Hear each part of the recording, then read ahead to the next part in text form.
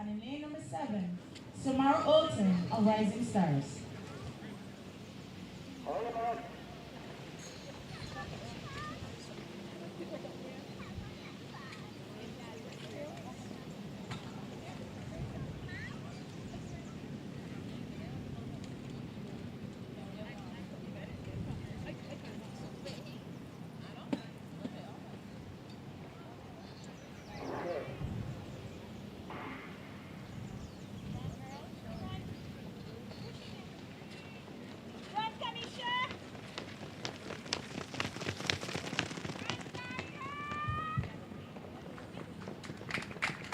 And it's Chelsea O'Carter winning section 1, booking her spot in the final for this evening.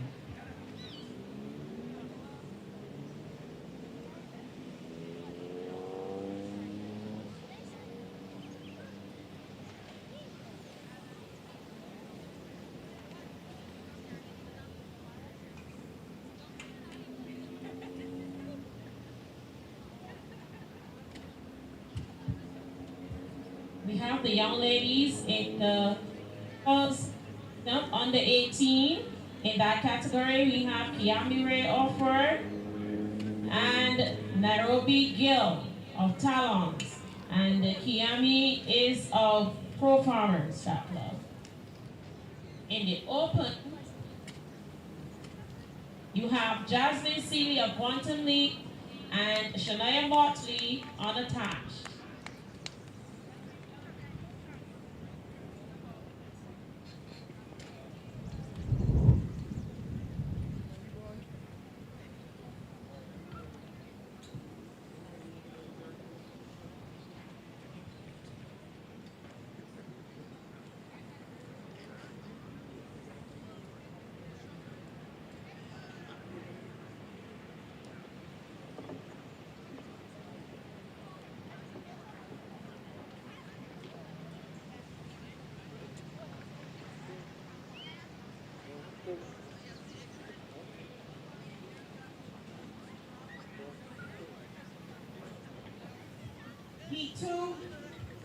Heat 2 of the girls under 18, 100 meters. In lane number 1, Zeta Best of Rising Stars. In lane 2, Davina Gaskin of Pacers. In lane 3, Naima Taylor of Talons. In lane 4, Jakaya Padmore of Talons. In lane 5, Zakayla Holder of Princess Margaret. In lane 6, Cara Eiffel of Elite Distance. And in lane number 7, from Velocity Management, Azara Husbands.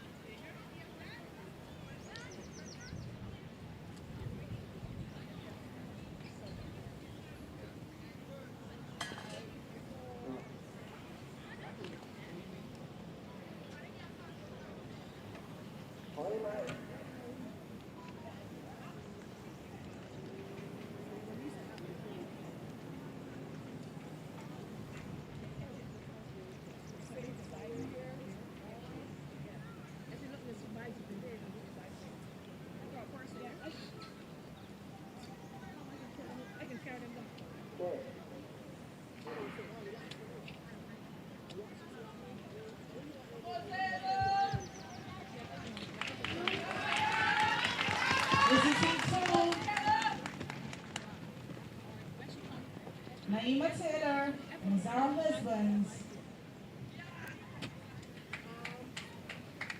Heat 2 of the under 18 girls, 100 meters.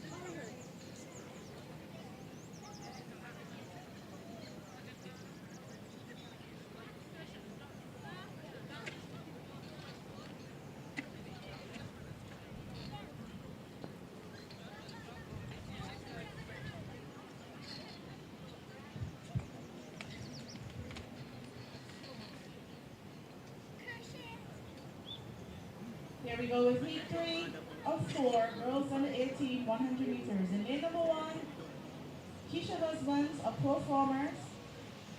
In lane number 2, Dania Joseph Niles of Pacers. In lane 3, Soraya Nichols of Elite Distance. In lane 4, Tania Akuit of Talents.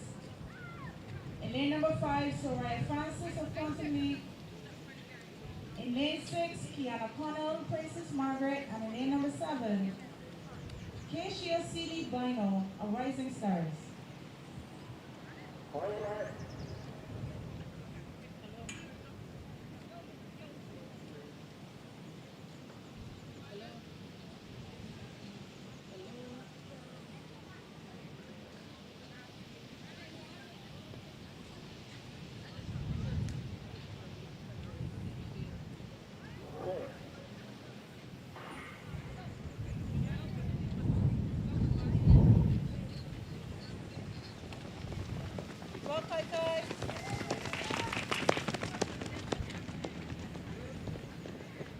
Soraya Nichols, Elite Distance, the winner. This is the final call for the women's 100 meter dash finals. Prelim, sorry. Final call, women's 100 meter dash prelims. And good afternoon and welcome to live coverage of the Nationals Championships here in Barbados for 2024. These championships are extremely important this year. It'll be an Olympic year. You've just witnessed the first 3 sections in the girls 100 meters, on the 18 girls 100 meters. We are going to introduce the athletes in the 4th and final section of this event. Just to keep you informed, the record for this event, the meet record, stands at 12.17 seconds, set in 2021 by Kishonna Niles, then of Elite Distance Program.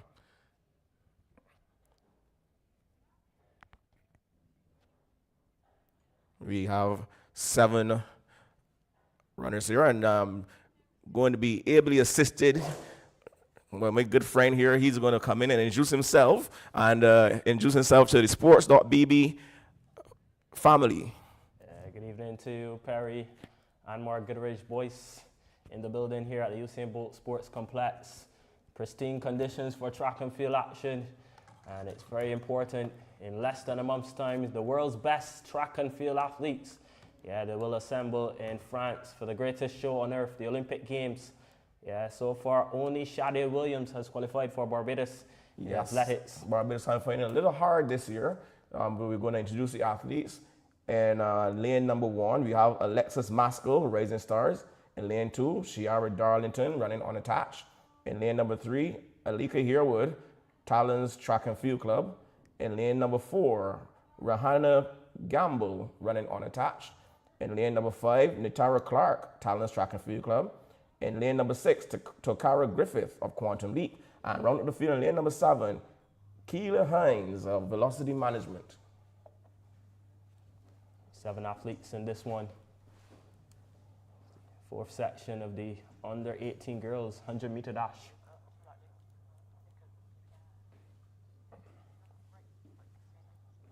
So on the starters' orders, and we're getting ready to go. Oh, we have a recall. I think lane number 4 may have jumped the gun, but we'll wait and see if it's just a recall or it's going to be deemed a false start.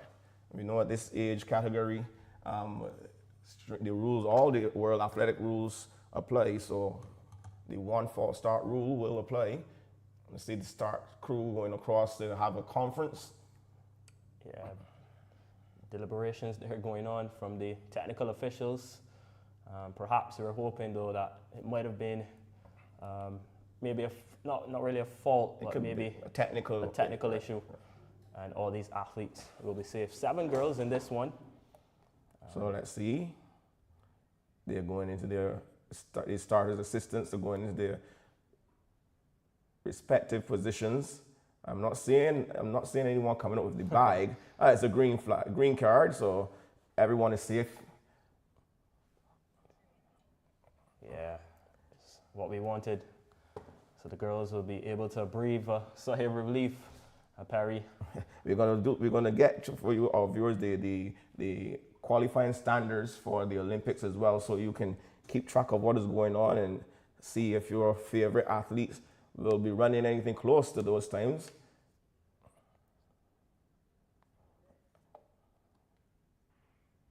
Finally off and running, and they're looking nice and good. The athlete there in lane number 3, that is Herwood of Talons, but on the outside in lane number 7, Hines is finishing strong, but they're not going to catch Alika Herwood. She wins that one. Flash time of 12.52 seconds. Yeah, class performance from Alika Herwood. She was the BSAT champion over 100 meters. She's come back at the national champs, and she's proven her goods. Pretty comfortable victory for her. Yes, of course, we know her prowess as well in the hurdles, 100-meter hurdles. She's an excellent hurdler as well.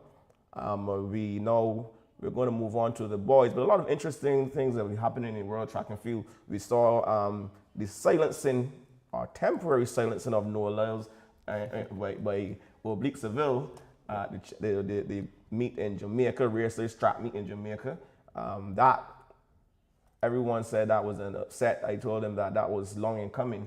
Oblique Seville is no slouch, and he has been running some consistently fast times throughout this season. And I think this is one of his best. He looks a lot stronger than he did at the last Olympics. Yeah, Oblique Seville, the Jamaican. Yeah, looks pretty good in my opinion so far, and he can only get better. So too Nels. Nels will not be a pushover though. Yeah, Noah Lyles is going to, but when you are at the top of the table, the top of the mountain, you always have a bullseye on you. So everyone is going to try to knock you off that pedestal. So he knows he has his work cut out for him. I predict this Olympics is going to be extremely hard. It's going to be extremely challenging. A lot of the top athletes are not going to have their own way. Yeah, well, no Jamaican man has won the Olympic 100 meters since the Usain Bolt retired. Arguably the greatest athlete the world has ever seen. So I know the Jamaicans over there in Kingston especially, they'll be hoping that Jamaica can reclaim the title. But of course, the likes of Fred Curley, the likes of Noah Lyles coming back for the Americans. There's always a good rivalry between the USA and Jamaica, especially in track and field, especially when it comes to the sprinting. As we see the boys on the 18 are on the line. This is the first section. But yes, it promises to be a very interesting season as we have the lane assignments now for the boys. First section of the under 1800 meter dash. We see Jaden Dorich, he goes in lane 1 for Performers Track Club. In lane number 2, it's Marquise Carmichael, SLB. Yes. Number 3, Ethan McCollin, Quantum Leap. In 4, Mishka Simpson of Talents. Number 5, lane number 5, that is Dimitri Nicholas George. He's also from Talents.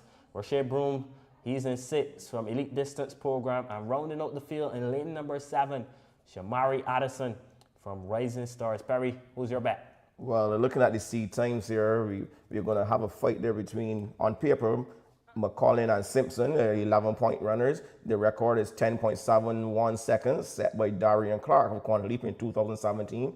So we're going to see, we have some unknowns there as well that we haven't been following for a while, but we're going to see how they'll shape up. Yeah, the boys are down on the starters order. Up they go. It's a clean start for the under 18 boys first section. And look at the athlete in lane number 3. That looks like Ethan McCollin. He's up for a toss. He has the athletes there in lane number 2, but it looks like lane number 1, it could be Jaden Dorich. Performers Track Club. Of the Performers Track Club. And he was really stuck accelerating while those other athletes started to decelerate. 11.49 is the flash time from the young man from Performers Track Club, Jaden Dorich. Well done to him. It comes back to 11.48. But what a performance. Looked outside of the top 3. He was way out of it at the beginning. I think McCollin had a real good start on the outside in lane number 7. Addison was running well as well. He was good for 3rd. He was running well. Good to see Shamari Addison on the track. Very, very focused young man. But Jaden Dorich, and as we always discuss this, acceleration and deceleration. McCollin got to his top end speed first. Doridge had just held his top end speed longer. So while McCollum was decelerating, Doridge was still going. And it was a very good run from him. I think if you get a better start, though, he can run some faster times. Yeah, Jaden Dorich there showed great form. As you mentioned, didn't get the best of starts. McCollum actually got the best start coming out of lane number 3. But Dorich showed brilliance there in the top end speed and showing and keeping his form right down to the end. And what a performance from that young man. Well done to all of the young men actually in that race. But Dorich, he's the star so far as we look to see the athletes in the second section. They're going through their paces. They're setting the blocks already, Perry. Yes, these youngsters are eager to go. And what they need to understand as well is that these athletes, most of them will be at the age where they're going to be looking to further their education overseas and get one of those scholarships that may be up for grabs. So they want to put on their best performance, especially here at nationals, and especially where we are making sure that the world sees them. So these are the athletes here in lane number 1. Daniel of St. Leonard's Boys. In lane 2, Jaheen Griffith, Rising Stars. In lane number 3, Jason Bovell, Talons Track and Field Club. In lane number 4, Darian Belgrave, Talons Track and Field Club. In lane number 5, Deshane Hines of Talons as well. In lane 6, that's Cruz Holford, Quantum Leap. And in lane number 7, Jaden Green, Pacers.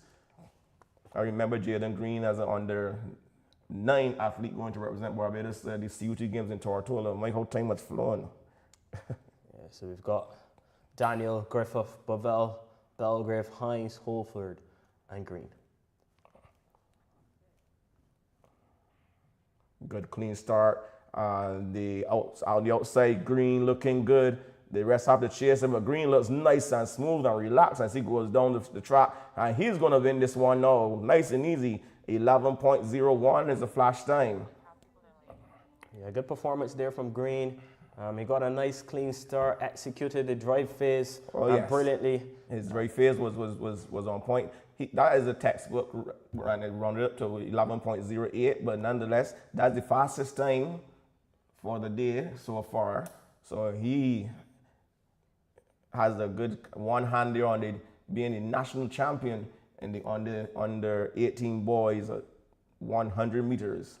Yeah, he's true to the semi-finals or finals that we're going to. True to the next round, rather. Yeah, we should see them coming back to do battle again, but he's looking good. And if he can put together, because he looked very relaxed, he didn't look bothered at all. He was nice and smooth. He came out of the drive phase, nice and smooth, a nice transition. He came up right, and he was just motoring. And he left those 3 lads there from Talons chasing him, and those guys are no slouch. Jason Bovell, he's a top class athlete as well. You see the boys in the next section going through their paces, setting the blocks down. How important are the blocks at this stage, Perry? I know you do a bit of coaching as well. If you can give us that insight, in terms of the blocks and the momentum and to propel the athletes, to get the best of starts as possible. Well, what the blocks tend to do, and it's hard because athletes transitioning from running without blocks into blocks, they find that sometimes they get the starts wrong. They what you call walk out of the blocks.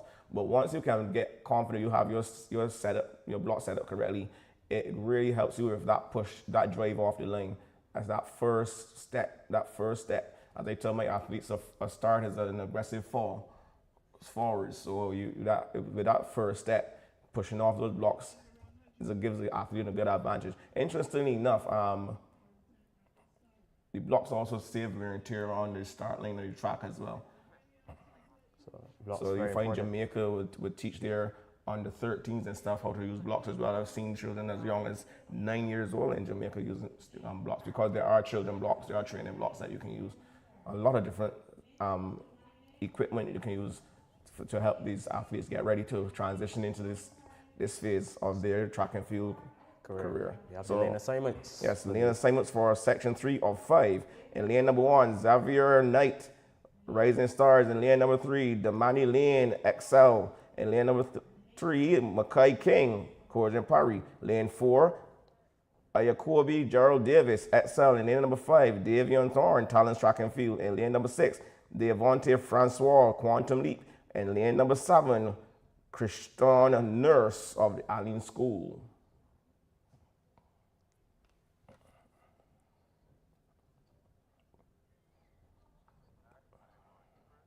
Remember, ladies and gentlemen, the time to beat so far is 11:08. Set by Jaden Green. So that is the mark to beat. We're going to see if anyone can come under that.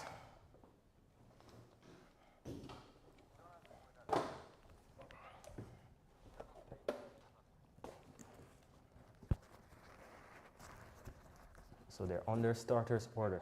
Knight, Lane, King, Gerald Davis, Thorne, Francois, and Nurse. Who will be joining Green and company? We're about to find out. Nice clean start, first time asking on the outside. Nurse looking nice. Nurse is going, the rest are chasing in lane number 3. That is King. So it's King and Nurse. It looks like Nurse gets him on the line. 11.46 is a flash time. Yeah, nice run there from Christian. Nurse, good execution, and the rest was history really. Got to the line just ahead of the other competitor there, and that's enough to put him into the next round. And he'll be looking at the time, Christian Nurse. We see 11.31. It looks like on the flash time. Xavier Knight of Rising Stars, he's second. Damani Lane looking to see that he's come through for third, but it looks like Nurse, Knight, and Lane the top 3 in this section for the under 18 boys 100-meter dash. So we've seen some good action so far, and of course, in case you're now joining us here, this is live coverage of the Dasani-Powerade National Championships. We're live from the Usain Bolt Sports Complex, where the Barbadian athletes will be hoping to qualify for, we have the under 20 World Under 20 Championships coming up, and of course, the Marrakech Olympic Games set for Paris, France this summer. We're just about a month away from the Olympic Games, so this is a very important meet for Barbadian senior athletes hoping to book their spot on the team. Of course, we're going to be seeing Shadia Williams. She ran yesterday. We're going to get to see that race a little later in the program. We're going to get a replay a little later in the program because Shadia Williams is here. We all know she has qualified for the Olympics, and she is, as I was saying the other day, a good sign for a quarter mile is when you can lower your 200-meter time. And she has done that. So she ran some consistent 200-meter times, which shows she has the speed. So we go. Should be in competition today as well. Yes. We go on to the 4th section. In lane number 1, Zacchaeus Greenwich on attach. In lane number 2, Jadon Downs, Quantum Leap. In lane number 3, Jakai Brewster. In lane number 4, Jamari Boyce, Courage and Parry. In lane 5, Nathan Holder, Quantum Leap. In lane number 6, Azari Belgrave, Princess Margaret. In lane number 7, Ethan Gill, Velocity Management. And on the outside in lane number 8, Ethan Hart of Quantum Leap. Yeah, good to see Ethan Hart dominated at the primary school level. Yes, he had a few injuries in his secondary school career. I think he was injured, BSAT. He ran one of the legs in the 4x4 for his school. Before the year before that, he picked up an injury, a little niggle injury. So it's good to see him back on the track and in good shape. And he's one as well we have to watch for the future. I think I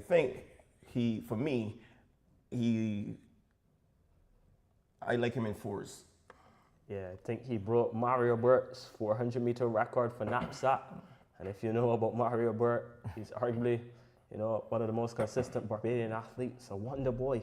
Yep. Here, we'll see him in action later on. But for now, it's the under 18 boys 100 meter. Give you those lanes assignments again one more time. The boys are down. Greenwich in 1, Downs in 2, Brewster in 3, Boyce in 4, Holden 5, Belgrave in 6, Yale in 7, and Hart in 8. Off and running, good clean start. First time out seeing the athlete in lane number 3. That's Brewster. Brewster is running away with this one. Brewster is stealing this one. Nice. 11 seconds flat is a flash time. What a performance here from Ja'Kai Brewster. He was out very, very, very fast from the gun. And as we can see, that is as destructive as we've seen so far. And we see Ethan Hart pulled up. So problem still for Ethan Hart in terms of that hamstring and all the niggling injuries he may have. So yeah, but take nothing away from Brewster there. That was a commanding performance from him. Yes, I saw that young man at the Barbados Secondary Schools Athletics Championships. And, you know, stunning performances there. And he's come back at national champions. And he showed why he's one of the best under 18 athletes in Barbados at the moment. He was one that everyone was watching and talking about at the secondary school championships, BSAC as it's called, and he represented well. He came good when he was supposed to, and he showed them why he is a class act. And today, again, Brewster, he again stamps authority. That was a well-planned, well-run race. He got off the blocks good. He went through the right phase. He was so far ahead of everyone when he was halfway down the track that the race was on for second and third. Yeah. First was done and dusted. So the time alone that you saw him clock there, that flash time of 11 seconds flat. I don't know if it's been rounded up or rounded down, but that is a very good time on the 18. We know that with the right impetus, these athletes can go further. And I remember Shadi Williams was talking about moving from Barbados to Jamaica, where she could train with elite athletes and compete at a higher level, and that has helped her. So I think we need to have more events where we expose our youngsters to overseas competition. Yeah, Shadi Williams, of course, as you did mention before, she trains in Jamaica at the MVP Track Club. The likes of Stephen Francis, world-renowned track and field coach. Yes. So she's in good hands. She Very also good. has training partners such as Sharika Jackson. Not a slouch in the 400-meter department either, Sharika is. But we go back on track for the 100 meters. In lane number 1, Aaron Seeley, velocity management. In lane number 2, Terrell Johnson-Rouse, unattached. In lane 3, Josiah Gill, velocity management. In lane number 4, Jordan Adams, Quantum Leap. In lane 5, Jaquan Williams, Courage and Parry. In lane 6, Kamari Cummins, Quantum Leap. In lane number 7, Amari Rouse, velocity management. And in lane number 8, Malachi Eswicks, the Leonard's Boys. a full field for this one. Seeley, Johnson, Rose, Gill, Adams, Williams, Cummins, Rose. There they go, off and running. Good start. Let's throw a blanket over these athletes now. Who's going to make the move first? And it looks like the athlete there in lane number 2. Here comes on his inside, Josiah Gill. Oh, Gill. And remember, Gill is actually an under 15 athlete. Yeah, but looks like Johnson, Rose, who got there first in lane number 2. Gill, actually. Gill, I think they're giving nod to Gill. Gill, yeah. That's a very good run for the under 15. 11.56, the flash time on the clock. Not a bad time, Perry. Oh, that's a brilliant time for on the 15. I must say, that's what I was saying. People like Josiah Gill, and we need to expose him to tougher competition. You can't just be. So maybe that's why they decided to run him up on the 18s category, because he's head and shoulders above the rest in the under 15s. Moving on to see the young ladies on the track.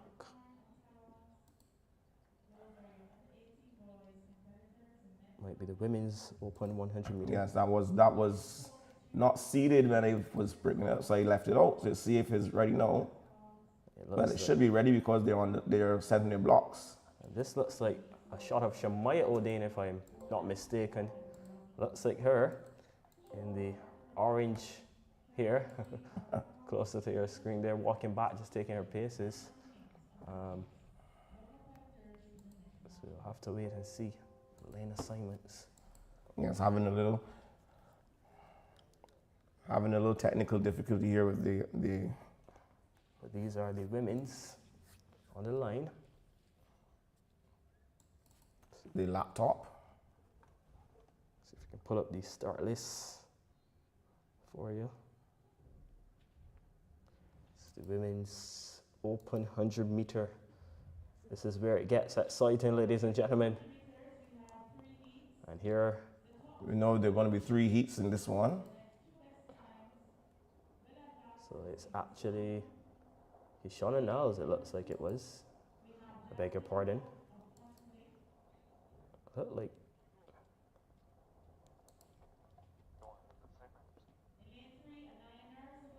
So these are the lane assignments for the women's 100 meter dash. In lane number 2, we have Jasmine Hope, Quantum Leap. Lane number 3, Anaya Nurse. Lane number 4, Romancia Wiltshire, Talent. Lane number 5, Gabrielle Printer, Quantum Leap. Lane number 6, Andrea Stricker. And lane number 7, Kashona Niles of Velocity Management. Niles was 4th at the Carifta Games in Grenada. 11.61, Kashona Niles. She has a personal best, Kishonna, of 11.34 seconds. Season's best as well. Clock 11.66 in Grenada. The Olympic standard, ladies and gentlemen, stands at 11.01. And there will be called back. It might be a technical issue here. We'll wait and see. But the athletes will be called back for this one. As we see Niles there in the orange here. Yeah, she's definitely the favorite for this one. She was a national champion already, I think back in 2022. So she'll be, I can tell you, she's been in great form. I've been following her journey there. She left these shores and she's gone to the UTEC in Jamaica, and I think she's also linked to the MVP club. As we see, there's a green card. So the athletes will be happy and relieved to see that. But we've got a full field. Just give you those lane assignments one more time. Hope goes into Anaya Nurse in 3. She's a Carifta bronze medalist. Romancia Wiltshire in 4. Gabrielle Pinder in 5. Andrea Straker in 6. And Kashona Niles in 7. Who will be going to the next round? We'll wait and see. But this is a class field. 7 athletes in this one. Up they go. It's a clean start this time around for the first section of the Open Girls. And look at Niles. She's away. They're not going to catch her today, tomorrow, or next week. Kashona Niles stamps the door shut. What a class performance from Niles. Looks like 11.79 on the clock. Rounded down to 11.63. But Niles takes it, and we expected her to win, Perry. Yes, she's delivered so far. Second will go to Anaya Nurse, of course. Anaya Nurse, you know, she's no slouch either, but quality is quality, class is class. Kashona Niles, the class act in this division right now. 11.69. Nurse, she ran well for second, 11.92. And Jasmine Hope from Quantum Leap, well done to her. She got the third in this one, 12.23. So we're gonna move swiftly. Just to inform our viewers, the national record in this event is 11.14 seconds, set in 2021 by Tristan Evelyn, and that time she ran in Tampa, Florida. And then we go on to the meet record, which is 11.37, set by Ashley Marshall of High Performance Program in 2015. So we move. This is the girls for the second section. As we see, I'll give you those lane assignments. I can see them. Yep. So Nia Brown, good to see her for performers. She's in 2. So these songs, we're going to be seeing some names that we haven't been hearing or seeing in a while coming out. The Adair Brewsters, etc. So they are all going to come to nationals. It's good to see a lot of the athletes coming back home to nationals. They're being sometimes when we were asking why isn't this athlete here in Barbados, but the influx of overseas athletes who are in college and stuff coming back for nationals, that speaks well for the sport of track and field in Barbados. Just hoping that they can put together some phenomenal times and qualifying times and distances. We also take into consideration the field eventers as well. They, of course, most of the field events with the javelin, etc., were done at Courage in Paris Thursday. So we were going to review some of those results as well. We have the lane assignments now, Perry. Yes, Ayana Morgan is out, not there in lane number 4. So in lane number 2 is Naya Brown, Performance Track Club. In lane number 3, Adea Brewster, Talons. In lane number 5, Kiana Collymore, Talons. In lane number 6, Sky Spencer Lane of Rising Stars. And in lane number 7, Tuwana McLean of Blaze Track Club. So lane 4 is vacant. Yes, no Ayana Morgan. So the field is down to 5. So we've got Brown, Brewster, Collymore, Spencer Lane, and McLean. Second section of the women's 100-meter dash. The very first time, it's a clean start. And look at Brown out there in lane number 2, but so too is Brewster doing well. McLean on the outside, but this is going to be Brewster. She's going to paint them here. Well done to Adea Brewster, 11.81. It looks like the flash time, but Adea Brewster, that was a class performance. Well done to that young lady. So. She means it comes down to 11.79. Nia Brown did well there to take the second position as well. But it was all about Adea Brewster. She really ran a good race. You can see from the start that she meant business. Tawana McLean on the outside, she was good for second. She ran well also. I'm glad to see that she's consistent in her sprinting. Nia Brown there for third. But Adea Brewster laying on the gauntlet, so to speak, 11.79. And no stopping Brewster in that one. Brewster, 11.79. The winning time looks like McLean. Second, 11.19. And Nia Brown from Performers, 12.43. She came in for third. Yes, McLean ran a 12.19. So this one, no. This is the one everyone has paid their money to see. We have in this one the national record holder will be going.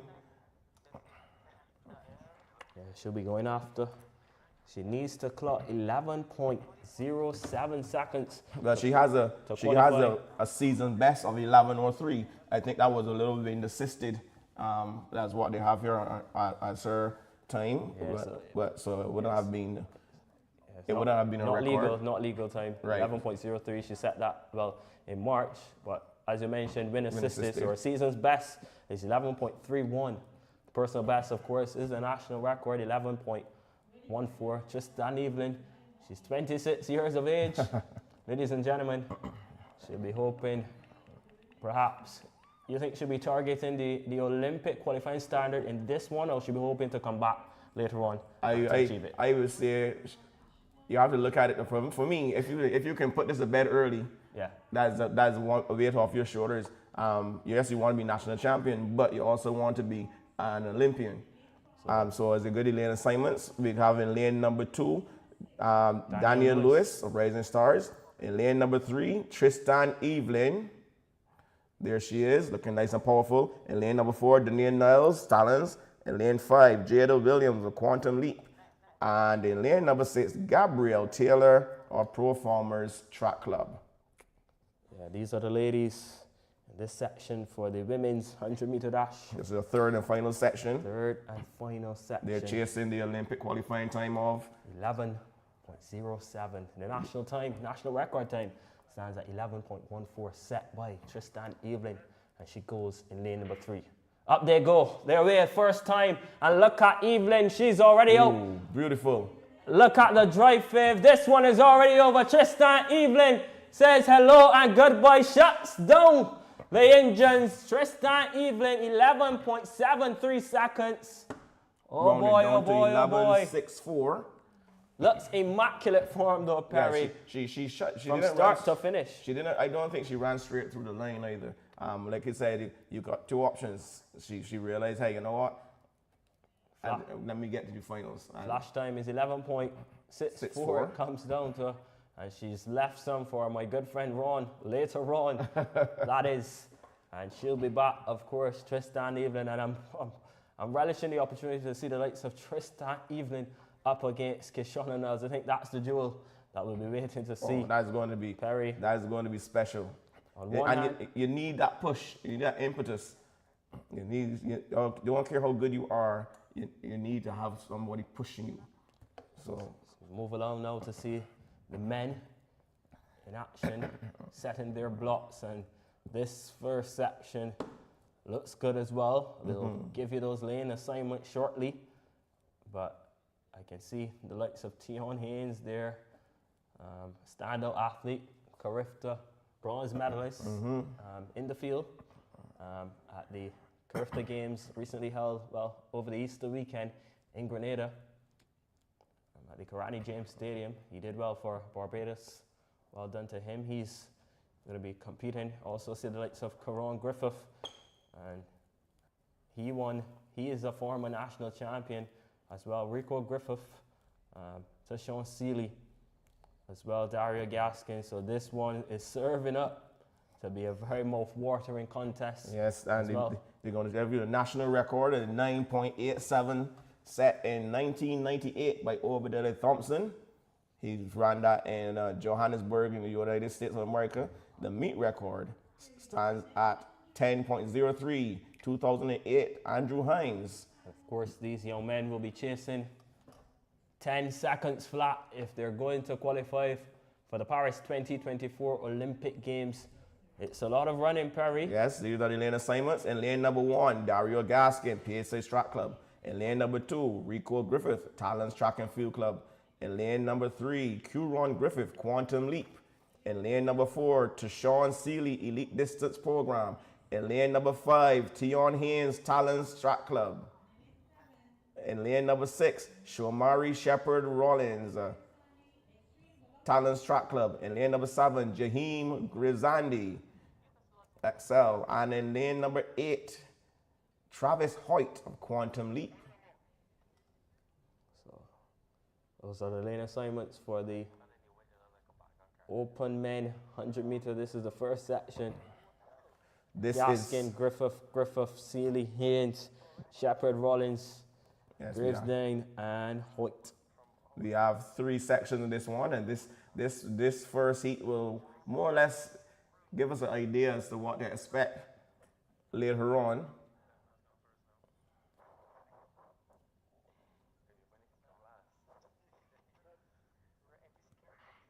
Clean start, first time asking. Nice even start in the middle of the track. Now we see in lane number 3, Griffith now cruising away from them, shutting down and cruising across the line. 10.70 looks at the flash time. But that was a commanding performance. I think it's rounded out at 10.66. Yeah, we're seeing a lot of athletes just turn off the engines, Yeah, just but going through the rounds. Just want to get to the finals. yeah, the thing about it, if you're chasing the Olympic qualifying standard and you can get it done within the first round, Perry, get it done. You never know what happens later on. If a lot of factors could factor in there. You know, the wind could be high in the finals. You could have a trailing wind pushing you along. You could fall start, God forbid. So many things can go wrong. Yeah, I like to see athletes going after it from the get-go. So you see the athletes there in the second section. And a very familiar face. In this one, familiar face is actually Mario Burke, an Aragon striker. This is mouth-watering, ladies and gentlemen. We also have Johnny Inks. Yes, he's There in as there. It was well. a good time. Johnny Inks. Those are the 3 everyone's going to be watching for sure. Good to see Mario Burke back at home, competing. He's 27 years old. He's been to the Tokyo 2020 Olympic Games. He's a NACA silver medalist, World Under 20 bronze medalist, NACA Under 23 bronze medalist as well. CSC Games gold medalist. This young man has a stacked resume. Yes, he's done everything except the big one. Also the Carifta champion. Carifta champion as well. Now we're going striker. I think that year he did the double 1-2. He ran the 1 and the 2 at the Crifter Games. Outstanding young athlete. You also see Arrogant Striker in there. He did the double at the Barbados Secondary Schools Athletics Championships for 2024 for the Commonwealth School. Went to the Carifta Games in Grenada and got a silver medal, I beg your pardon, opted to only compete in the 200 meter and it paid the dividends in Grenada. In Grenada. Yeah. Everyone was expecting him to do the 1-2 in Grenada. But you have to listen to your body, you have to know yourself. So if that's what he chose to do and it worked for him. Ultimately, everyone was expecting to see another nurse in the 400 meters as well. And she opted to do the 1-2 double and it paid dividends for her. She walked out with a medal and a personal best. So as the athletes now finish their run throughs and setting up the blocks and making sure they get it right. They get it right for this one. This is the third and final section of the men's open 100 meter dash here at the Dasani-Powerade National Championships 2024 here at the Usain Bolt Sports Complex running on the Ryan Brathwaite track. And these are the lane assignments. In lane number 1, Rashad Williams, Elite Distance Program. In lane number 2, Kristen Cummins, XL. In lane number 3, Mario Burke, running on attach. In lane number 4, Oregon Straker, Talons. In lane number 5, Ajani Ince, unattached. In lane number 6, Seth Dean, Talons. In lane number 7, Sean Raphael, XL Velocity. And in lane number 8,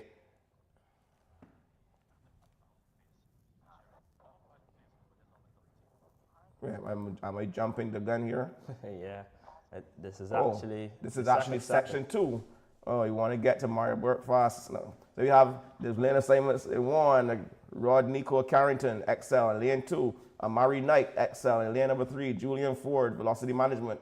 In lane number 4, Justin Maynard, Elite. In lane number 5, Jameel Walker Miller, XL. In lane number 6, Justin Ford, Talons. In lane 7, Janoy Davis.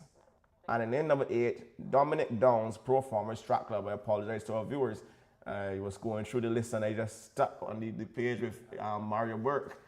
So, Quadriton Knight, Ford, Maynard, Watts, Miller, Ford, Davis, and Downs. Good first time asking. And in lane number 3, looking good and smooth. Here comes the athlete there in lane number 4, give it a challenge. That is Ford, and Maynard is going to be Ford, shutting down and cruising across the line. 10.60. He always had an excellent start from his days at the Harrison College. Yes. The Barbados Secondary Schools Athletics Championships, and we've seen it there from Julian Ford. Excellent start from him.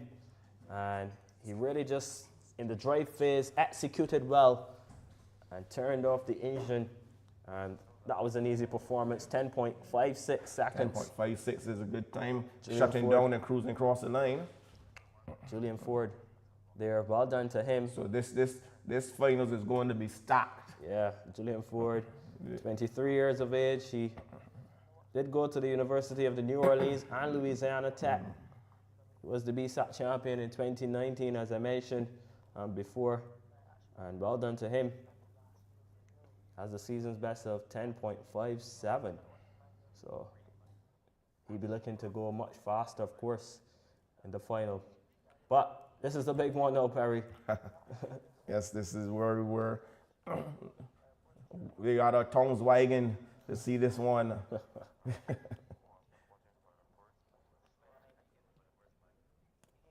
So, and the evolution of track and field in Barbados and nationals, etc., where we now have so many different clubs out and so many different athletes coming out to compete is really, really outstanding. I keep lamenting that our athletes need more exposure.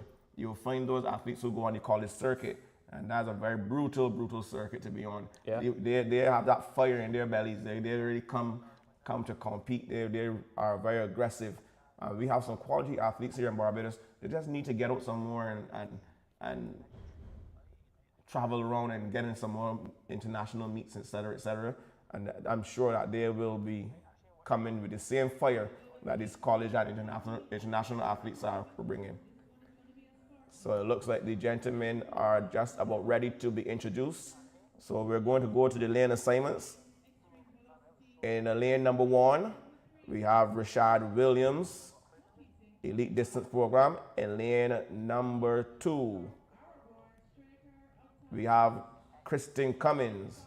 In lane number 3, we have Mario Burke. Lane 4, Aragon Straker. In lane number 5, Ajani Ince. In lane number 6, Seth Dean. In lane number 7, Sean Raphael.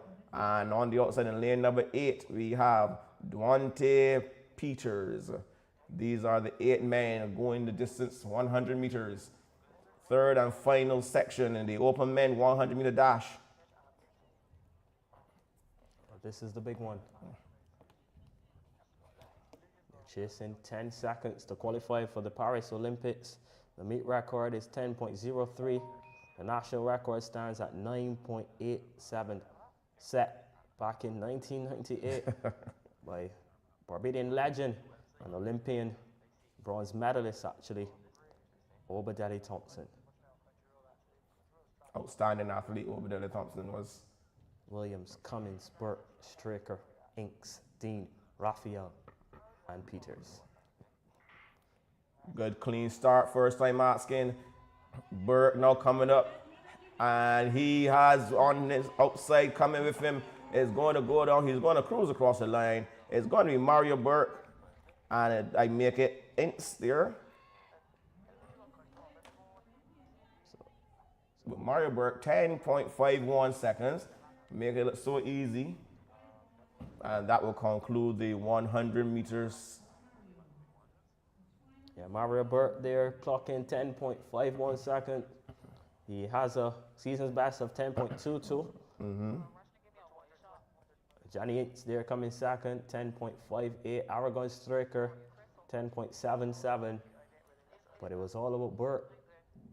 He won in 10.51, and he's definitely will be chasing that Olympic standard of 10 seconds flat. But I think he'll be happy with that performance. Yeah, so he still have a little bit ways to go.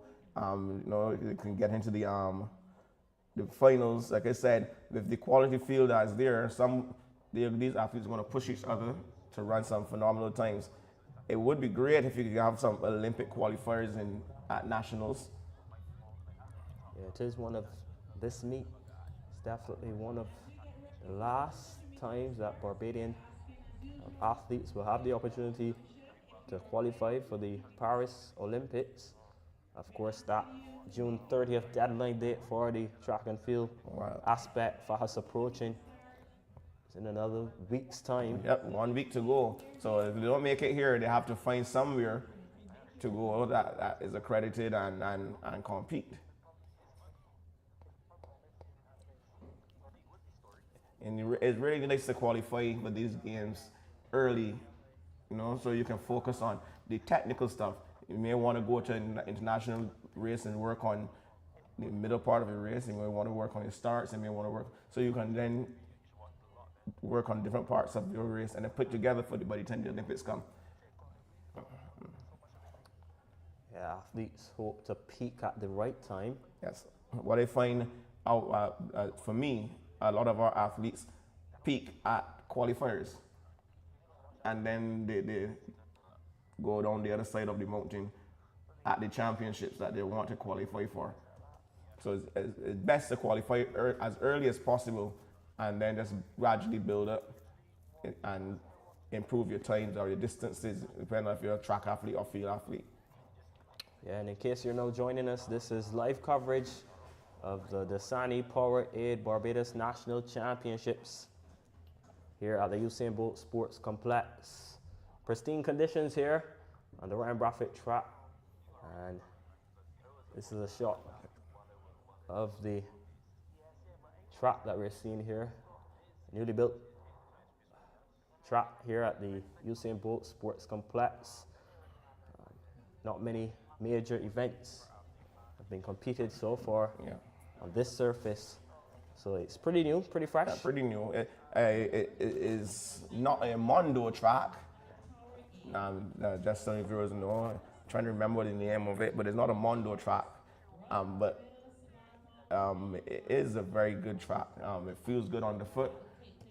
I think persons may have expected some very fast times at BSA and NAPSA, etc. And what they need to understand also is that those athletes were transitioning from running on grass onto this track. So it would have made some significant difference in their times and their running style, etc. So we have to take that into consideration as well. Realistically, when you compete on train or compete on grass, because a lot of Jamaican athletes, they train on grass, but they got a lot of competition on the surface, the Mondo surface or whatever surface. And you need at least 3 competitions to really get back into your groove. So I think that was one of the downfalls for athletes with Carifta Games, because they only had maybe 2 times on the actual track for the most of them. So we move into the under 13 girls 200 meters. The meet record set by Ashley Lowe of the Commonwealth School in 2013, a time of 26.35. 26.35 seconds, and these are the athletes. In lane number 7, we have Jada Scott of Excel. In lane number 6, Denisha Hurdle running unattached. In lane number 5, Desiree Grant of Excel. In lane number 4, Shatonia Webb Jumpstart Program. In lane number 3, Bria Davis unattached. And in lane number 2, Kyla Holder running unattached. These are the athletes in section 1 of 4, the under 13 girls, a 200-meter dash. Ladies and gentlemen, we're ready for the first section of 4 in the under 13 girls 200-meter dash. Lane 2, Kyla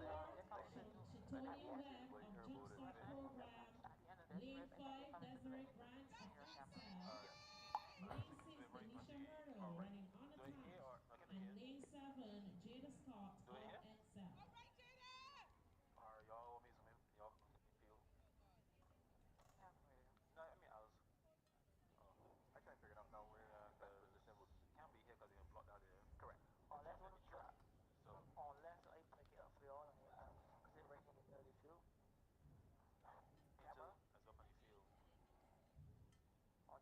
These young ladies waiting eagerly.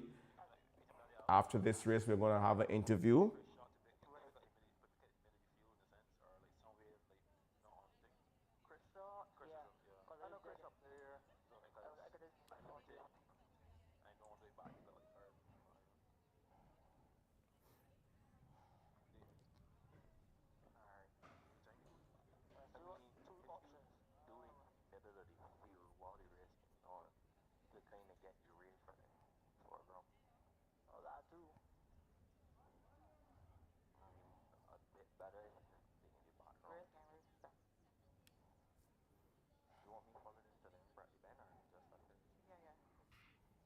Good clean start first. Oh, we recall.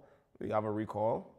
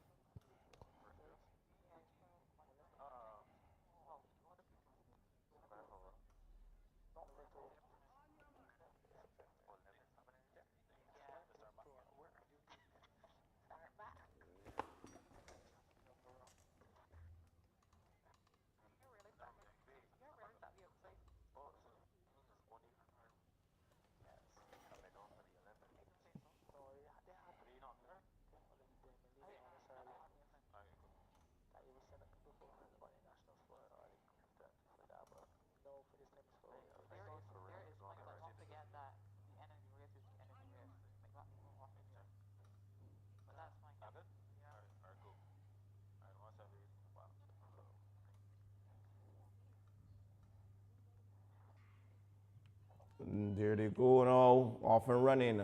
Holder, Davis, Webb, Grant, Hurdle, and Scott. On the inside, Kyla Holder looking good, negotiating that bend, that tight bend in lane number 2. On the outside, we have Jada Scott of XL, and she's stamping her authority on this one. And she's going to cruise across the line. They're not going to catch Jada Scott. You're going to see the time. Remember, these are all time finals for these youngsters. Scott gets the nod. A good commanding run from her as we move back up to the top for section 2.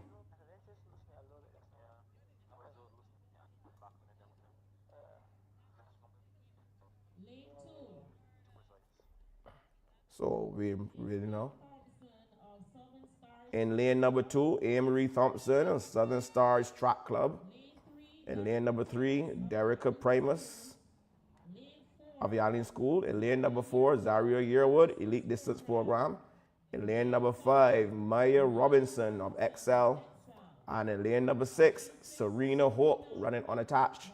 And on the outside in lane number 7, Janae Belgrave also running unattached.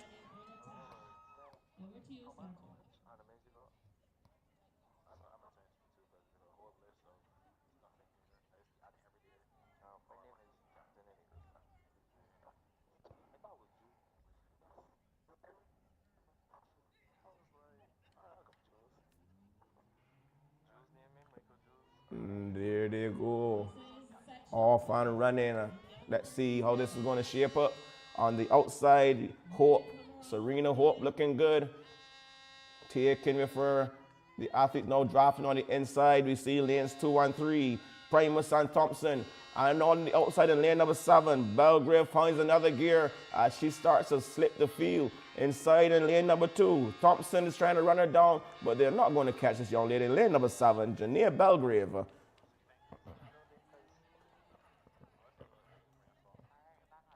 like Janae Belgrave running unattached to have crossed the line in first position. As we move on now to section 3 of 4. Section 3. In lane 2, Azarica Mounter running unattached. Lane 3, Kelly Senhouse Gittins unattached. In lane number 3, we have Jakaira Mounter unattached. In lane number 3, Kaylee Sandhouse Gittins also unattached. In lane number 4, Janelia Stewart unattached. In lane number 5, Shania Burgess also unattached. In lane number 6, Kalia Bostick of XL. And on the outside in lane number 7, the Russia Alexander BC Track Athletic Club.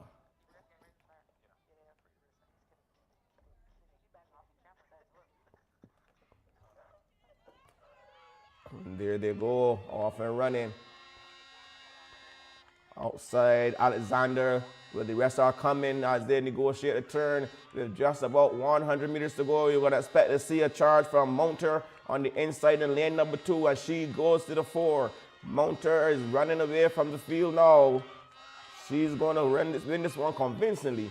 It's Mounter running unattached. She's going to cross the line now. It's going to be interesting to see that time. That looks like the fastest time so far. 28.83 seconds for Ajarica Mounter. Saw her doing great things at Knapsack 2024.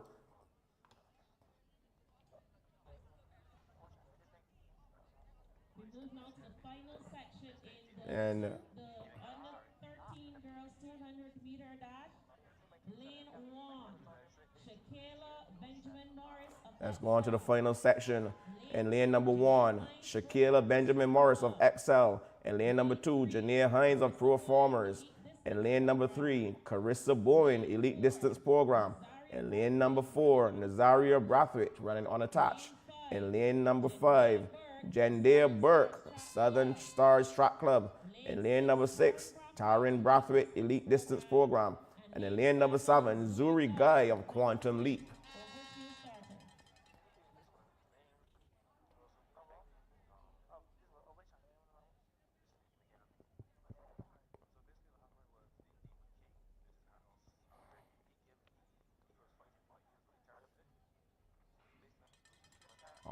and running. This is the final section. In the under 13 girls 200 meters, and the race is on the outside in lane 6 and 7. Brathwaite and Guy. Brathwaite and Guy. Taryn Brathwaite and Zuri Guy. Zuri Guy on the outside, trying to hold off Taryn Brathwaite. These two are going stride for stride to the finish line. Ooh, we're going to wait for the technical people to give us the official result for that one. That is the final section as we move out, turn our attention, sorry. So it's going to be Taryn Brathwaite of Elite Distance Program giving a nod, 27.43 seconds as we move on to the under 13 boys. 8 athletes going in this one for a section of 4. No, sorry, 7 athletes going in this one, I beg your pardon. We move to the under 13 boys 200 meters dash, section 1 of 4. The record for this event, 25.35 seconds, set in 2022 by Josiah Gill of Velocity Management. In lane number 2, Alex Jones Eiffel of Pacers Track Club. In lane number 3, Naeem Jordan, Southern Stars Track Club. In lane number 4, Christian Whitehall, Jumpstart Program. In lane number 5, Jaden Calendar of Excel. In lane number 6, Xavier Walcott, Rising Stars. In lane number 7, Jadique Hines, Jumpstart Program. And in lane number 8, Aiden Chase of St. Leonard's Boys. Over to you, Sergeant.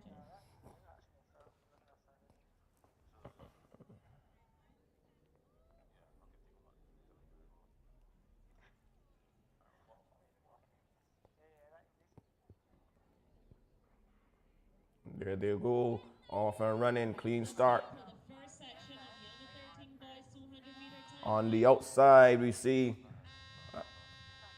Chase running well for St. Leonard's Boys, but here comes Walcott, Xavier Walcott of Rising Stars now taking command as they come off the turn. Inside in lane number 3, Southern Stars, Naeem Jordan Clark. He's coming as well. Who's going to get there is going to be Jordan Clark of Southern Stars Track Club. That looks like Jaden. Naeem Jordan Clark. Finishing in first position. As we move on to section 2.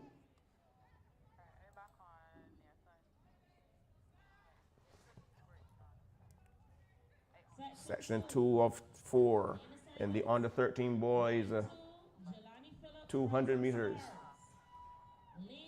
In lane number 2, Jelani Phillips, Rising Stars. In lane 3, Michael Fredericks, XL. In lane number 4, Anson Eli, Elite Distance Program. In lane number 5, Josiah Thompson Griffin, unattached. In lane number 6, Ajeri Beckles of XL. In lane number 7, Mackay Greenwich, running unattached. And in lane number 8, Jason Howell of Blaze Track Club. These are the competitors in section 2 of 4, the under 13 boys, 200 meters, still chasing that elusive.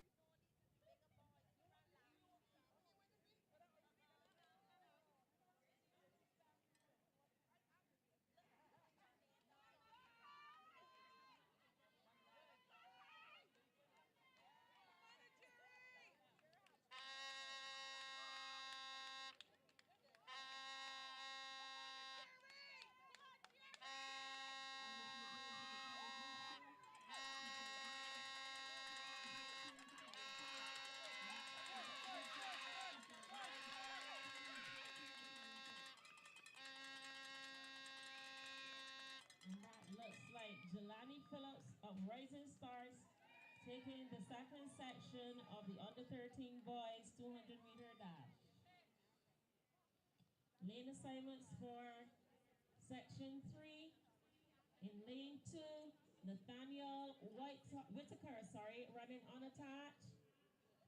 Lane 3, Azaviko Shazai of Pacers Track Club.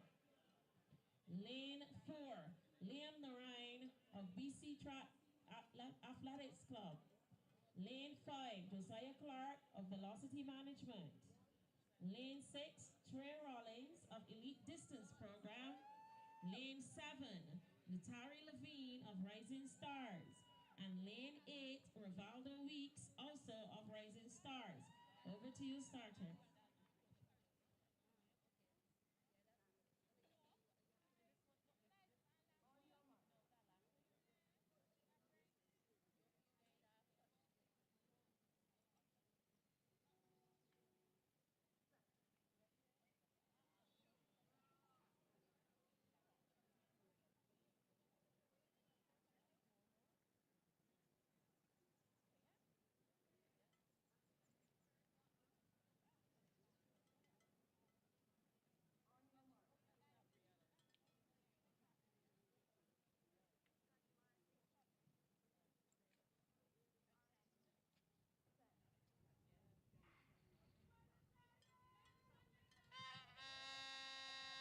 This is heat 3, section 3 of 4 in the under 13 boys.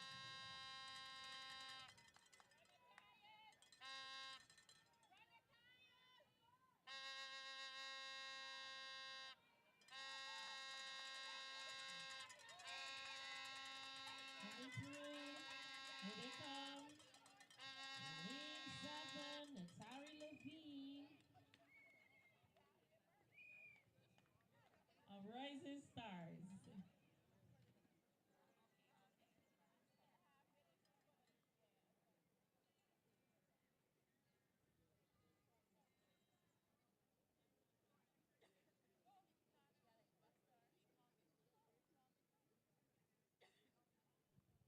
Lane assignments for the fourth and final section in the under 13 boys 200 meter dash.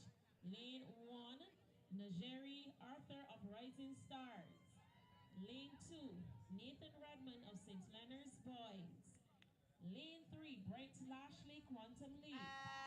Lane 4, Malachi Sargent Elite Distance Program. Lane 5, Pete Vassell of Talons Track and Field Club.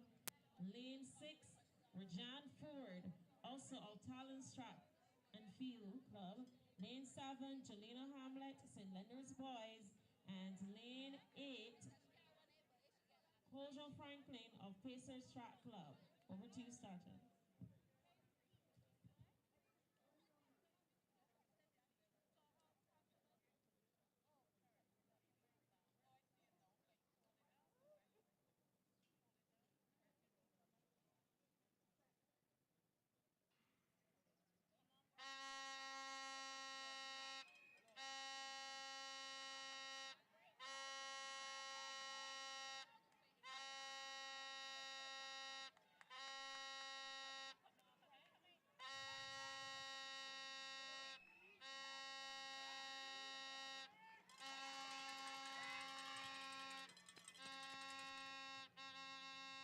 Jelena Hamlet of St. Leonard's Boys taking the fourth and final section of the under 13 boys 200 meter dash.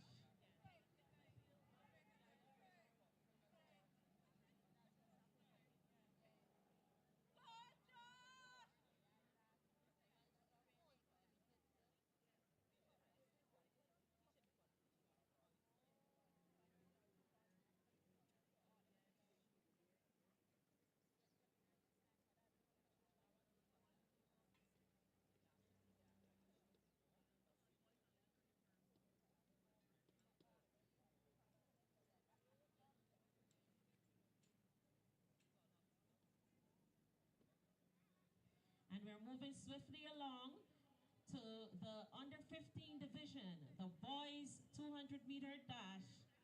Lane assignments for section 1 of 3. Lane 1, Luke Reed, Quantum Leap.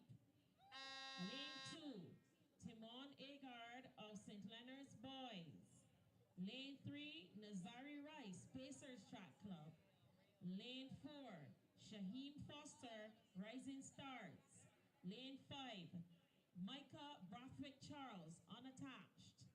Lane 6, Joshua Brathwaite, Excel. Lane 7, Dijon Sargent, Blaze Track. And Lane 8, Malachi Jones.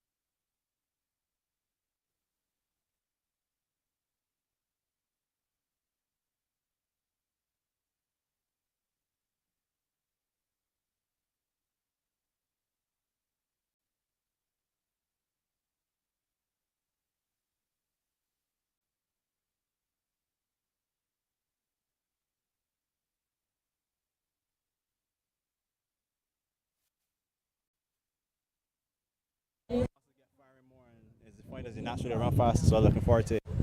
On this. Come home always and put on a show for the fans. Okay, thank you so much. That's Mario Burt there. He won his section for the men 100-meter final.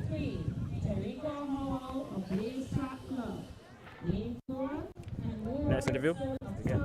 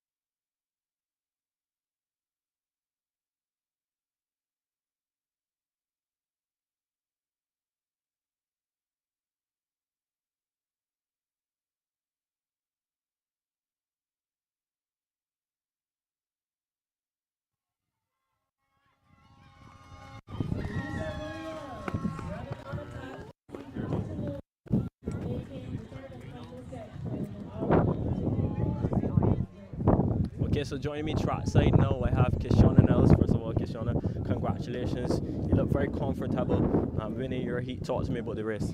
The race was alright. I feel like I should have stayed more upright, keep my knees up, put my arms more. But besides that, it was an okay race. Okay, and talk to me about running in Jamaica. Obviously, you are linked as well with the VP Track Club. How is it going? That's not going too bad, honestly. It gets rough at times, but it's been a very, eventful and nice.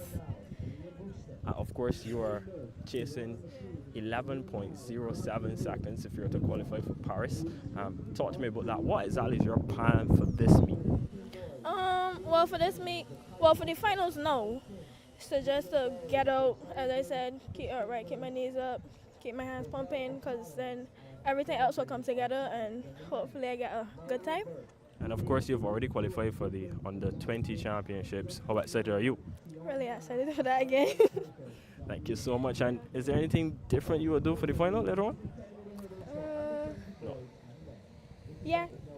Well, you don't want to share yet. Thank you so much. Kishonna Nels, she won her section for the women's 100-meter.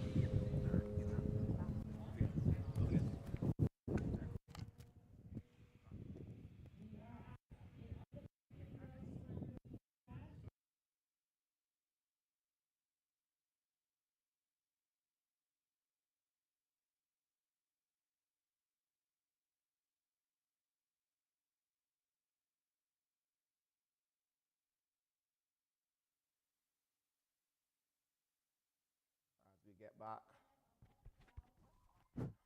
on the track. We have section 1 of 4 in the under 15 girls 200 meters. They're chasing a record time of 25.23 seconds, set 2013 by Tiana Bowen.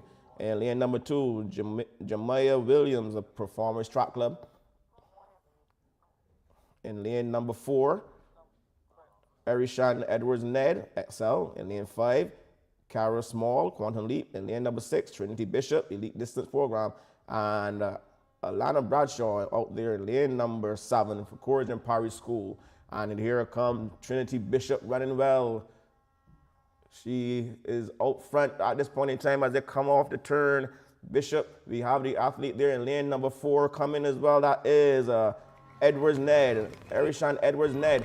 Seems like Bradshaw from Courage and Paris found another gear as well. So it's Ned now, Edwards Ned now running away for this one. Cross the line first.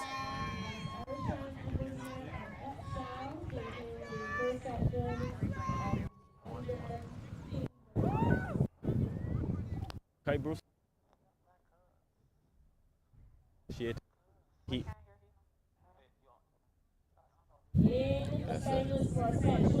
Talk to me about this. My race was decent. It was kind of sluggish, but it was decent and could be better. You're happy with the execution? Not really. Talk to me, what would you like to fix? I would like to fix my start because my first 2 sets was kind of sluggish with the blocks, and I made some other injuries. Well, what will you do coming back later on for the final? If I know, it'll be more focused and I will execute my race and just be focused and run my race. Thank you, and all the best going forward. All right, thank you, sir. Yeah, that's Jakai Bruce. He won his section for the under 18 boys 100 meter. He'll be back, of course, in the final later on. And we are back with live action on the track. This is section 204. Under 15 girls, 200 meters is Ashby, Jordan, Wiggins, Vaughn, McLean, and Gamble, lanes 1 through 6. Looks like Taylor Ray Wiggins of Quantum Leap stamping her authority on this one as she comes off the turn and she's cruising down the stretch. Less than 50 meters to go. They're not going to catch this young lady today. It's going to be all Taylor Ray Wiggins. Then in section 2, I have with me, ladies and gentlemen, here in our studio, Mr. Harcourt Vason. Everyone should know Harcourt Vason by now, household name. Excellent physical education teacher in his day, and giving yeoman service to track and field in Barbados. Welcome, Mr. Vason. Thanks, very. Pleasure to be here, and good evening to all. So far, we're seeing a kind of not a lot of excitement, but just kind of steady going. And this section of the meet with the juniors, spacing out the main events, but a good thing for these young ones. And I think this is what we need to see a lot more of these meets early on in the season. Yes, I echo your sentiments. I'm a proponent for our youth, the grassroots of track and field, so to speak, to get as much exposure as possible when it comes to track and field. As they're often running here, this one is going to be pretty interesting. I'm looking the young lady Vaughn from Elite Distance Program. She should be good for this one as well as they come off the turn. And Vaughn is doing battle with Gamble of Talons.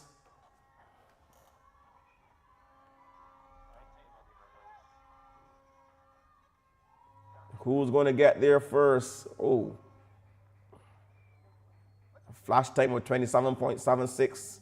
So the times are cool. Let's look at these times. Nothing to shout about really in terms of the coming close, even challenging a record or whatever.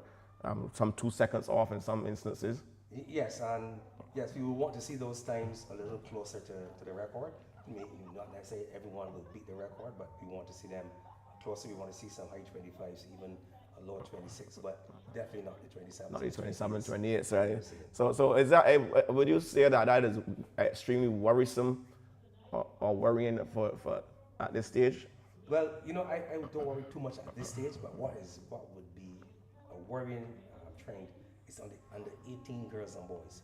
Oh, yes. So we're seeing under 18s and the times are 12, mid-12s. So that's the ones that you worry about. That you worry about. And even in the ladies, you're seeing, with the exception of Tristan and Adair, Shoshana, those three separate themselves. A big separation, a big gap from the rest of the field. Yes, the class the section here, third, fourth, and final section, I believe. 8 athletes in this one. Jazara Levine of Velocity Management there in lane number 1. As they at this stage are not the best. And they come in, as we see the athlete there in lane number 5, that's Sharifa Nichols of Elite Distance Program. Coming home the home stretch. She's looking nice and strong. Times still looking, this is going to be a quality time here. We were talking about 25 points. So she understood the assignment. Yeah, she knows. So, right. so at least one person got the memo. So, that's what you want to see, those 25s in this age group. But like you were saying, in the ladies, we have those three who separate themselves, a big gap between the others. And we want to see that competition. Actually, I was having a conversation earlier about our elite athletes. Our elite athletes who are here, but there's no competition for them. So those three in the 100, the 3 ladies. I'm happy to see the ladies that they have 3 that we would be kind of close to each other. Yeah, but in the men, well, men would be okay too, but usually, for example, you're gonna have a Sade Williams who's gonna be on her own In that in that 400. But we want to see that competition. We want it to be a lot closer when we come to the finals. So what would make our local athletes? 'Cause, we heard Sade speaking on an interview about her move from Barbados to Jamaica and how it afforded her to train with and compete against elite athletes, and that helped her to improve her times, etc. What would it take for athletes who are not overseas on the college circuit to get that kind of competition, that kind of impetus? But one of the things, Perry, is that we here at home, we mostly have the schools. We don't see that move after the schools where we have that competitive nature in our senior athletes. And those who go away on scholarship, they're gone, and we might or might not see them again. So I think that's something that is worrisome, where we want to see those athletes who have benefited from scholarships, who are overseas and doing well, or that they can come back and at least get some competition, give some input. And I think one of the things that we have to look at when the athletes stay at home, that they hold on and to continue to train, continue to excel. But we're not seeing a lot of that. We find that we do well up to the junior level, the career level. After that, there's this gap, and then some might go overseas. You see them do well, a few of them do well, and others not so well. Yeah, because I always see the same thing. Athletes go away on scholarships, and for the most part, they just disappear, they vanish into thin air. What would be needed to encourage those athletes to return home and give back more or less to the sport of track and field? Well, I think we really have to look at a full reboot of our program, national and come right down, so that there's encouragement. I think we need to look at how we structure our regular meets, and I think because we seem to be doing the same thing over and over, so I think we need to see how best we can improve that, what we can change to make it more competitive, make our athletes more interested in getting on and competing and moving on and building their own brand. Right, that's well said. I can echo those sentiments. I've been having a lot of discussions with persons who are keen and long time supporters of track and field, and they have been saying basically what you've been saying. We need to change it up, we need to spice it up, and get more young, because I remember a few years ago, just before the Olympics in Brazil, I took a group of young girls from my primary school to the national stadium just to let them see going on the track and what's not, because they've never been there. They were getting themselves acclimated to the stadium. And Akila Jones came out of the gym. And the look on those girls' faces when she stopped and she signed autographs for them, and she spoke to them, and she gave them words of encouragement. And I just said that to say that these young on the 13s and stuff here now can get to see a Mario Burke, a Sade Williams. Correct. Those are things that should encourage them to stay in the track and field, stay with the coaches, stay in their programs, and be inspired to aspire to the things of the Olympics and stuff like that. Right, and in talking about that too, Perry, I think one of the things that we have to look at is exposure for our athletes. We can't compete. We can't continue to compete against each other. And today I beat you, tomorrow you beat me, next day somebody else coming, but we are still the top three. Yeah, but and the times are stagnant. Stagnant. So I think that it's time that we have to start looking at getting some of our athletes to a Grenada, a St. Vincent, a Trinidad, go have some competition, and find a way that we can have some meets, bring a few, but change it up so that it's not the same diet, so that we are, you're mixing it up and you're being exposed right across. I think that's one of the biggest things that we have to start looking at. Of course, it's something that's going to be costly, but it's something that we have to find a way to do. There was something that started with the introduction of what was supposed to be the dual meet. Right. when we brought Trinidad Trinidad, came here, we were supposed to go to Trinidad and Tobago, Yes. and nothing materialized from that. Right. So we can do things like that again, bring those stuff in. Right. I think one of the things with that one is when that was about to take off, COVID. Right. And then after COVID, we have no track. So those things got in the way of that. But I think it's something that we have to look at and try to see if we can improve on this. Yeah, so we're going to pause for a cause as we switch to the track. We're going to have an interview there with Tristan Evelyn. Let's see.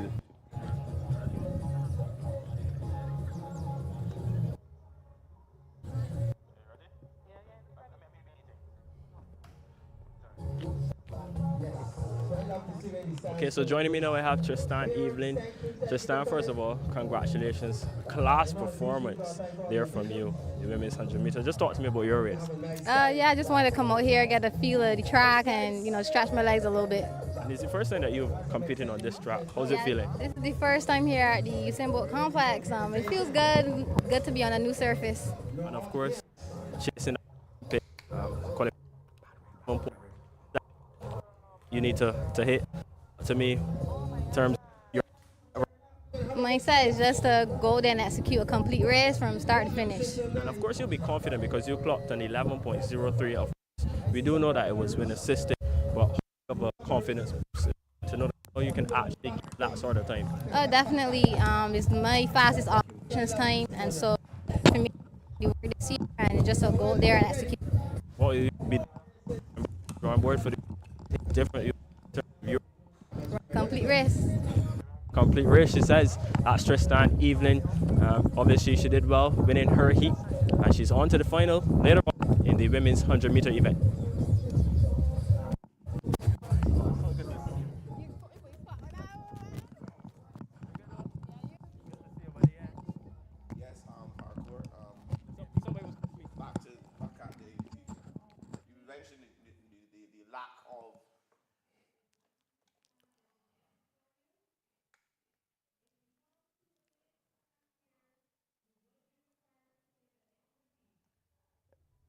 You mentioned the lack of a national stadium. And we saw the impact of not having a national stadium in the performances at the Carifta Games, this year's Carifta Games. A lot of people seem to take it for granted. I heard some persons saying, oh, but they were running races, but they have to understand the difference between competing on grass as opposed to competing on the track. Yes, and none more so than our hurdlers, an event that we traditionally have done very well in. So our hurdlers had, I think, 2 races prior to Carifta. That's not enough. Not enough. Not enough. So and I think we had 1 or 2 hurdlers that looked well, but did not get a chance to go. So I think that these are the things that are the shortcomings.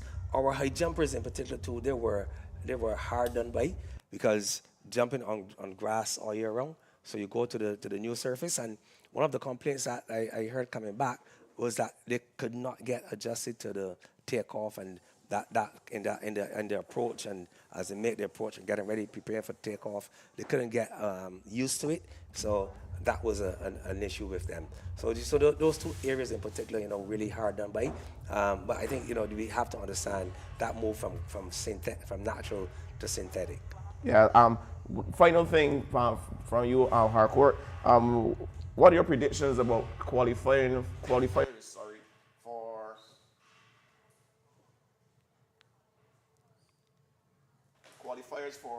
for the Olympics. What's your prediction? How many do you think we will? Well, so far we have 2. I'm hopeful that we can get a Tristan doing something here today, or a Mario.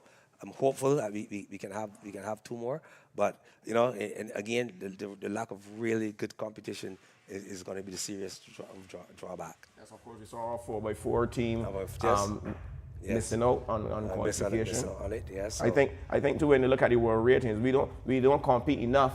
We don't to get a world rating anyway. Right. Yeah. So some of those countries that didn't qualify at the World Relays, they will go through because of their rank, right? So and then if we cannot get our best team put together either for that 4x4, I think if we can bring our 4 best and they can bring their best when they get together, but then we will certainly qualify. But again, it's a case of you have athletes in college who are not who are competing for the schools, not being able to get away to run with a national team. Yeah. So these are the situations that we are faced with. Understood. Well, thank you very much, Mr. Usain. Always nice chatting with you. Yeah, man. Same here. All right. Thanks. Yeah, but I'll be back, Perry. But I'm doing a dual role today, so I'll be back with you later on. Always busy, Mr. Harcourt. Usain. Yeah, man. Giving Hi, Perry. human service to the sport of track and field.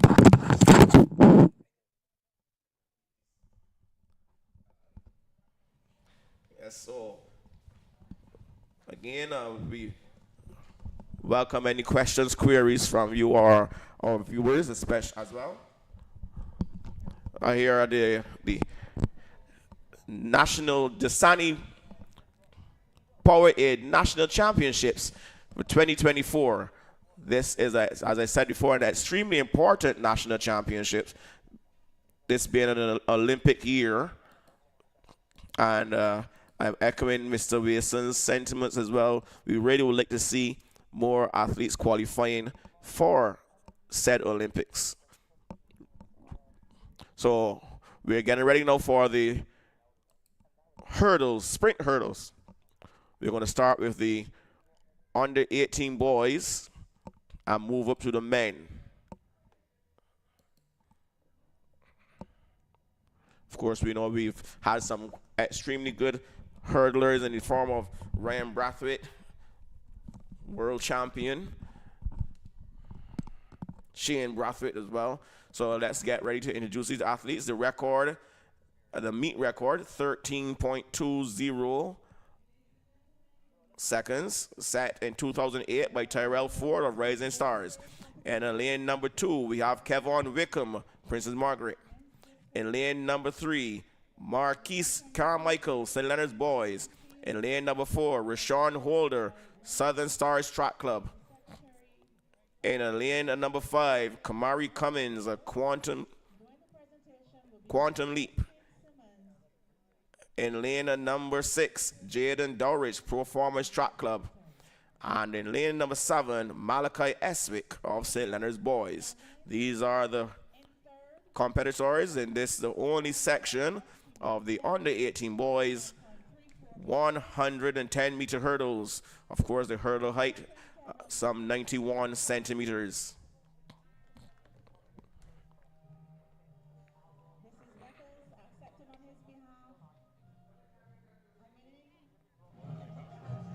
Winning the men's javelin, is Michael Shepard of Talons, 65.96 meters. Our national champions this year will get a year's supply of water and Powerade from our title sponsors, Dasani-Powerade. They'll get a gift bag and also a financial voucher. Congratulations to you. In our men's discus, in 3rd place was Kemar Holder Edgel of Talons. So the athletes getting ready, one final run through, just making sure that they have they attack that first hurdle properly. After getting over the first barrier, there's a lot of nerves at the start of a hurdle race. 0.46 meters.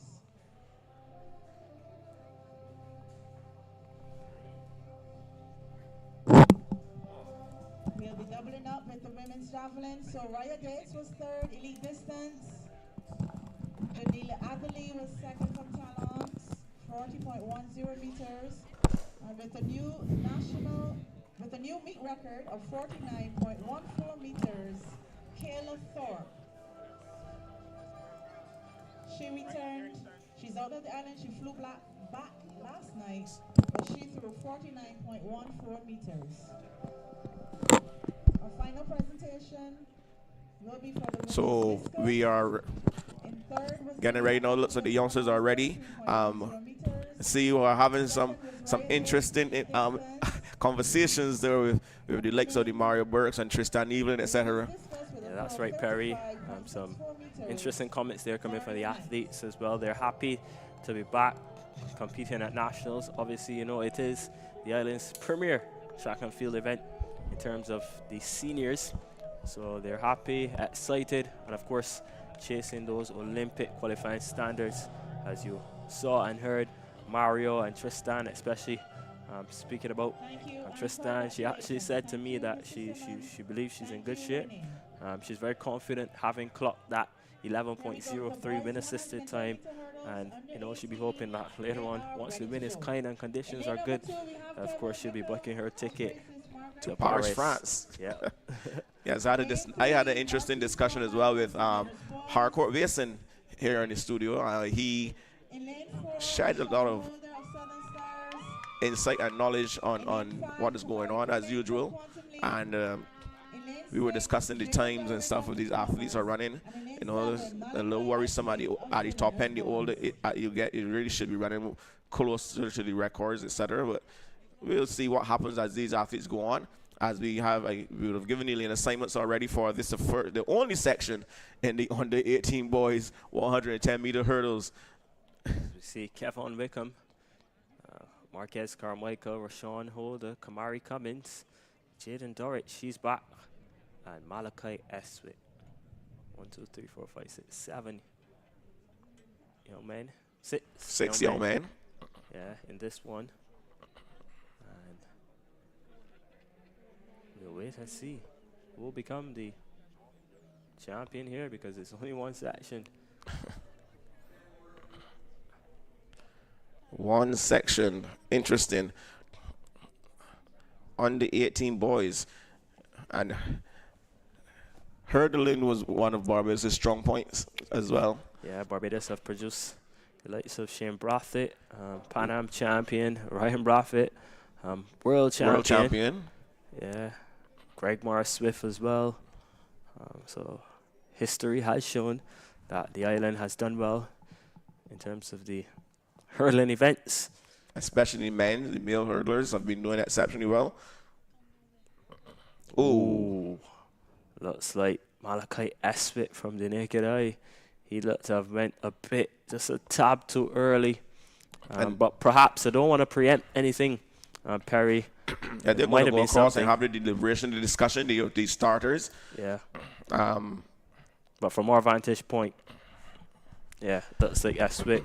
And this could be, I was just said a while back during BSAP, this comes about sometimes when you're training your athlete for starts, you have to hold them for different intervals so that they won't get a muscle memory.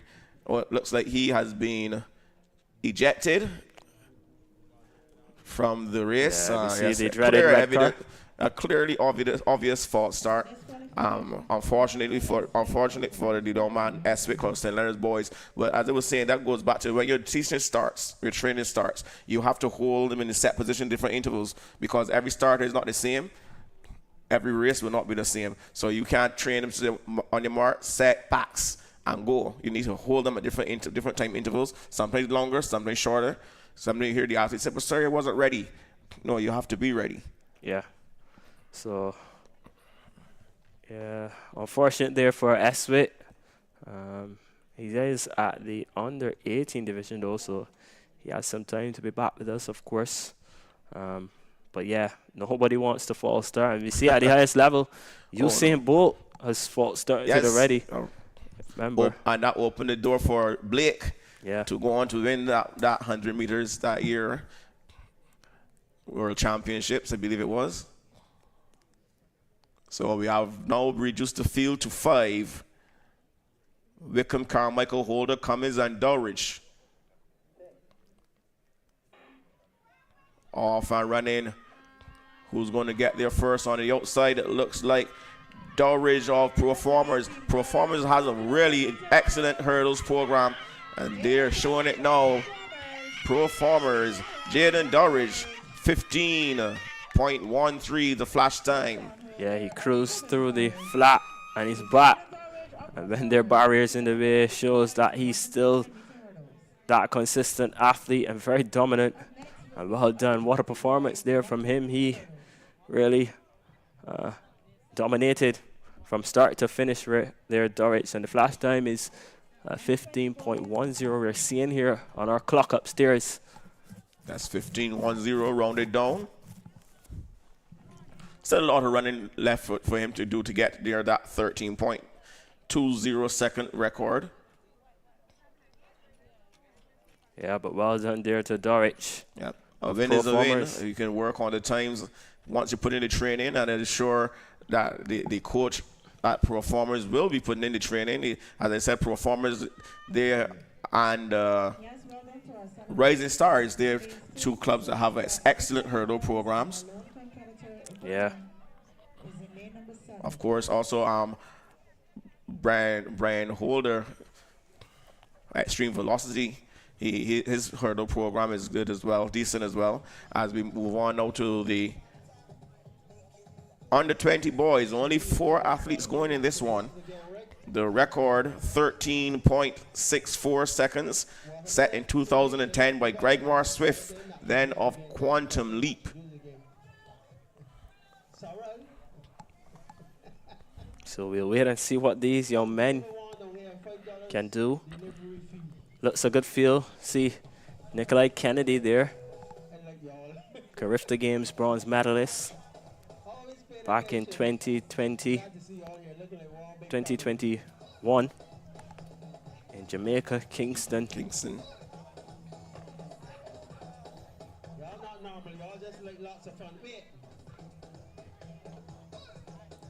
Yeah, so the boys now, the gentlemen, the young men, they're back now.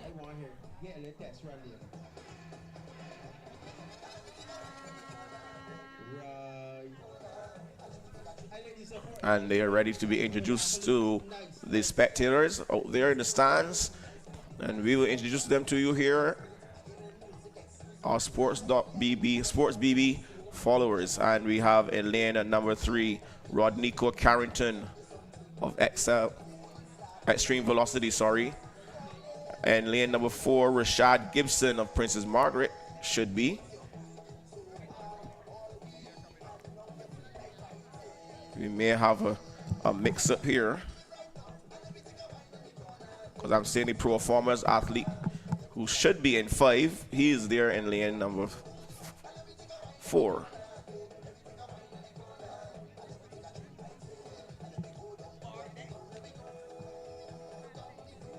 So just 4 athletes in this one. Yes, I think there may be an issue there with the finish line sheet.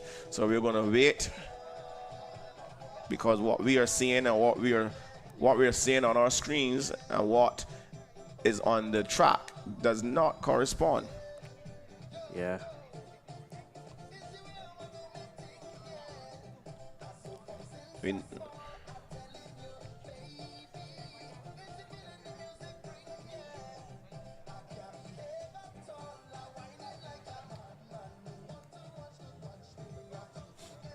Looks like they're going with it as the way it is. Maybe they would have made some changes.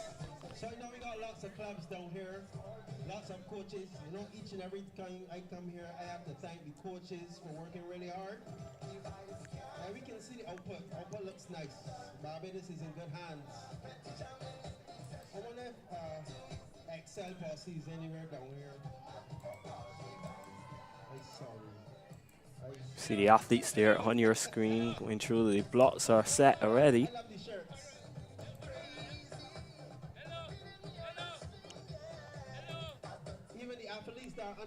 In case you're now joining us, this is live coverage of the Dasani-Powerade Barbados National Championships, live from the Usain Bolt Sports Complex. And we've seen some pretty decent performances so far. We've had the 200 meters. They've had the 100 meters as well, all preliminaries. And of course, we'll be looking forward to the big finals later on tonight, where we expect the action to be mouth-watering. This is Nikolai Kennedy there on your screen. Going back, remember, he is a Carifta bronze medalist at this distance. I think what's happening here, Kennedy from Rising Stars, he's the only entrant in the men's, so they have put him on the outside. which would mean that we would have lost an athlete in the under 20 boys. So it looks like Carrington isn't there. So we have Rashad Gibson of Princess Margaret.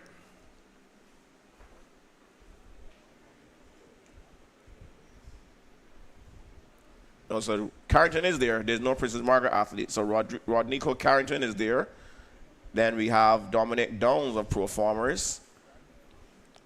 And next to him, we have Joshua Dottin of Quantum Leap. And on the outside in lane number 7, we have Nikolai Kennedy, Rising Stars. And the national record, the men's national record in the hurdles, 110 hurdles, 13.14 seconds. The meet record set by Shane Brathwaite, the national record set by Ryan Brathwaite in Berlin, Germany. You all remember that run? The meet record was set by Shane Brathwaite in 2013, 13.23. Of course, Shane announcing his retirement from the sport of track and field. Yeah. Wish him all the best in his future endeavors. One of the most consistent athletes Barbados has ever seen. Yes. Perhaps, too, one of the most decorated ones as well. And he also, in his younger days, he was a multi-eventer.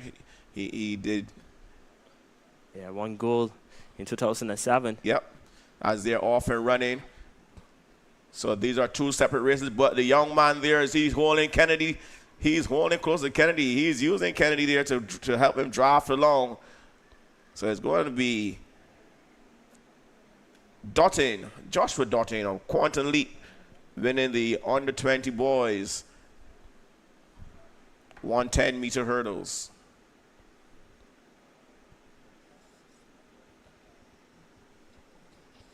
So we're going to be moving on very shortly. The hurdles always take a little bit of time. They have to readjust the heights. They move them, depending if you're doing 1 hurdle, 110. So now they're going to go to the girls, the ladies. So they're going to be moving the hurdles forward and lowering the height depending on the age group.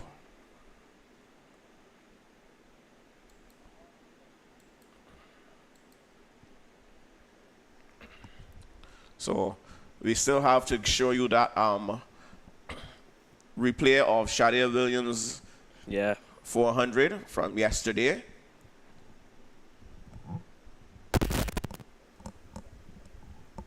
Talk about Shadia Williams. She's Barbados' golden girl. Yes. Double world bronze medalist, Commonwealth Games champion, and record holder. What a sterling and stellar resume she has. Of course, she's a class act, and it's really good to see how she has grown and developed and blossomed into the caliber of athlete that she is today. Remember, she first qualified for the Olympics back in 2016 at the Barbados Secondary Schools Athletics Championship. In the 200 meters. The 200 she meters. She qualified for everything in that race. Yeah, at the National Stadium. Yeah, what a race it was. What a day it was, actually. Oh, yes. Unfortunately, she picked up an injury. Wasn't able to compete in Rio, but she came back 4 years later in Tokyo, Japan, and she was actually 9th, actually clocking 50.11 seconds, the fastest time ever not to make the final. I was there, Perry, in Tokyo. Shadia couldn't believe it, and what a tremendous transformation we've seen from her since then. I mean, when you have like some Marlady Paulino and stuff in that, you know that pace is going to be something serious. So now she's holding her own with those athletes and looking very, very good. So I predict that Shadia Williams, based on her performances to date, she can make the finals at the Paris Olympics in the 400 meters, the women, but it is going to be a tough one. Yeah, it is going to be tough, but of course Shadia will have her work cut out. She knows what it takes to win medals on the global stage, and of course, I have all confidence in her to be on that podium in Paris in a month's time, actually, the Olympic Games. So do you see her getting on the podium in Paris? You see her getting on the podium in Paris? Yes. As you mentioned, it's not going to be an easy task. Of course, she's yet to clock under 50 seconds so far this year. But as you know, as a coach, Perry, peaking is very important. And I'm sure that Sade and her coach, Stephen Francis, they have the master plan. Right. And I'm not too worried just yet. And having qualified already, that's the weight off your shoulders. So as I said before, you qualify early and you work on the different technical aspects of your race. And you saw her running some phenomenal 200-meter times, and consistently so. So you know that she'd be putting in the speed work. The endurance and conditioning is just has to be on par with that speed work, and we will see her running sub 50 consistently going through the rounds and stuff like that. So I have a good feeling about Sade as we get ready for the under 18 girls 100-meter hurdles. 4 athletes going in this one. All eyes will be on Alika Yearwood on Talents Track and Field, running out of lane number 5. Yeah, Alika Yearwood, the double sprint champion at the BSAT Championships for Combermere School. And yeah, she'll be back here. What was interesting for Alika Yearwood is that she won the hurdles and she also won the flat. So that is remarkable. Yes, you don't normally see the sprint hurdlers running the flat 100s and doing so well. But she shows that she can, and she's done it. So all eyes will be on her. Her personal best of 14.44 seconds. Stand out heading above everyone else in this field. So you see the athletes there receiving some instructions from the officials. This is the athlete from Southern Stars Track Club. Relatively young track club. There in Christchurch. Mr. Carter, your head coach.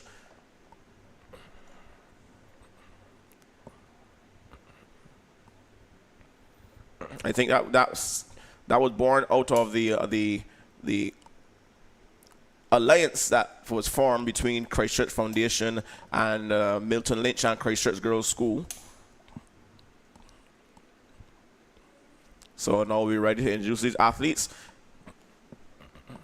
In the lane number 3, we have Destiny Bruce, Pro Farmers Track Club. In lane number 2, lane 4, Saraya Aline Bailey, Talons Track Club. In lane number 5, Alika Yearwood, Talons. And in lane number 6, Tian Nurse, Southern Stars Track Club. All eyes will be on the athlete there in lane number 5, Alika Yearwood. Yeah, 4 athletes in this one. Bruce, Aline Bailey, Yearwood, and Nurse.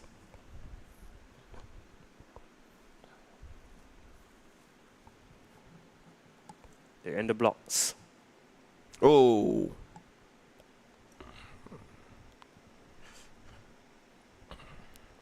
Wow. Let's see.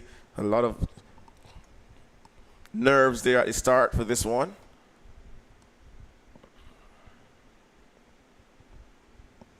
Getting back into the blocks again. Second time asking.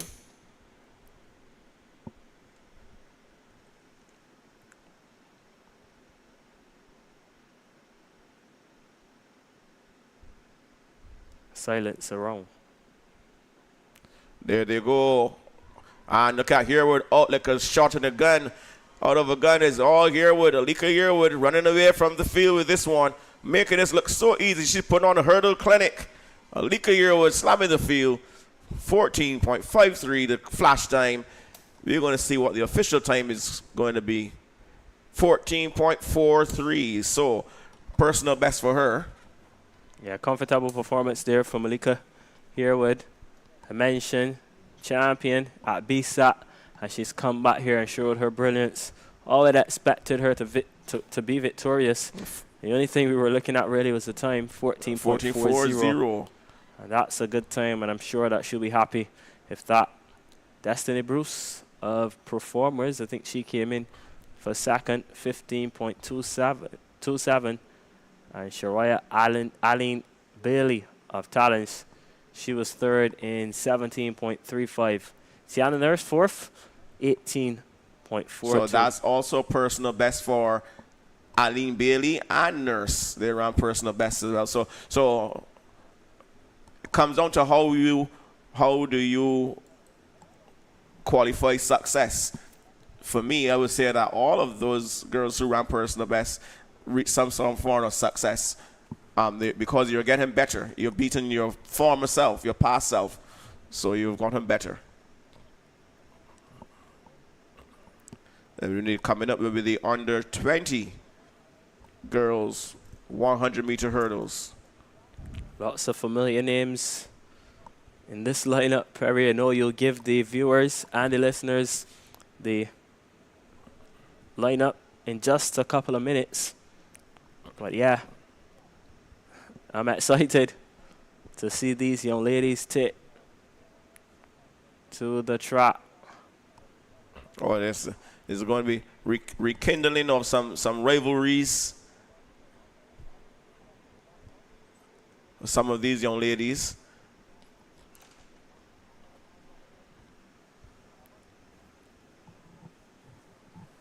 No, it always amazes me when I see these athletes, the Zakaya Hunts and Nia Browns and Brianna Boyces, how far they have come. I remember these athletes as little children at knapsack, and now here they are under 20s. We'll give they're going through the paces. Yeah, the athletes have set their blocks, as you mentioned. It's good to see the progression of these athletes. Always good to see. Hunt, Rollins, Edwards, Boyce, Brown. This is a good field, Perry. Yes, Malia Edwards is always one to watch as well. She's been coming along very good, very nicely developing, very nicely over the years.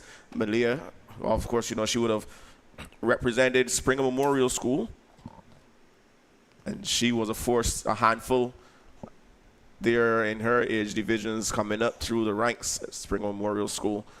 So good to see her as well here at Nationals, the Dasani-Powerade and National Championships for 2024 as they walk back to the blocks, and I'm sure they're going to be standing now at the line waiting to be introduced to the spectators in the stands. A lively crowd out there filling up the stands on the western side. And we are ready to introduce these athletes. So here we go. In lane number 2, Zakaya Hunt, Talents Track Club. In lane number 3, Maya Rollins running unattached. In lane number 4, Malia Edwards of Rising Stars. In lane number 5, Brianna Boyce, Quantum Leap. And in lane number 6, Nia Brown, Pro Farmers Track Club. All eyes will be on Brianna Boyce and Malia Edwards. The two of those in there running their personal best of 14:02 and 14:08 respectively. Of course, you still have to keep an eye on the likes of Nia Brown on the outside and Maya Rollins. Yeah. And Zakaya Hunt on a good day, she's no slouch as well. So it's all to run for here with this one. The young ladies are down. Hunt, Rollins, Edwards, Boyce, and Brown. Who will win this one? We're about to find out. There they go, off and running. Look pretty even between Edwards and Boyce. Edwards and Boyce. Boyce now going to the 4. Edwards fading. She clipped the hurdle there. And here comes, almost losing it to Rollins. I told you to watch Rollins on the inside as well. But Brianna Boyce looks to be the winner. 17:04. 14:07, sorry, the flash time. We wait for the official time. Rounded down to a 13:93, it looks like. So that's very good for her. Boyce comes in second, 13:97. 13:96 for Rollins. Boyce is second, 13:97. Brown, 14:32. Edwards, 14:37. And Hunt, 15:33. Yeah, this race was very exciting and very interesting, actually. We saw a very good start from Malia Edwards, and she looked good for 50 to 60 meters. Yeah, but she then was she there faded. alongside Brianna Boyce for sure. But Maya Rollins running in lane number 3. She came up on the inside there. After she cleared the final hurdle, she was storming over that last hurdle.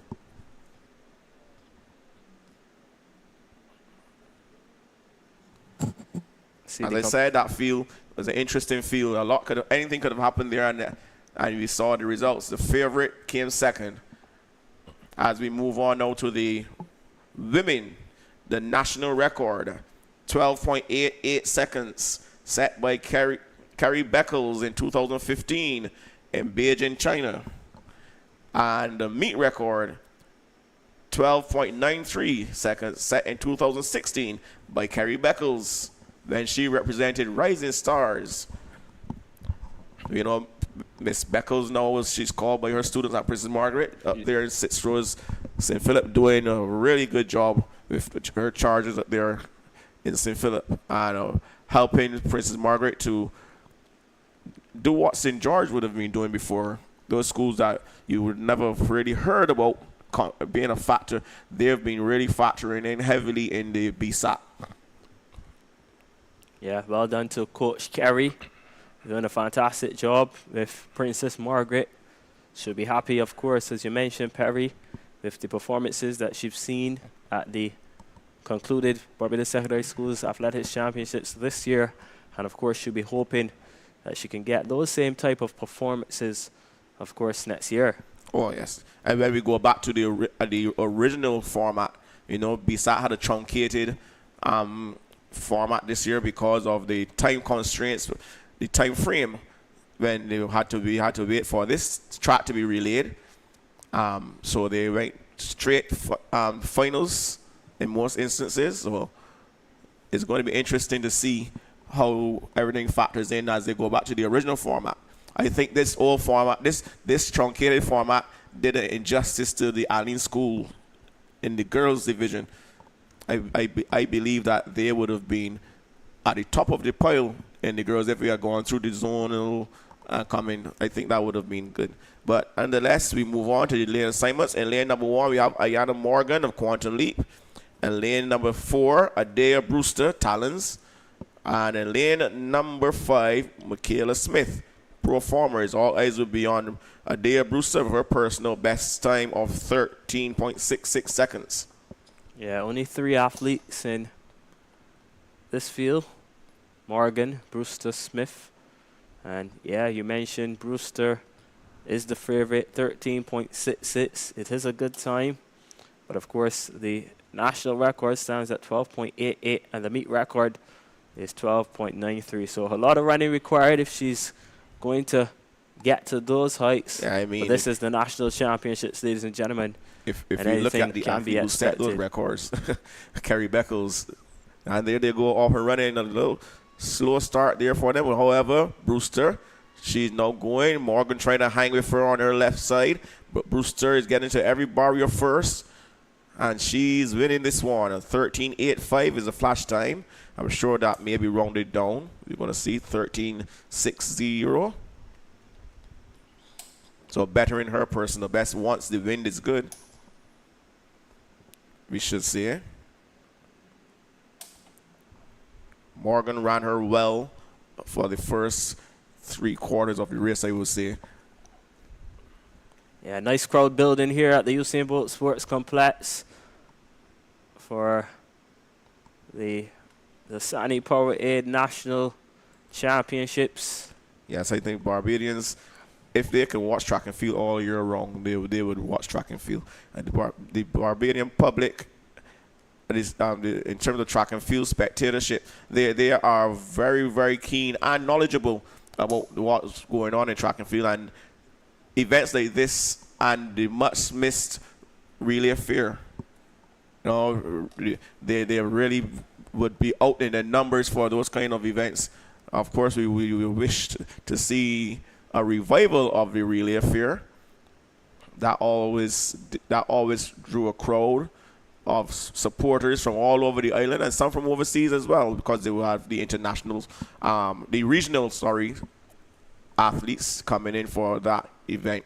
So again, kudos to the organizers of those events. Besides the AAB, we have some persons who have put on some outstanding events. The relay fair we will mention. We also cannot forget the Joseph Payne Memorial Classic, the premier field event meet in Barbados. You know, so and also the other clubs that have been putting on meets. They've all been doing that in the name of getting the athletes out there and competing as much as possible. Give them more options to compete. Because we know that training is one thing, but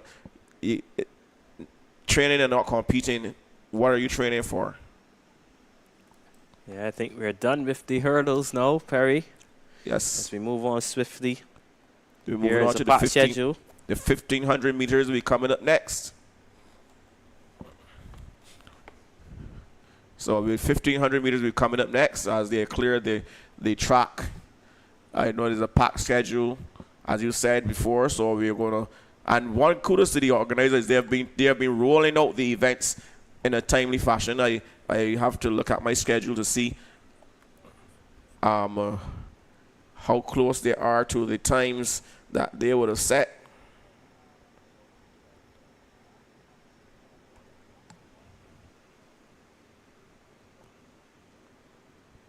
So 1500 meters slated to go at 6:30.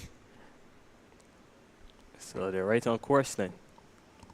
Yes, they are right on course, right on par. Actually, I think they've done so well, they're a little ahead. So I think we may be able to take a short break.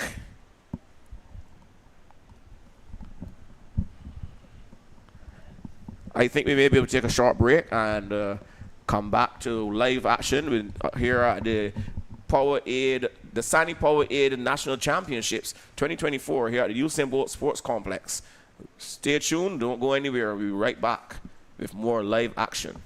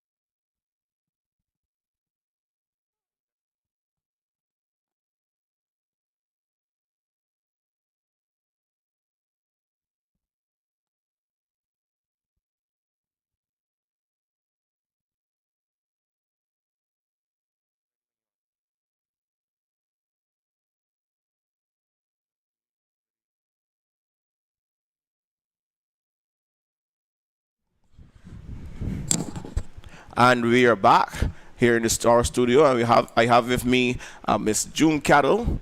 We just wanted her to introduce herself and her role in the AAB. Hi, good afternoon. Thank you. I've been Miss Cat in a while. So I am the second vice president of the Athletics Association of Barbados, and I've held that role for a couple of sessions. And previously, I was at one point secretary. In different roles over the years, having moved from athlete to coach to manager to coach educator and now administrator. Right. So wonderful. Here at the Nationals 2024, what are you seeing in terms of any promising? We had the little ones, the under 13s and the under 15s, which would be junior level of track and field. Their performances, were you pleased with what you saw in those grassroots, as they like to call them, athletes?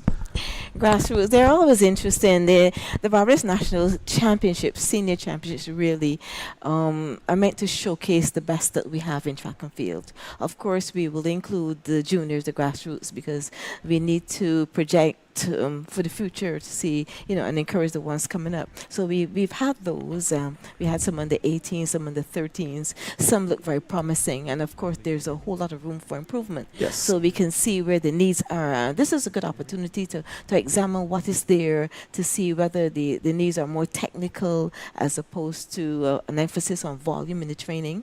So we've got some good information there from having seen them compete, how they manage the race, how they do their race distribution, and the form. To me, the form is critical, especially for the younger athletes. If you teach them good form, all kinds of things could happen in the future when you expose them to higher level competition and more consistent training.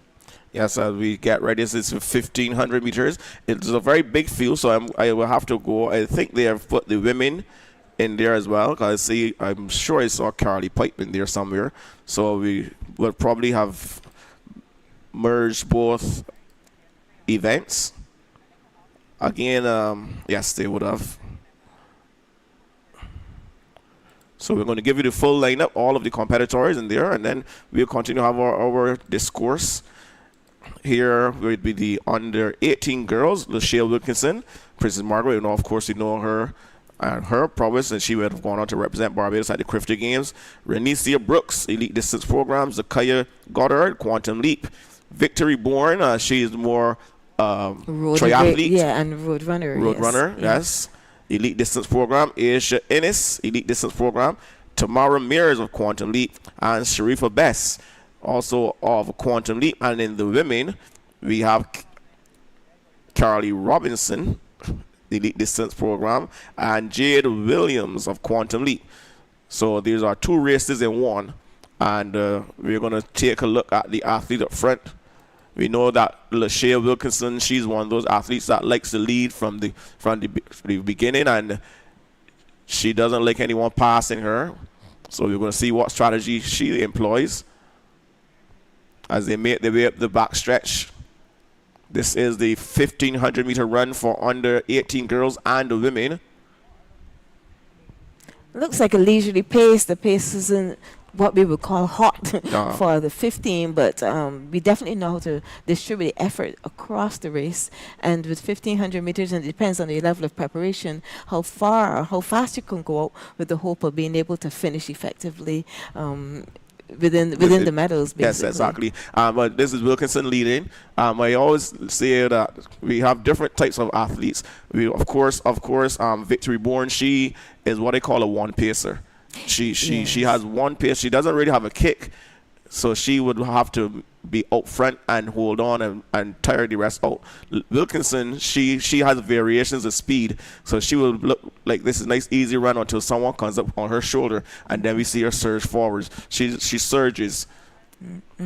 We can see, I think it's Carly, they're settling in into a nice comfortable stride, pacing herself, getting that rhythm, and with the hope then of maybe, depending on the race strategy, running a really fast 300 meters at the end. Finishing very strongly, yeah. So she's using Wilkinson now as her rabbit, so to speak, and she's gradually closing the gap on Wilkinson. Of course, we know Carly Pipe is competing in the women's division. So we're seeing a season time of 5:09 for Carly. Yes. But 5:21 then for Wilkinson. So, Yeah, so that tells a story all of its own. Wilkinson at 14 And years then old then running it depends- 5:21. Yeah. And then it depends on the shape they're in at the time, because I'm not sure that Carly's in the best of shape at the moment. Right, and But of course, all this, Wilkinson would coming off the Carifta games. Yes. You know, you actually would have been going down the other side of the mountain, so to speak, in terms of peaking. We have an athlete walking there. But up front, we have Carly and Shea Wilkinson, and they're sharing the load up front, so to speak. They're going to be running with each other. Now, this is where Wilkinson will be pushed to maybe run a season's best time. yeah, that would be good. Or if she decides she wants to go with Carly too early, she may run herself into the ground. Yeah, that happens. So, they base themselves on feeling. I'm not seeing anybody. I told them checking the watch for the pace, because that's very important in something like a 15. Yes. But maybe she just feels good. It's a nice evening. It's not too It's a hot. nice cool evening. It's Yeah. good conditions for this event, these athletes in this event. So there's nothing stressful, so strenuous. You see Carly now trying to get her arms moving, and of course Wilkinson is going to go with her because that's her nature. Yes. The two athletes are fighting for dominance in this particular race. So it's getting really interesting, and I can hear the audience, the crowd really getting Yes, into it and bringing them, helping to bring those two athletes home. As I was talking Oh earlier. my goodness, look see at that. Lachey Wilkinson, and she's going to try to get there. She's really using her arms now. I'd like to see the athletes in these distances coming home with the knees still lifting high. Yeah, I saw Carly's head going down, so Yes. that was a sign of tiredness. Yes, Carly, as you said, not in peak form. But Wilkinson, the flash time was a 5:19 or something like that. I think it was 5:16. We're going to see the official time shortly. Somewhere in there, we will be seeing there's the rest coming home now as they cross the finish line.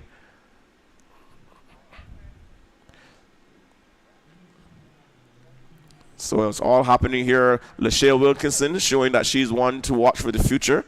Future of distance running is in good hands with her. And I'm always happy to see these athletes from the Princess Margaret, Sandy, St. George, and those schools really coming to the fore. And it argues well for the work that the PE teachers and the coaching staff have been putting in. We know Kerry Beckles is there now, and you find these schools where they have that college background, these PE teachers with that college background, they bring a different dynamic to the schools, a different culture in terms of track and field. We're going to have the boys 1,500 meters.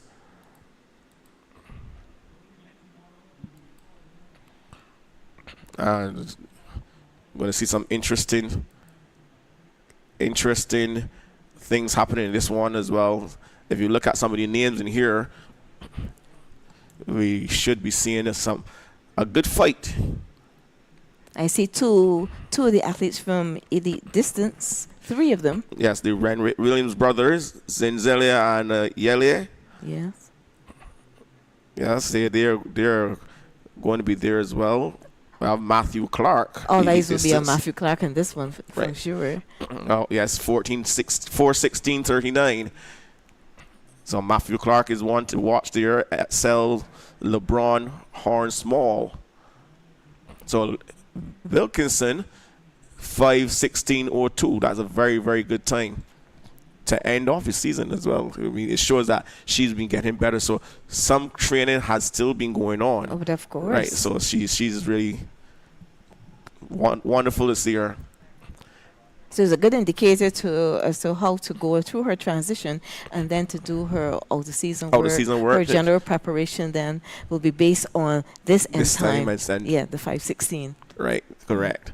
So we have now we have some 10 boys running this one. Matthew Clark, Elite Distance Program. LeBron Hornsmall, Excel. Zinzele Renwick Williams, Elite Distance Program. Giovanni Graves, Quantum Leap. Dylan Headley, Courage and Parry School. Justin Leacock, Talents Track and Field Club. Yele Renwick Williams, Elite Distance Program. Talik Als Haynes, unattached. Jordan Green, unattached.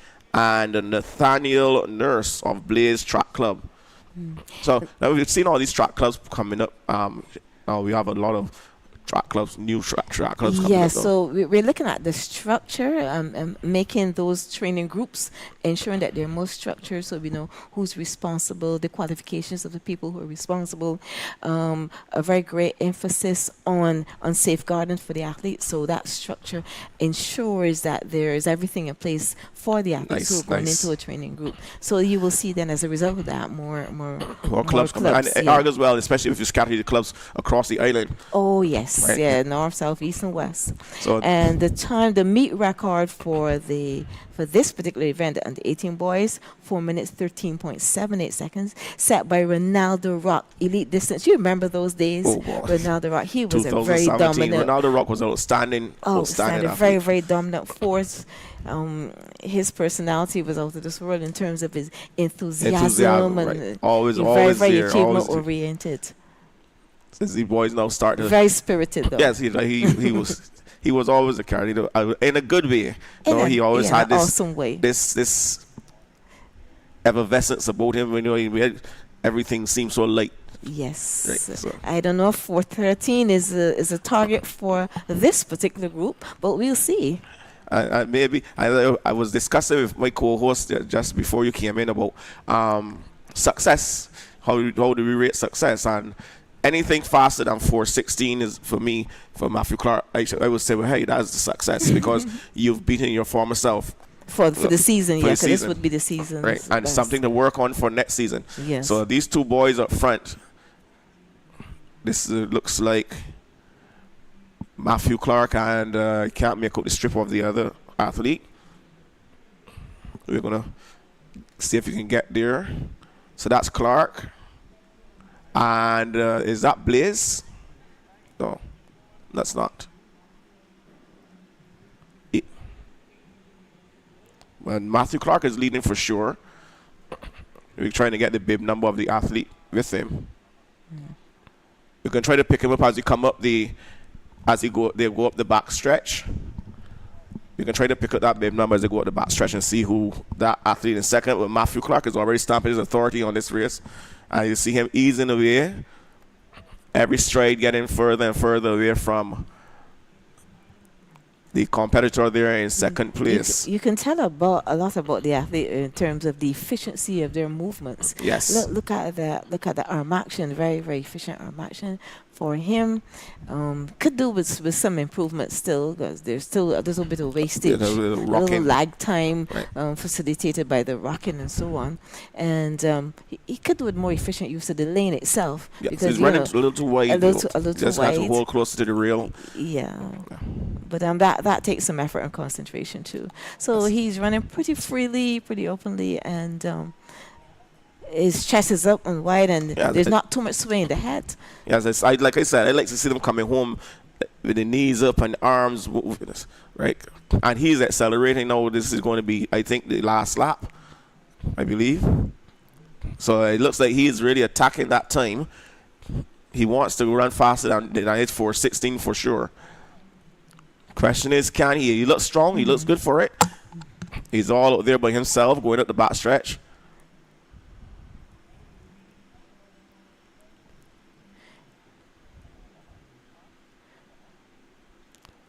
He would have had a better chance of improving the time had there been more competition for pushing him. Right, yes. Because he's basically running by himself. He has a good, just about 50 meters on the next runner. Yes, I was discussing just that with Harcourt Basin before you. Oh, okay. About how can we get our local athletes to perform better, and things like getting them out of the island. Or remember we had tried to do the dual meet, and then COVID hit, and we couldn't continue with that.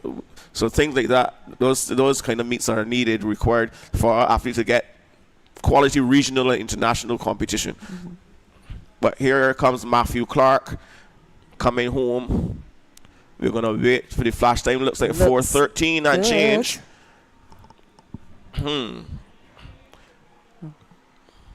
We will see.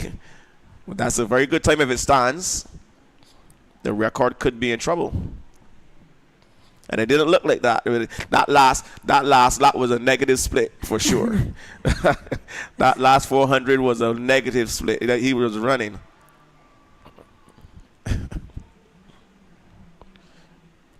What I like about our spectators is that they always applaud every effort.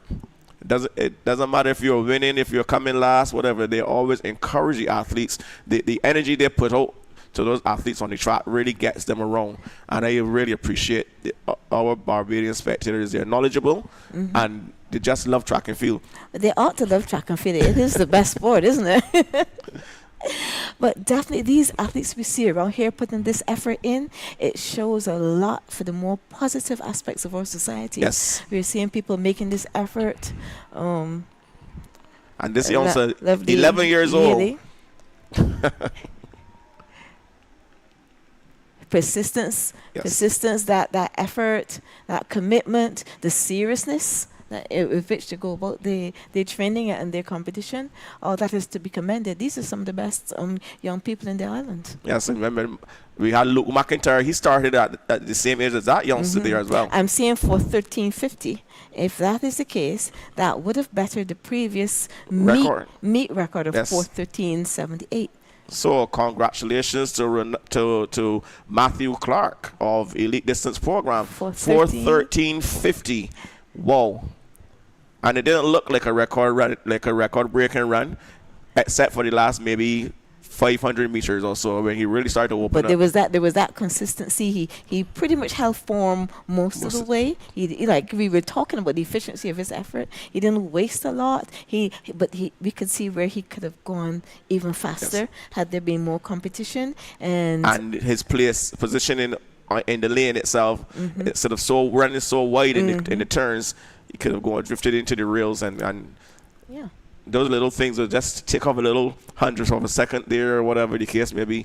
So, but nonetheless, the record has been broken at nationals, and Matthew Clark has now written himself in the record books, his name in the record books from the Elite Distance Program. I'm sure the coaches at the Elite Distance Program, they are very proud of his performance, of all the athletes' performances as well. And that's the under 18 section. Yes, under 18 boys. And then we have the men. Whoa. We laugh at the same thing, right? And why are we laughing, everybody? the national record, 3 minutes 47.82 seconds, set in 1991 by Leo Garnes. He did that in Austin, Texas. And the meet record, 351.10, 1988, Dale Jones from Antigua. Remember those Jones brothers? Yes. And those days. Yes, I think that was a Carifta Games or something. No, not Carifta. Sorry, that was those were invitationals for national. Invitation for national championship, right? And he ran that in Antigua. Yeah, we often have people from other countries competing in our Dale Jones, right? He was outstanding as well in 1988. But this record here from Leo Garnes. Leo has about 5 or 6 national records, I believe. He had all those records at one point. Steeplechase. He had the 5,000 steeplechase. He had the 5,000, the 1,500, the 3,000. He had a whole host of records. Outstanding. He was just amazing to watch him run, and he shows he has given a lot to the young athletes here. With his work with the Elite Distance Program, it's excellent. And the National Sports Council. Sports Council as well. Excellent. I like to see when these athletes, the Leo Garnes, the Althea Belgraves, etc., they go out, they play their trade, they get the degrees, they get the scholarship, then they come back home and they give back to the sport of track and field. Yeah, track and field is the very best sport in terms of dual career. where you pursue the possibility of a professional career as an athlete, and you also have your other career for which you're qualified and properly prepared. Right. So you have those two careers, a dual career, and it is what the International University Federation fully supports. Nice. Yes. So it looks So like those the men race are is off. off and running. You have Rick Williams, the Elite Distance Program, Daniel Duncan, Elite Distance Program, Brandon Hines of Elite Distance Program, and Trennis Aline of Rising Stars. Rising Stars is not really known for their prowess in the distance.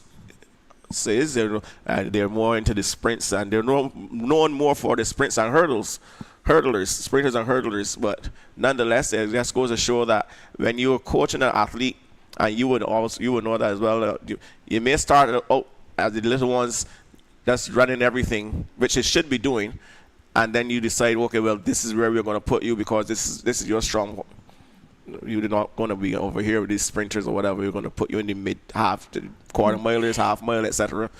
Yeah, and he's 19, so he's still young in the game.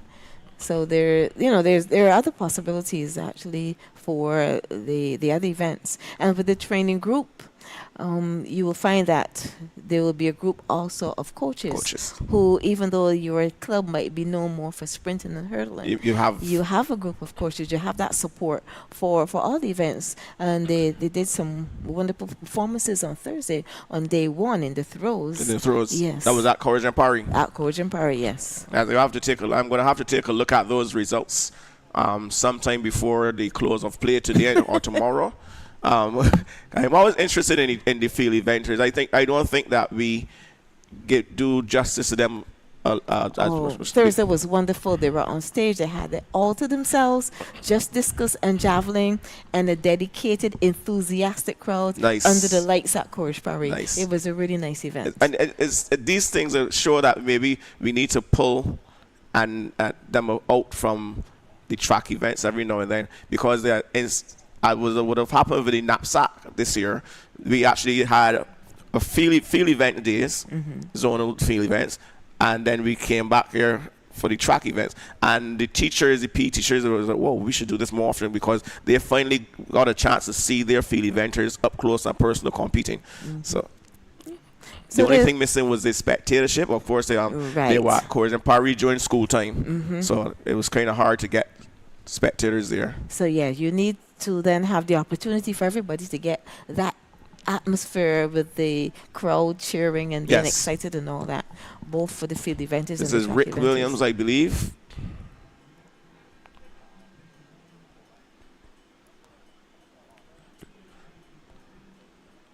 So he's clearly in the lead. Everyone is stretched out. The athlete there from Rising Stars over the 200-meter mark.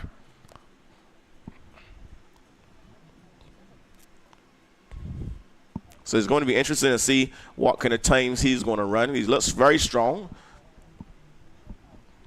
and it looks as if he's actually accelerating. Yeah, I think he's using the strategy of really pushing on the straight, using more control around the curves, right? But really pushing himself, because he really pushed himself on that back straight just now.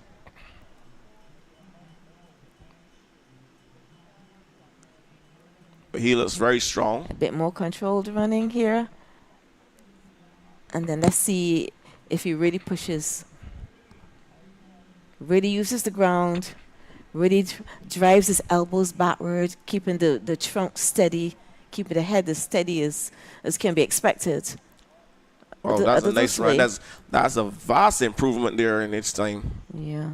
So it looks like just about a 4:04 or something like that. Yes. And his best time for the season was 4:12:03. So that's, he's ending the season on a high note. On a high note, yes. So that's very good. So as you said, that's your start point for next season. That 4:04, we're going to work on that and build on that. So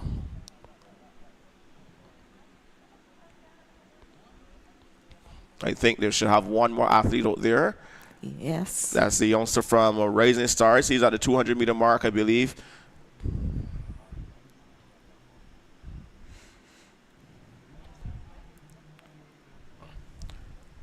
So this, ladies and gentlemen, this is live coverage of the Dasani-Powerade National Championships. As we see Trennis Aline of Rising Stars. He is the last athlete coming home, and the crowd will be cheering him on as expected every step of the way. He definitely will be able to feed off their energy. Yes. And that will bring him home. 19, still a youngster. He still has a ways to go, and I'm sure that the coaches at Rising Stars, they will go back with him and work with him to try to improve on his time. We know that he has a time that set that he has run. He can build on that from there. Yeah, definitely. He can make some decisions about, he could determine how he felt, if he liked the way it felt to challenge himself over 15 and what what he can prepare better for the next season. He has the whole summer to get all that sorted out. I'm sure the coaches at Rising Stars, being the caliber of coaches that there are, Mr. Bob and company, they are going to be working, going back to the drawing board and working on their training and stuff as early as possible. So coming up, we're going to have the 80-meter dash, the celebrity race.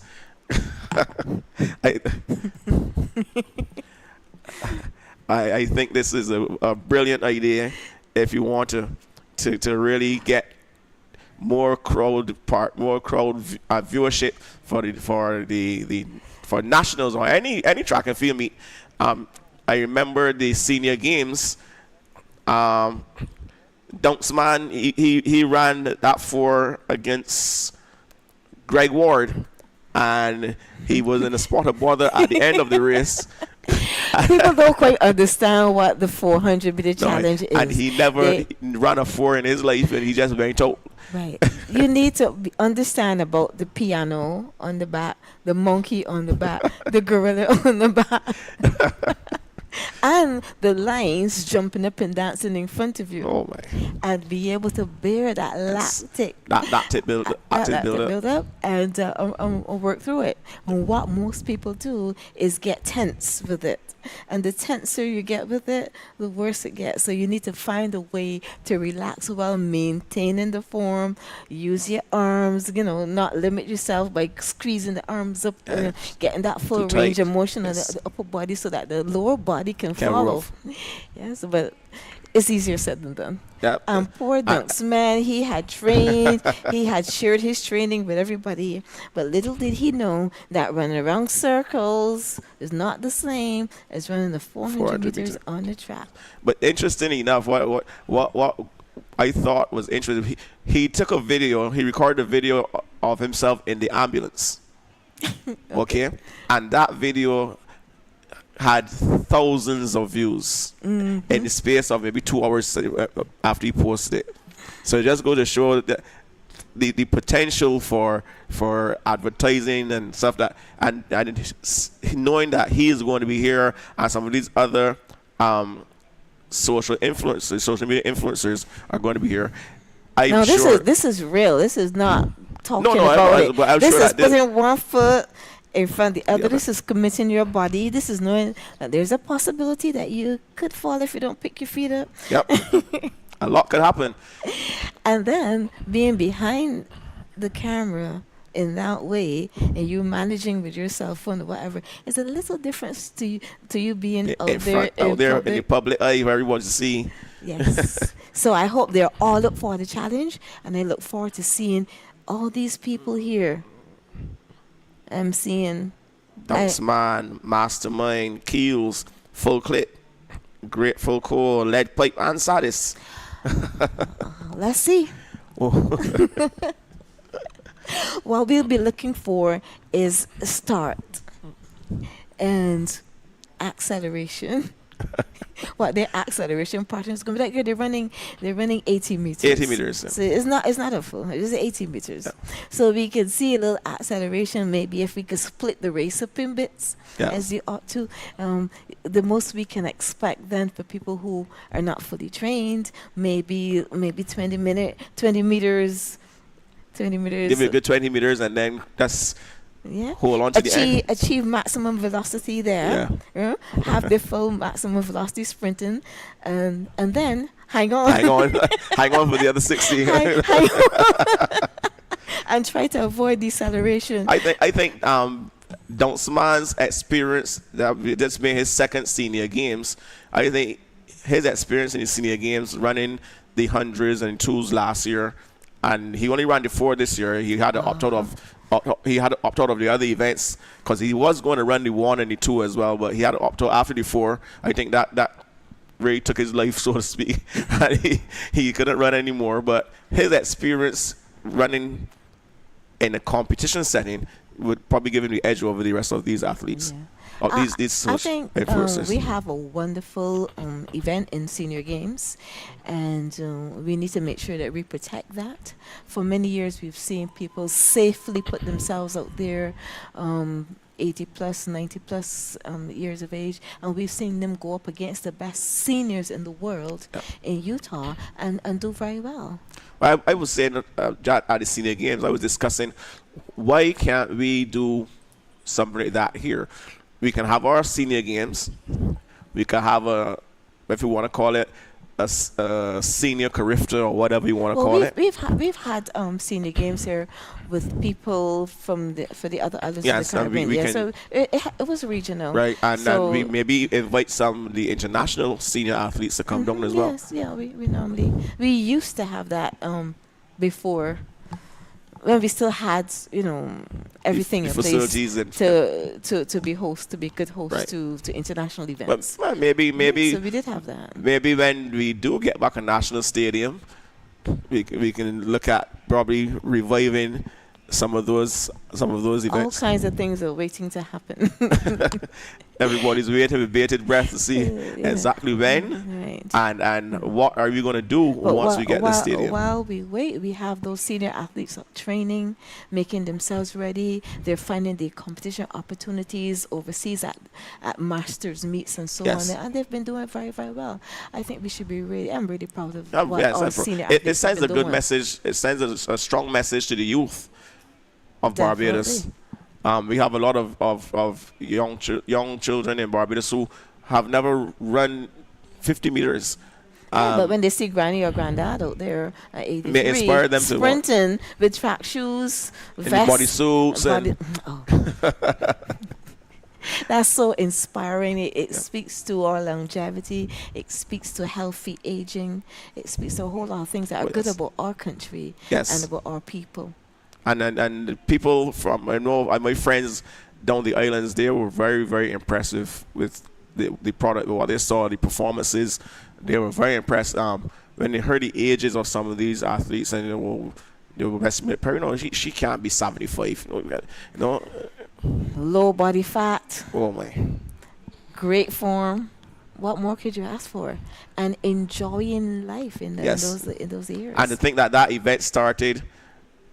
When that event first started, we had people running in, some ladies running in jean skirts and soft mirrors and holding the hat with one hand and the skirt with the other. Yeah. Which is a fun element that we also need to maintain because it says that everybody can do it.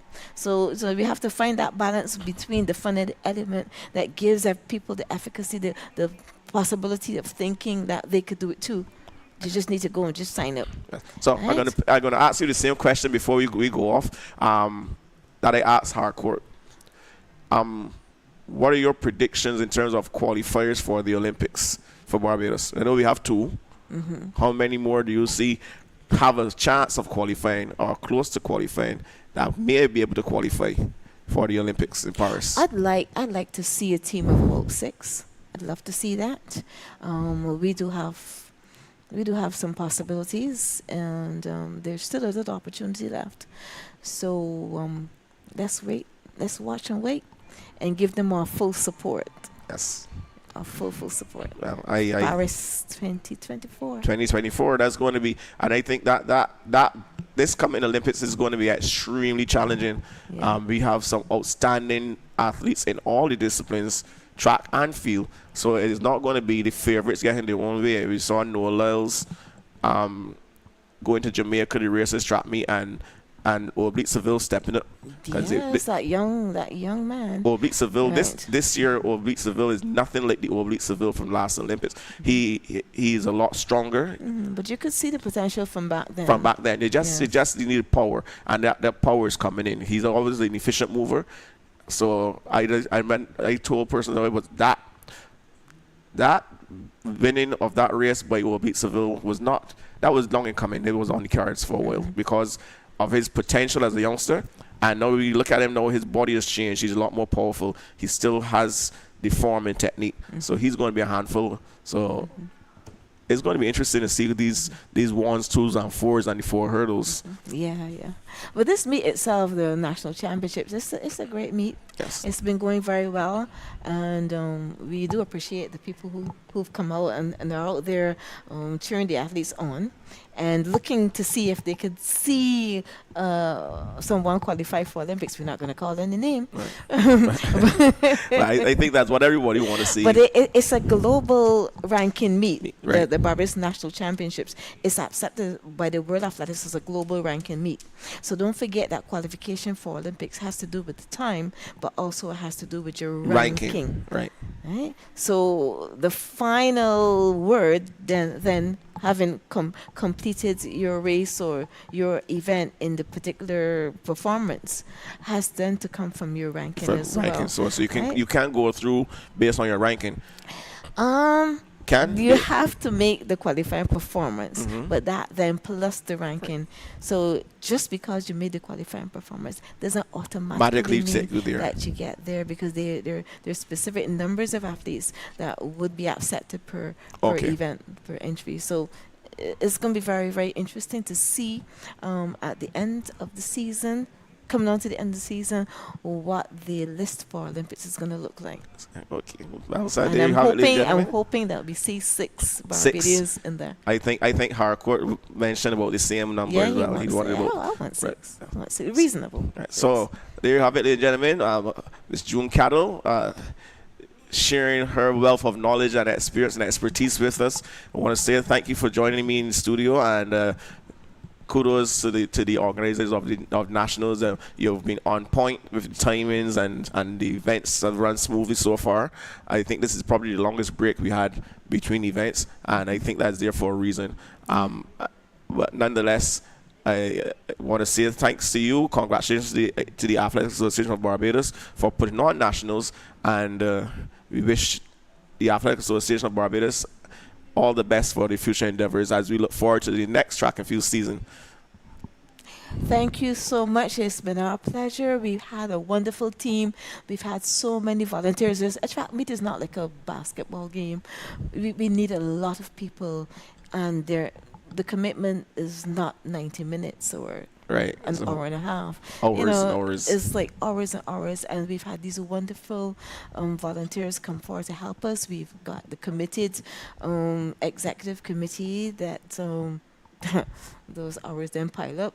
The result of a lot of consultation, a lot of meetings, consultation with the schools, with the clubs, the coaches, and then ongoing consultations with the athletes. So we're trying then to keep it all together and have a worthy product for the nation of Barbados. Well done. I'm looking forward to see you bring. I see you've been putting a lot of emphasis on the grassroots athletes on the 9s, on the 11s, on the 13s, and looking forward to see more of that from you guys as well. I think that argues well. That's a shared responsibility. Yes, that argues well for the development of track and field in Barbados. Yeah, it's a shared responsibility. The schools could have their dual and triangular meets and so on. The clubs can do the same, and the National Association then, when we look at our strategic plan of what we ought to be doing and where we're targeting, because we do have to look at the international calendar. So, it's a job for everybody, and we're really grateful for the contribution of every single person, every single parent out there who assists the child, assists the athlete in getting to training and, being in the stands and supporting the club. So it's a national effort, and we do appreciate every single person who has given us the encouragement and has physically put their time in helping us do this. Right. And thank you. So again, thank you very much, June, and we looking forward to see what happens today and tomorrow as we bring the curtains down on nationals for 2024. Pleasure's all mine. Right. So we're going to take a short break, right, and we're going to come back with live action. We getting ready.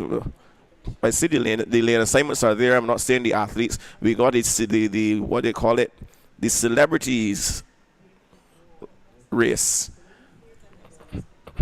The celebrities 80 meter sprint.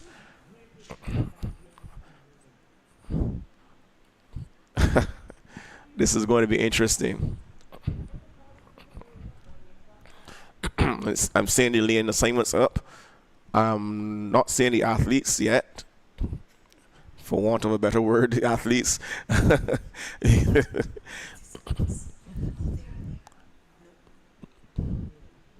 Yes.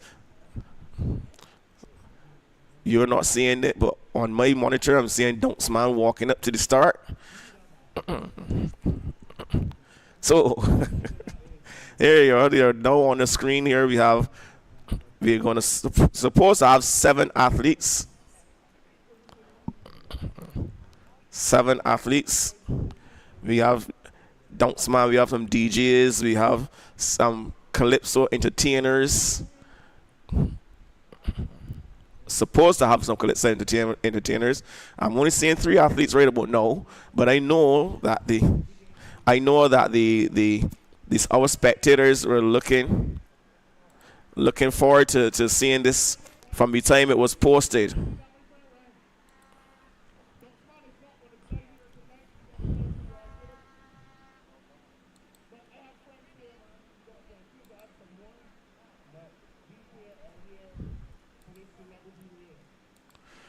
And I'm saying 3, maybe the other 5, the other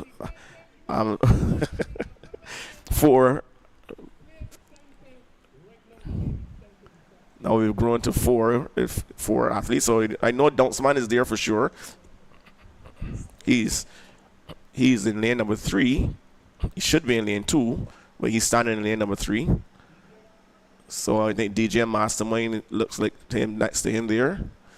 You see wearing a hat and shades.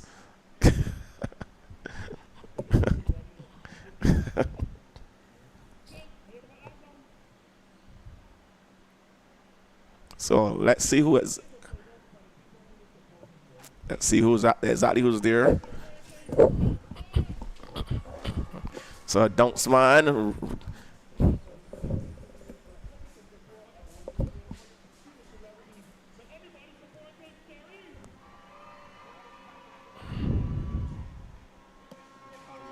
Anybody know DJ Mastermind? Anybody know Grateful Call? Now tell me I can start this one here, fellas. Silk, you ain't got that song yet? Seems like some of the celebrities they had listed to run are not here, and we have some other celebrities there. We know Dunksman for sure. Yeah.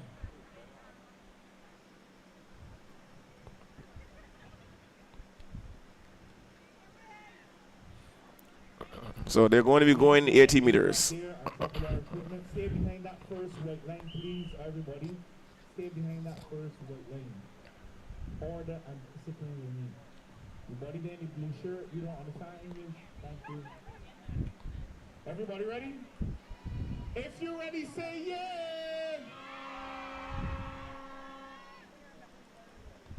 Set. Yeah.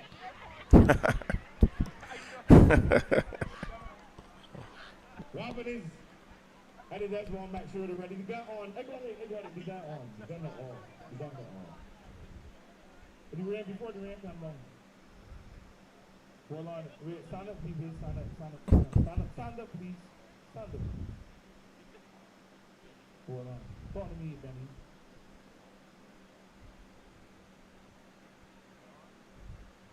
No problem. So let me go. But they don't already know it, boys. On your mark. Fingers off of the line. Set.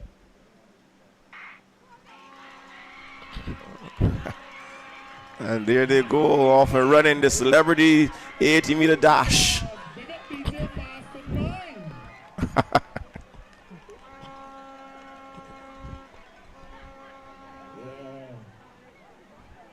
We had a good time with that. Mastermind, come to me, man. Catch your breath. Catch your breath and come to me. 7:15 and we moving along nice. 20 and 4s to go. If you want crop over action, So that was the end of the celebrity race. leg pipe and Sardis. I am their DJ now too, as well as Edwin Urin, the Hyper Dog and Peter Ram. That way it's kind of Next on the track, we will coming back with the 100 meters for under 18s and women and men. These promise to be extremely interesting as the athletes are trying to qualify for the Paris Olympics.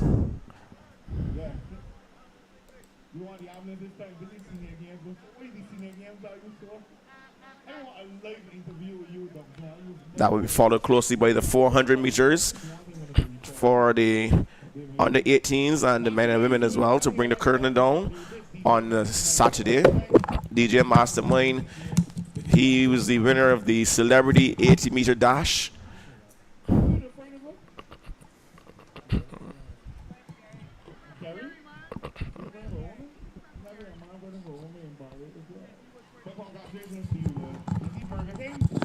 Yeah, it's good to be back with you, Perry. Yes, I had a very interesting chat with Miss Cattle. She said, I haven't been called Miss Cattle in a long time, but she was one of my physical education teachers at the law school, so respect is due.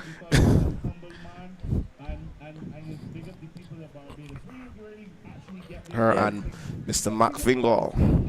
Yeah, we just had the celebrity race there. Good entertainment for the folks at home and here at the Usain Bolt Sports Complex. It's live coverage of the Dasani-Powerade Barbados National Championships. We've seen some good competition so far. Yes. Perry, we expect. We had a record broken in the 1500 meters on the 18 boys, 1500 meters. The record was broken. Matthew Clark is now the record holder there. Yeah. So congratulations to him. So well done to Matthew. And of course, everybody in the stands, everybody there in the arena, everybody viewing, watching on Sports BB are waiting for these 100 meters. Yeah, the highly anticipated events, the marquee events, yes, of course, there. And it could be a very, very special night, Perry. Oh, yes. Here at the Usain Bolt Sports Complex. The athletes are chasing the Olympic qualifying standards. This is a really nice shot of the spanking new athletics track there that we have. Just a couple of months old, Perry. I did have a chat with some of the athletes, Tristan Evelyn in particular, and she did say that she enjoyed running on it. So hopefully she is one of our senior athletes looking to qualify for Paris. So, we're hoping that the conditions are kind to us. We've seen some good wind so far since we've been here, since 4 p.m. today. So we're just hoping that the conditions stay through. And of course, we can see something special and remarkable tonight. Yeah, so I think everybody's hoping for that to happen so that we can boost our numbers. I think June was saying that she would like at least a team of 6 to go to the Olympics in track and field.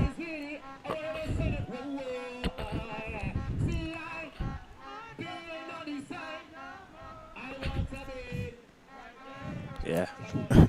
Entertainer Coco doing a bit of his songs, his calypso songs. Yeah, a little bit of entertainment for the crowd. Yeah. I think the crowd has gotten bigger. Yeah. I did take a break from the commentary gantry upstairs here at the Usain Bolt Sports Complex. Nice facility. We're in here, Perry.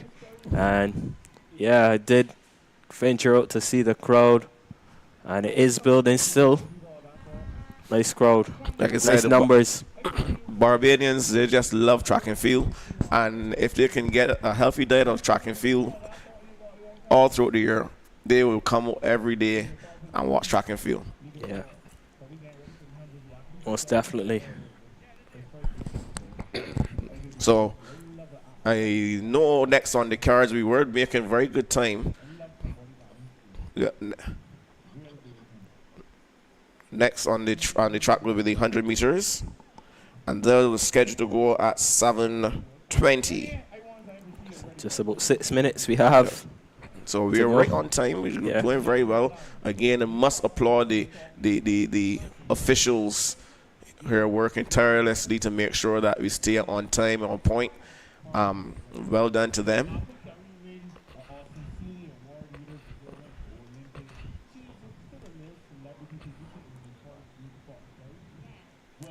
So we have a little time. I think we can. I think we may be able to take a very short break before and come back to you live action here at the Dasani-Powerade National Championships of 2024 here at the Usain Bolt Sports Complex. We'll be right back.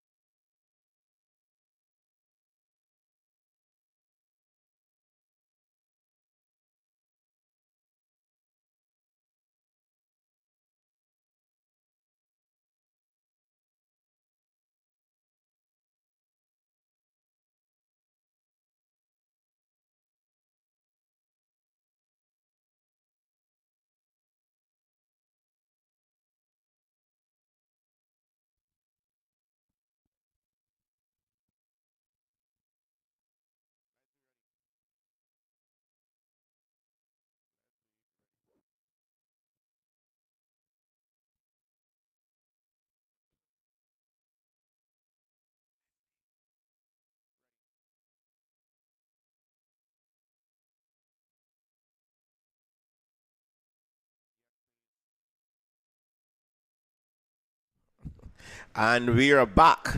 Live action on the track. We are ready for the under 18 girls 100-meter dash. In lane number 8, Zaria Gittins, Talents Track and Field Club. In lane 7, Kayla Hines, Velocity Management. In lane 6, Alika Yearwood, Talents Track and Field Club. In lane 5, Chelsea Worrell Carter, Talents Track and Field Club.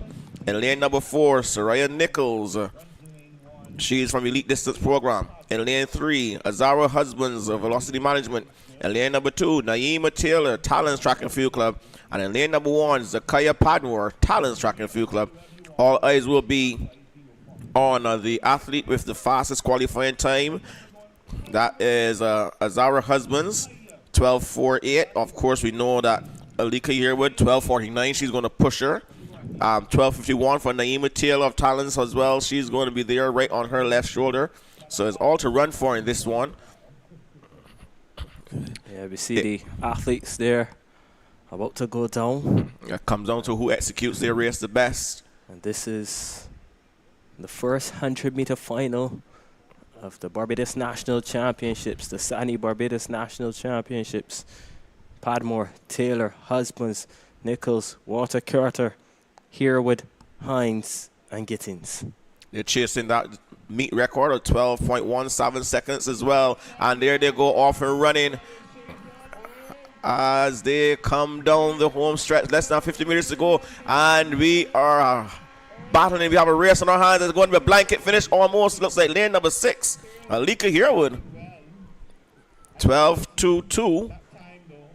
Let's see if that stands, if my eyes serve me correctly. They were pretty, yes, 12.22, Alika Herwood. Yeah, showing them that she's still top of the table as it comes to sprinting under 18 sprints. Yeah, Alika Herwood. Yeah, and the fans are going crazy outside. We can hear them from the commentary box. What a performance there from Herwood. A little shy of the record, 12:22. The record 12:17. So a very good time. She keeps getting faster, Perry, and that was very, very, very dominant from her. And well done to the young lady. Yes, of course she would have come into this finals with a time of 12.49. So again, improvement.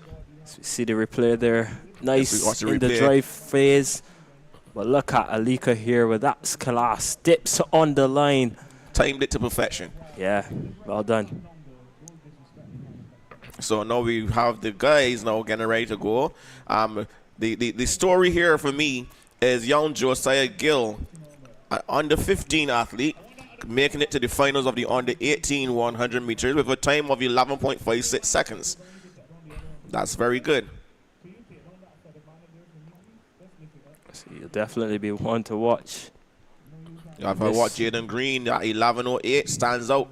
That screaming out ahead of the others. Of course, Jakai Brewster of Extreme Velocity, 11:14. Kristen Nurse, 11:31. Mackay King, 11:31 as well. So this field is going to be packed. And it comes down again to who can relax and execute their race the best, because you're going to be seeing them pushing. And we have to bear in mind that some of these youngsters would have shut down before they crossed the 100 meters just to qualify. So they have some more in the tank still. Yeah, it's just about getting over the line in the preliminary stages. But this is the big final now, and you've got to give it your all if you want to be on the top of that podium. Who will be national champion in the under 18 boys 100 meters? We will know in about 11.5 seconds. In lane number 8, Darian Belgrave, Talents Track and Field Club, 11.42 seconds. In lane number 7, Kristen Nurse, the Allen School, 11.31 seconds. Jakai Brewster is in 6 from Extreme Velocity, 11.14 seconds. Jaden Dowridge in 5 from Performance Track Club, 11.48 seconds. In lane number 4, Jaden Green, Paces Track Club, 11.08 seconds. In lane number 3, Mackay King, Courage and Parry School, 11.31 seconds. In lane 2, Josiah Gill, Velocity Management, 11.56 seconds. And on the outside in lane number 1, Jathan Bavell, Talents Track and Field Club, 11.36 seconds. These are the 8 young men who will be doing battle over the 100 meters, chasing that elusive Darian Clark 2017 record of 10.71 seconds.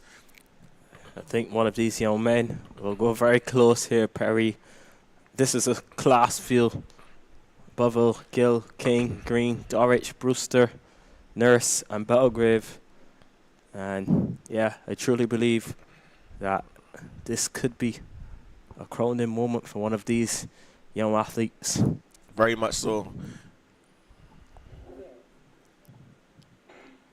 And there they go, clean start, first time asking, looking pretty even. Who's going to make this run, who's going to show? And we see lane number 4. That's Jaden Green of Pacers. 10.86 seconds. Flash time, 10.86. Yeah, pretty close there, Perry. Yeah, impressive. Rounded down to 10.84. So, Jaden Green, the national champion in the under 18 boys 100 meter dash for 2024. Let's look at this replay. Green, he didn't panic. He was very comfortable, and he just accelerated away from the field. Dominant. Very, very, very dominant. Looks good for the first 50 meters and then accelerated as the race came to an end. Really, yes, he was really running away from them. We move on. This should be the... This is the women's. Women. This perhaps will be, ladies and gentlemen, one of the most exciting races of the night. It's a star-studded field you're looking at here at the Usain Bolt Sports Complex. And these young ladies will be chasing 11.07 seconds to qualify for the Paris Olympics in just under a month's time. You see the young ladies, they're going through their paces. The Usain Bolt Sports Complex will be on its feet. 11.07 seconds, the time required to qualify. Remember, Tristan Evelyn, she's got 11.03 seconds. Of course, it was a win-assisted had a tailwind performance. Give her that little, so it would not have been ratified as correct. And I'm very interested to see the battle here between Evelyn and Nurse of Velocity Management. Nurse, perhaps the best junior sprinter in the island. She comes up against the best senior sprinter on the island. A bit of master versus apprentice. Ladies and gentlemen, there are also some other good athletes. This is a star-studded field, as I mentioned before. Jasmine Hope will be there as well. Anaya Nurse as well. Yes, Adia one Brewster. for the future, Anaya Nurse. It's going to be interesting to see how she handles herself in this field. Anaya Nurse, 16 years old, and stepping up to run with the women. And the young ladies are just now waiting to hear their names announced in the stadium. Going to be introduced shortly. The in-house announcer calling from lane 8, which is something you really only do when you're running races on a stagger. Reason being, by the time you get to lane number 1, the athlete for lane number 8 is already up to their stagger line. You don't really have to see it being done like this for the straight races. Nonetheless, just to remind you, the national record, 11.14 seconds, set in 2021 by Tristan Evelyn in Tampa, Florida. And the meet record, 11.37, set by Ashley Marshall, High Performance Program, 2015. In lane number 8, Naya Brown, Performance Track Club. In lane number 7, she comes in at 12.43 second clocking. In lane 7, Danae Niles, Talons Track and Field Club, 12.33.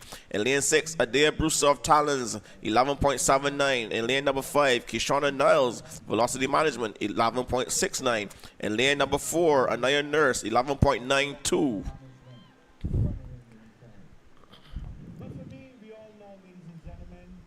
11.5.92, sorry, for Anaya Nurse of the Allen School. Just 16 years old. We must remember that. In lane number 3, running unattached, the national record holder, Tristan Evelyn. She qualified with a time of 11.64 seconds. In lane number 2, Tawana McLean, Blaze Track Club, 12.19, sorry. And on the inside of her, in lane number 1, Jasmine Hope of Quantum Leap, 12.28 seconds. So you could throw a blanket over the athletes in lanes 3 to 6. All sub-12 runners there. Yeah. The athletes are just waiting. Nervous times. There, the blocks are set. Yes, they're McLean there coming forward to and then Jasmine Hope now coming up to her blocks. And the crowd is out there waiting with bated breath, anticipating what may be or what they would like to be a qualifying run by Tristan Evelyn. Remember, the athletes can also qualify for the Under-20 World Championships as well. Yes. That will be later this year. Yes, the likes of Anaya Nurse, Kishonna Niles, and Danae Niles and Nia Brown. Yeah, the girls and the ladies are down on the line. It's Hope goes in lane number 1, McLean in 2, Evelyn, the favorite national record holder, she goes in 3, Anaya Nurse in 4, Kishonna Niles in 5, Adia Brewster in 6, Dania Niles in 7, and Nia Brown. The very first time, it's the women's 100 meter. And look how Evelyn goes in lane number 3. So too is Nurse. But this is a brilliant performance by Tristan Evelyn. She's going to win it. 11.31 seconds. Whoa. Tristan Evelyn. It comes down to that. What a performance from Tristan Evelyn, the national record holder. Still is the national champion. And if that win is good, she will be the meet record holder as well. So it looks like a meet record 11.33. It looks like 11.30. The time was asking 11.07 seconds to qualify for the Paris Olympic Games. But nevertheless, what a performance. We look at the replay. Look at the dominance and the form from Tristan Evelyn unmatched. What a class performance. Yes, Kishonna Niles there. Kudos to young Nia Nurse coming third, 11.72. Yeah, Whoa. Adia Brewster just outside. They put in finish 11.74 seconds, but it was all about Tristan Evelyn, 11.30. And Kishonna Niles, well done to her, 11.51 seconds as well. We were looking forward to the battle between Kishonna Niles and, of course, Tristan Evelyn. Tristan Evelyn, the winner, in 11.30 seconds. Yes, per your assessment of the race. Well executed race by Tristan Evelyn. Her drive phase was on point. She came up, she accelerated, she held that top end speed for as long as she could, and I dare say she just showed the rest how to run 100 meters. Kishonna Niles could only stay in second position and take notes. I'm also pleased with, as I said, young Anaya Nurse, the 16-year-old, coming in there and getting on the podium. Third place for her, running against the women. Yeah, well done to Nurse, the athlete there from the Alien School. She did well at BSAT, and I know she'll be happy with that performance for sure. She had an excellent career for the games as well. Yeah, winning bronze in the under-17 girls 400 meter.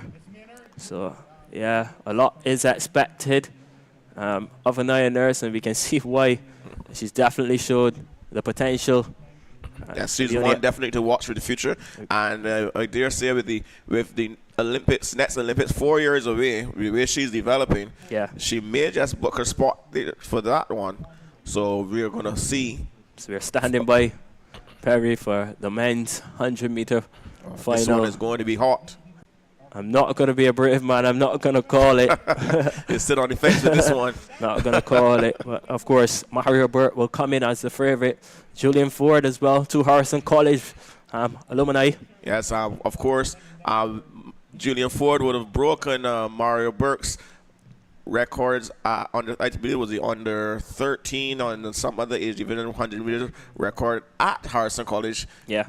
So now for the first time, these two gentlemen will get a chance to compete against each other. You also have to look out for Kuron Griffith. Remember,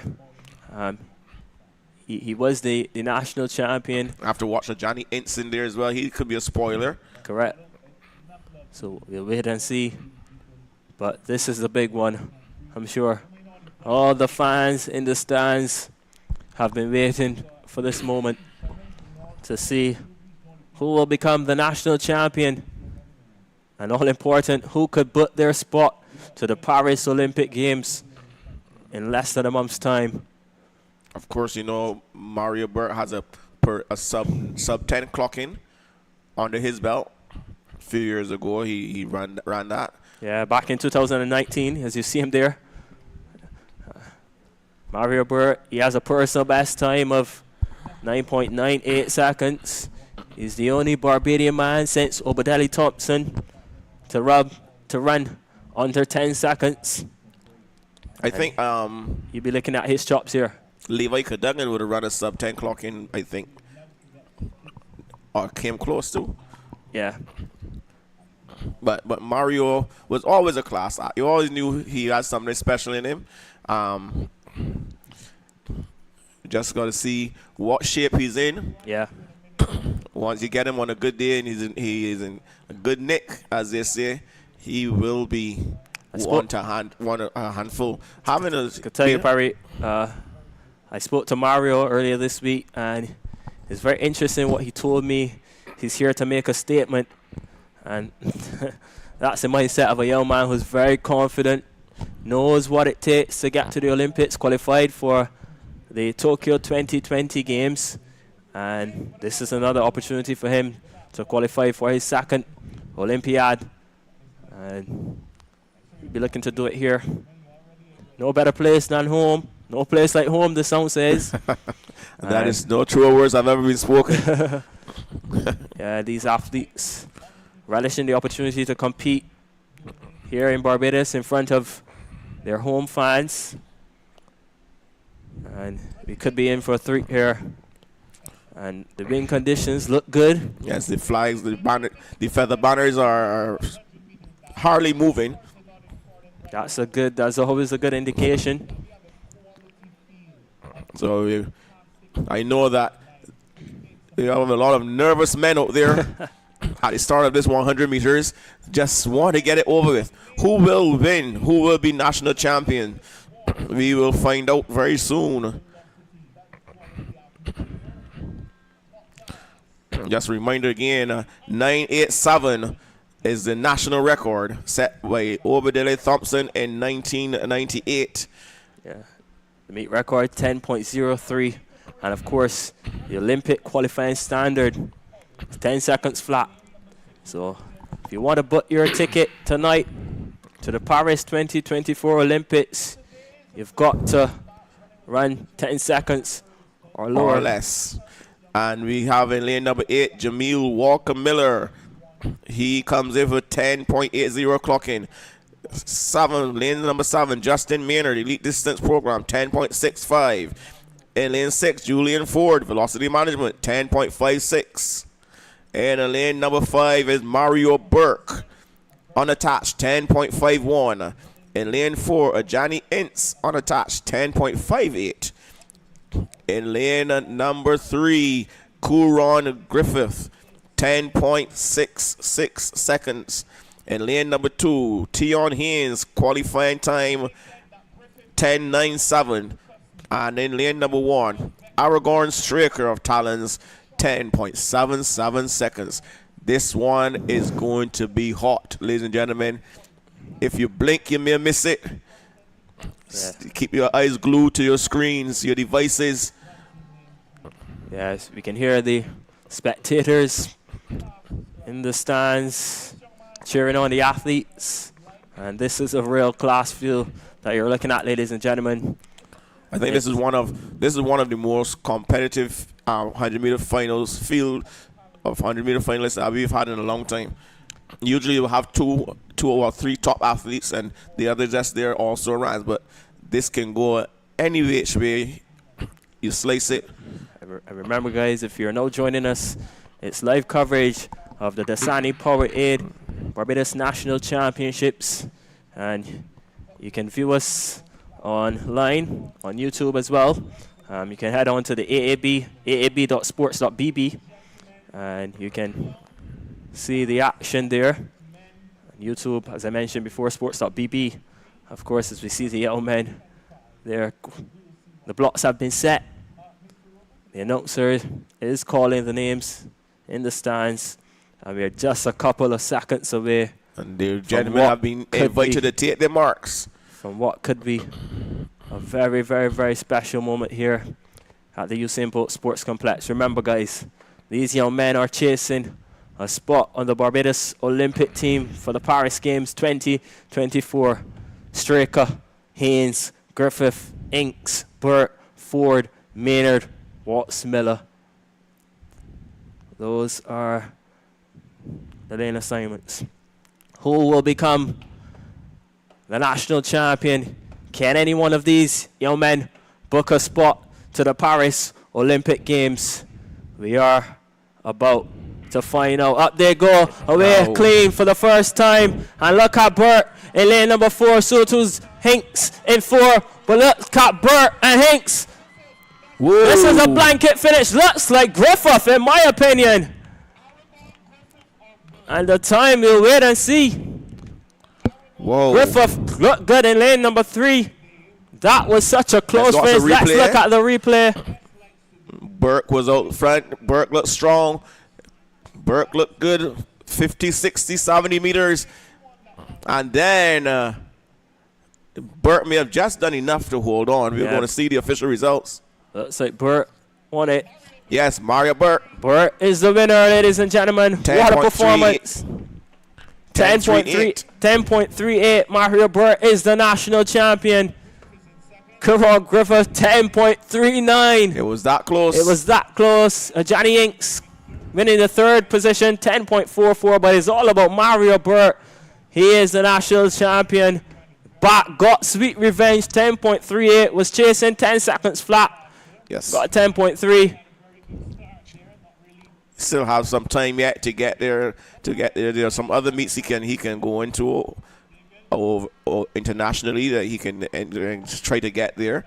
10.38, not a bad time. 10.38, considering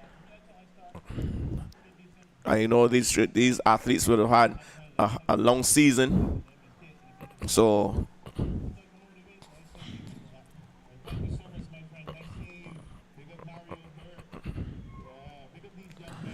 Up next will be the 400 meters to bring the curtains down on the penultimate day of our national championships here in beautiful Barbados. We had lovely weather. We had a very lovely and responsive crowd. We had some keen competition so far. And everyone is in good nick. Everybody is in high spirits. Even though I'm sure spectators may be a little disappointed that none of our top sprinters have run the qualifying time for the Olympics as yet. They're still enjoying the level of competition. Yeah, so most definitely.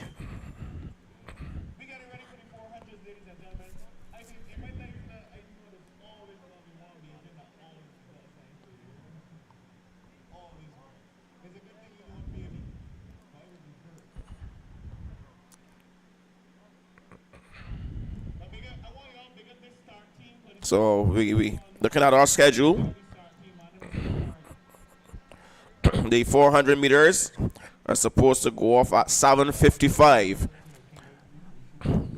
Again, they're really making good time, keeping it on point. 7:55 will be the start of the first of 400 meters. We have the under 18 girls and then the under 18 boys, and then we're moving on to the men and women. Exciting times ahead, Perry. You've got the Commonwealth champion in Barbados, World Championship bronze medalist here in Barbados running the sports. And we want to big up a man who trained me how to start. We got I spent enough time with Basil and Benny to show me some things to give me proof that quality starters world class. Not from out to them. Real talk. Top quality starters. The reason I don't start no more, they got too much women from the team that we do practice. So we got any 400s to finish up tonight. And as I said, ladies and gentlemen, it's not love, we are all Asian. And it's not love to Asian people all the time. So you got any song lineup there? You got a song lineup there, the song man?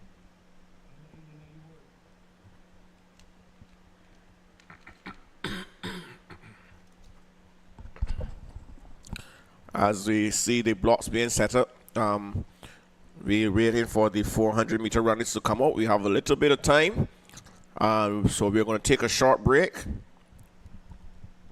We're going to take a short break, and then we're going to come back to you with live action in the Dasani-Powerade National Championships for 2024 here at the Nationals. Sorry, wrong Nationals. The Usain Bolt Sports Complex. Running on the Ryan Brathwaite track. Stay tuned. We'll be right back.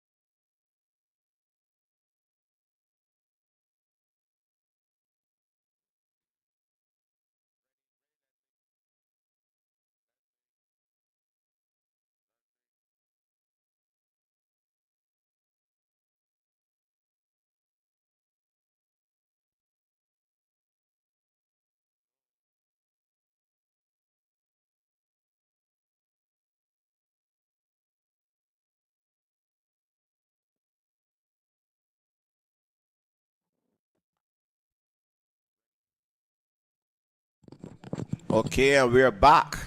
Live action here at the Dasani-Powerade National Championships 2024. Beautiful Barbados here at the Usain Bolt Sports Complex. We are now getting ready to start off the first of 4 400-meter runs. This will be the under 18 girls 400 meters. And lane number 8, Zoe Thomas, Corjan, her qualifying time 63.75 seconds. And lane number 7, Crystal Bentham, Talons, 61.21. And lane number 6, Takara Watson, Quantum Leap, 62.28. And lane number 5, Ariel Archer, Rising Stars, 59.94.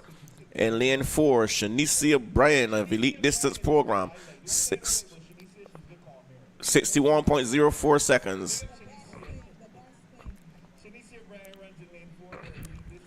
And lane number 3, Daniel Skeet, Elite Distance Program, 59.86. And lane number 2, Ebony Jones, Elite Distance Program, 62.72. And on the inside, and lane number 1 from Quantum Leap, Aviel Small, 62.84 seconds. Class field, some of Barbados's top junior athletes here. Yes, and the record holder is here, Ariel Archer, coming in with the fastest qualifying time. And her record is 56.56 seconds. And she did that just last year. Yeah, Small, Jones, Skeet, Bryant, Archer, Watson, Bentham, and Thomas, who will become the under 18 girls 400-meter champion. There they go, all first time asking. Pace looks good, and you see Crystal Bentham of Talons making a move on the back stretch as she go up the turn. She's up there, but here comes Archer moving up as well as they go up the back stretch.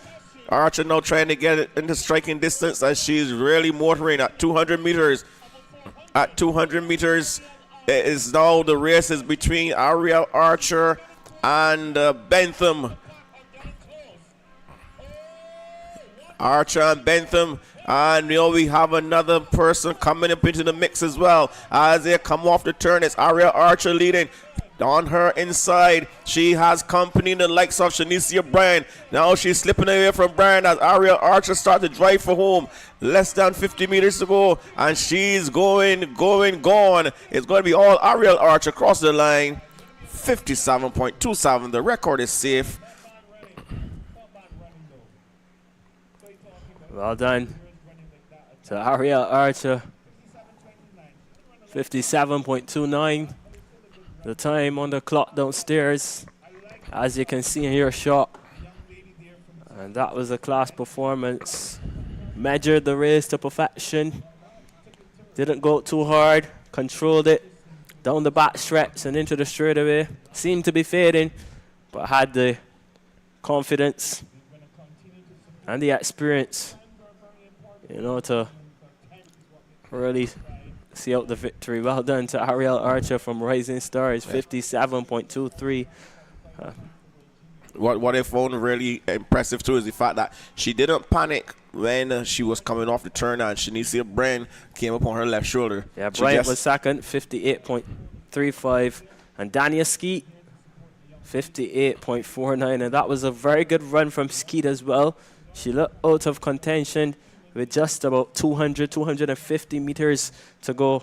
But she did well to come back and to get that third spot. So well done to Skeet, Bryant, and Archer, of course, the champion. And the boys will be up next. Yeah, so let's see if we're going to see some more fireworks when the boys make their way onto the track. Of course, we're going to be seeing the under 15s and under 13s going over 400 meters tomorrow. That's always interesting. We're going to see that on the 15 division for sure. It's going to be pretty interesting to see the times that they run.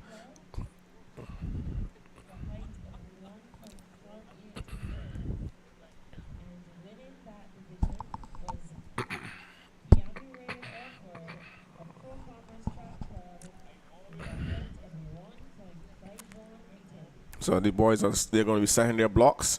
The crowd is eagerly anticipating these 400 meters. They had a very exciting 100-meter final series, and now they're looking forward to the fours. Of course, these fours will bring the curtains down on today's proceedings and set up nicely the environment for tomorrow as we come back to this venue for the final day of the Dasani-Powerade National Championships.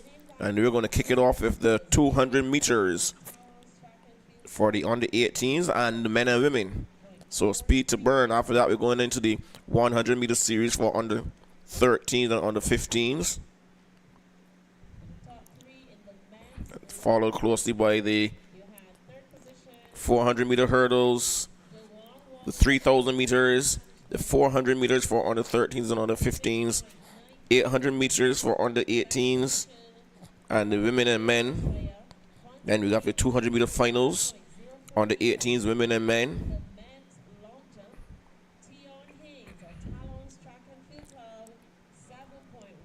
And we're bringing the curtains down with some 4x4 relays. Should be interesting.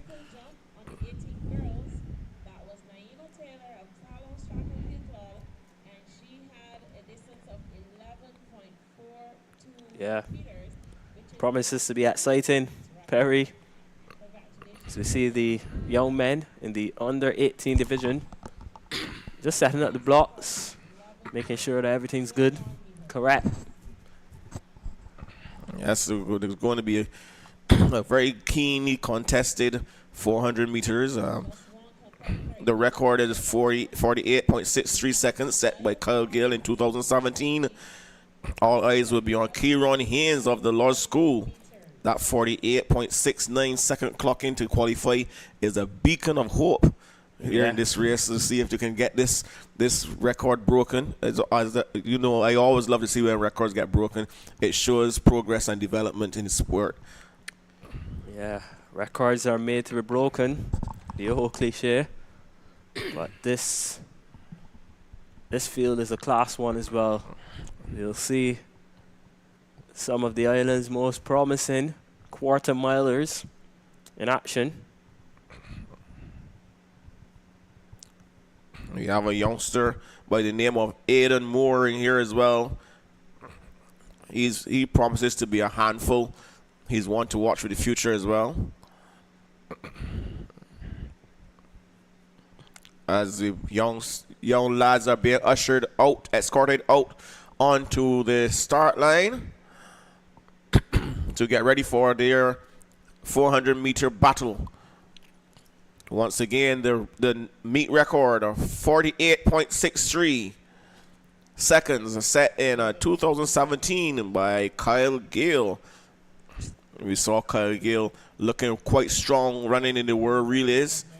The 400 meters and the 4x4 relay, the world relays, and he looked very strong. I think he looked probably the strongest out of all of those athletes. Yep. So we're missing lane number 1, no Caden Doris Roach.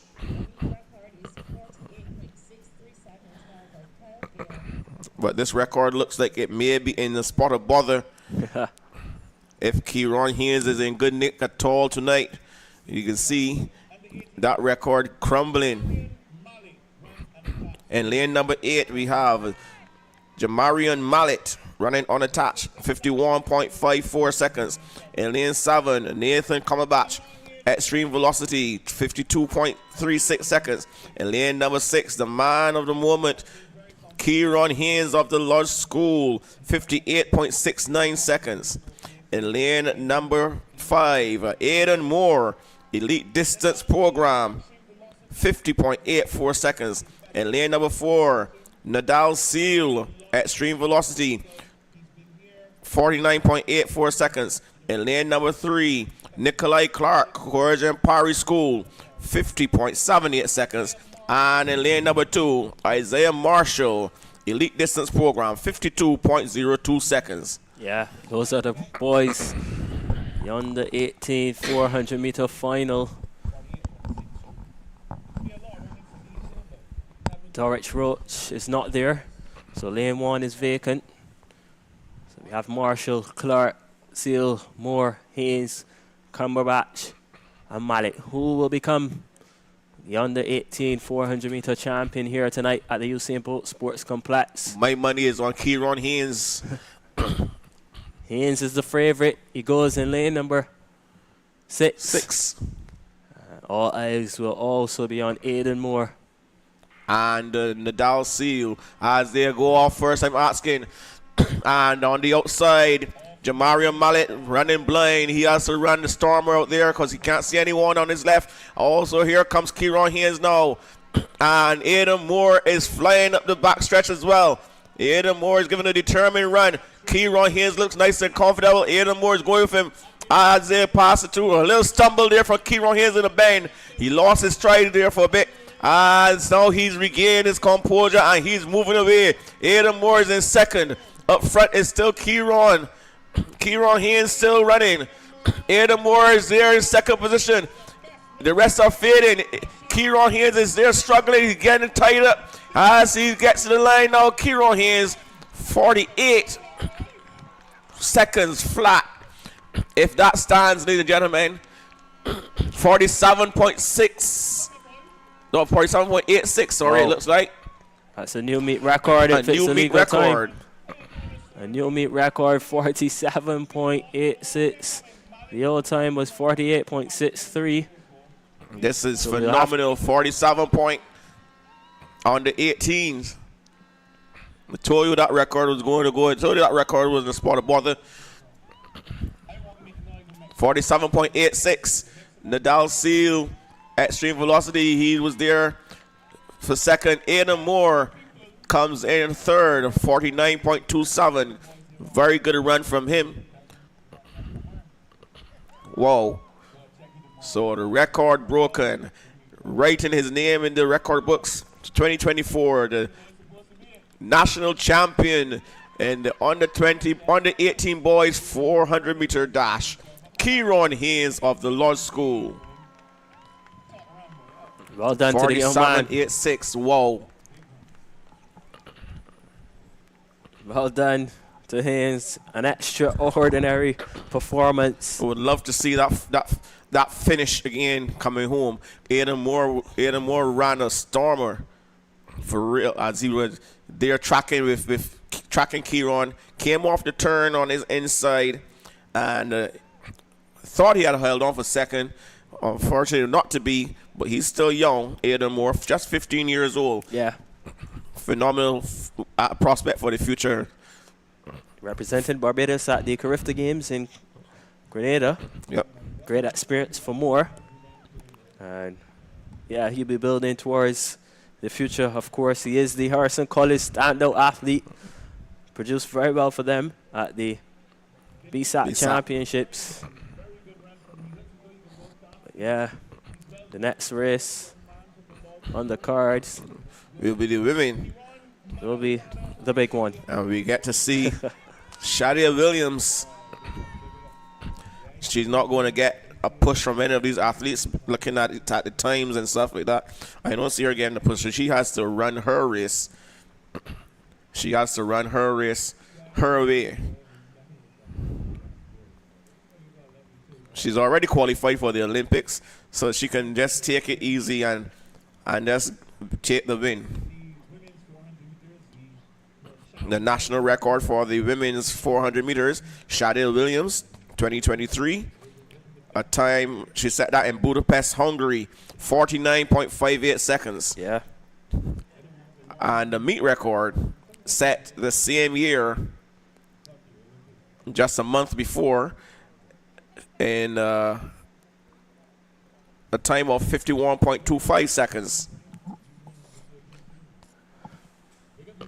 Remember, if you're now joining us, ladies and gentlemen, this is live coverage of the Dasani-Powerade Barbados National Championships here at the Usain Bolt Sports Complex. And this next race promises to be mouth-watering. Yes, if you've never seen We've only be privy to seeing this young lady run on television. Now you can get this if you're here. Those spectators here are going to get to see her run live, and you viewing at home, you're going to get to see her running back home in Barbados after a long time. Shade Williams.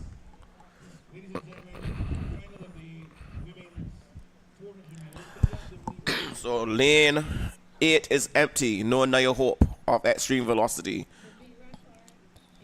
Naya Hope is out, as Perry mentioned.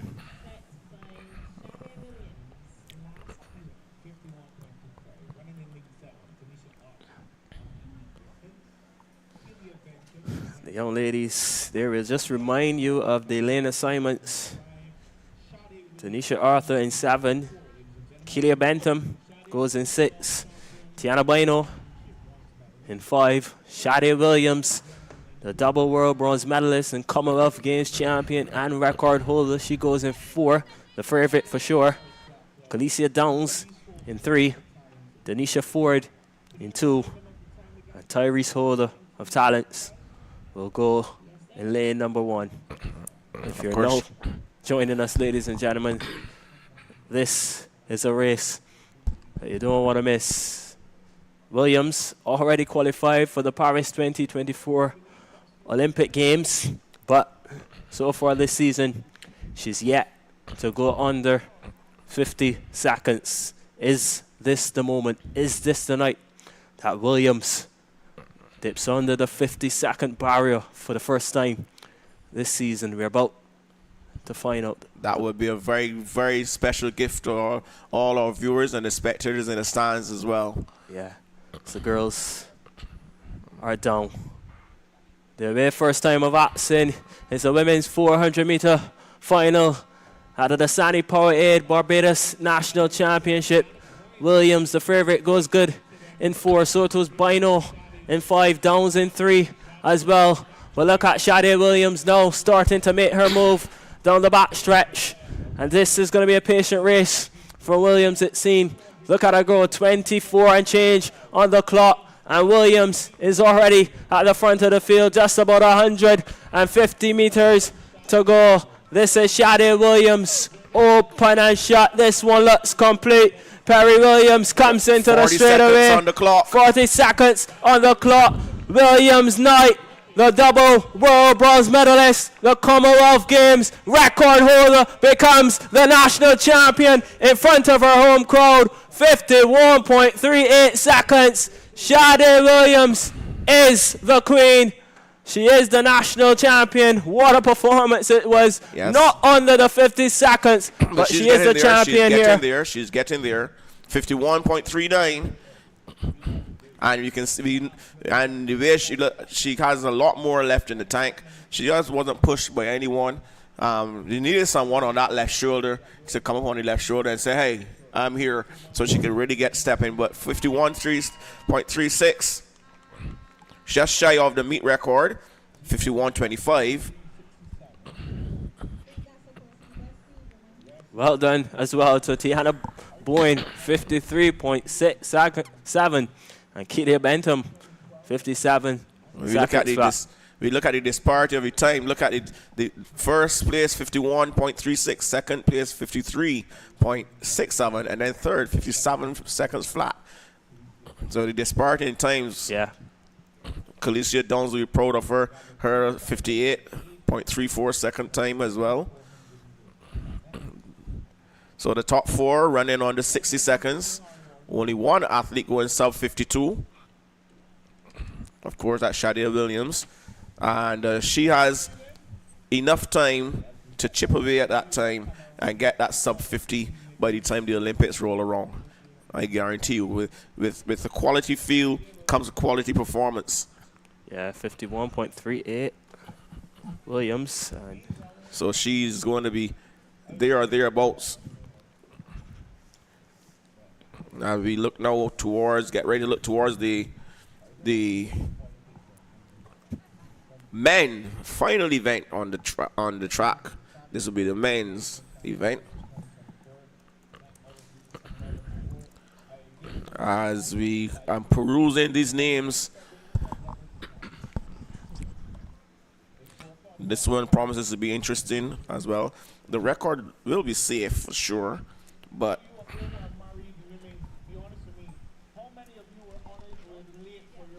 the record will be safe for sure, but it's going to be a competitive race. We have 1, 2, 3, 4, about 5 guys in there running, 4 guys in there running sub 50, and then the 50 plus runners there, they're about 50 low, 50 mid range. So again, not going to be threatening the record, but it will be a competitive race. It should be something exciting that if the spectators and our viewers would love to see. So they've just seen Shadia Williams storm into victory in a time of 51.38 seconds, narrowly missing out on breaking her own record, 51.25, and she's getting closer to that sub 50 clocking.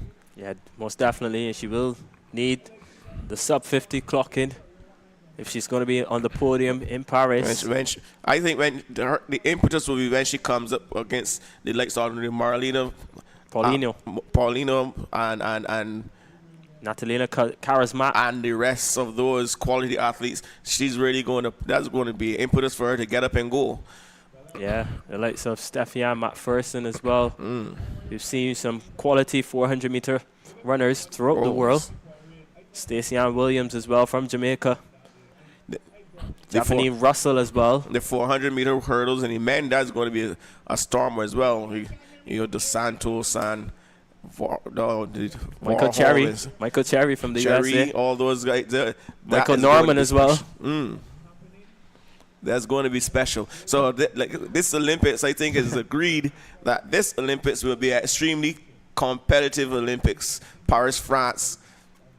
Of course, all eyes will be on the women's 100-meter. It is going to be the final major championships for Shelly-Ann Fraser-Price, the pocket rocket from Jamaica. Yes. Of course, Sharika Jackson as well will be hoping to beat her, as well as Sha'Carri Richardson. So it's going to be a very star-studded field in the women's.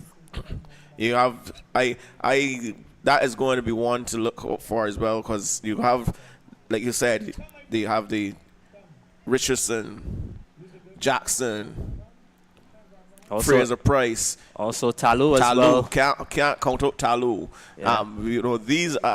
These ladies are going to be really, really gunning, and I like, believe it or not, Sha'Carri Richardson has been running some phenomenal times. And there's one athlete that we didn't even mention, Julian Alfred from St. Lucia. Yes, I forgot about her. Yeah. How could you forget about Julian Alfred? Julian Alfred is also running some phenomenal times. So the door is open for anyone to step in. And a very game Sharika Jackson on the day.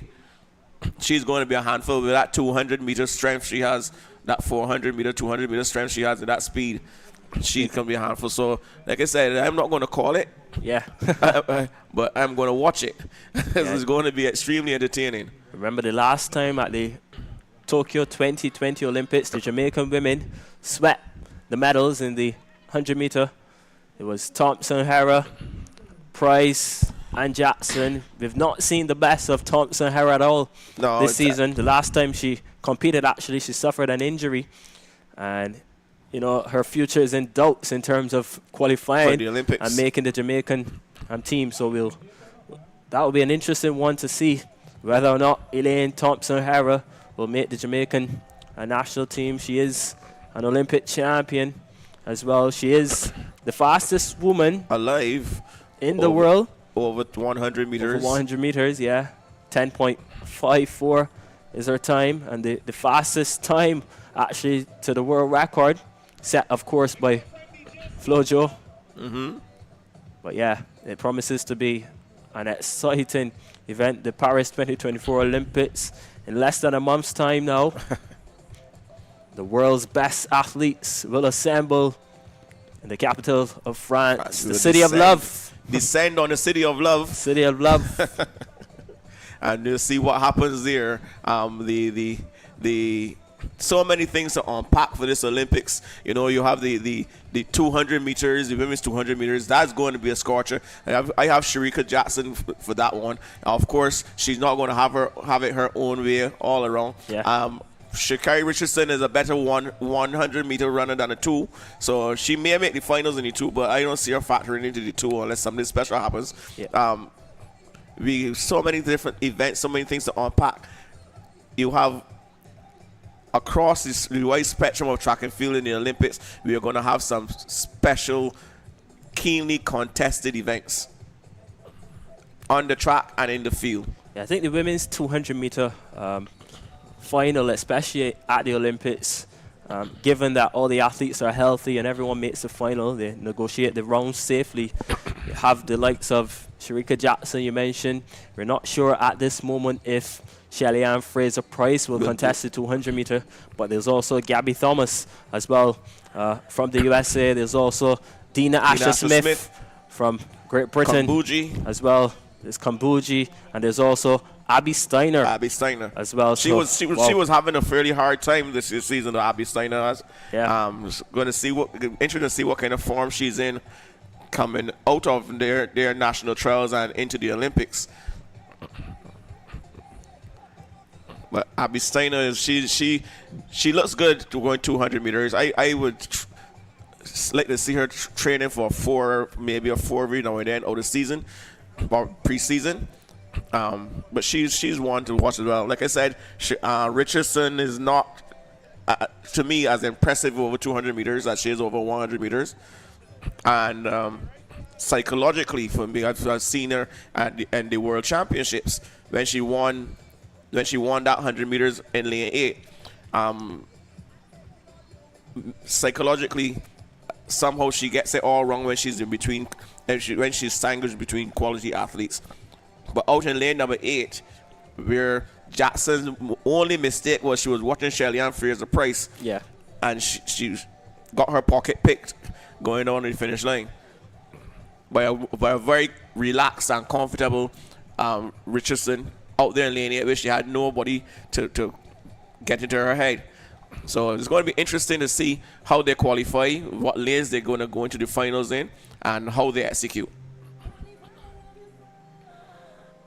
So, I believe it's the final race on the cards for tonight. The men's 400-meter final to bring the curtain down on day number 2. Well, actually, this will be day number 4. Because we started Thursday. Yeah.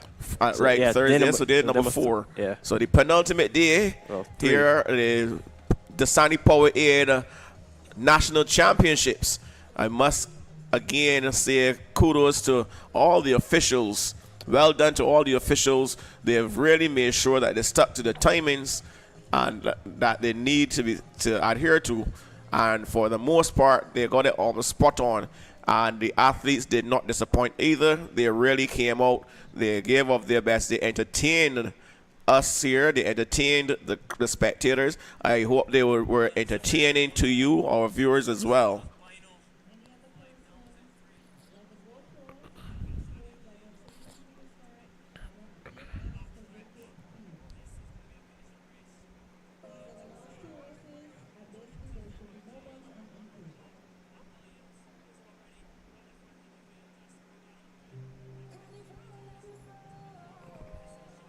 We want to say a special shout out to Captain Michael Jules.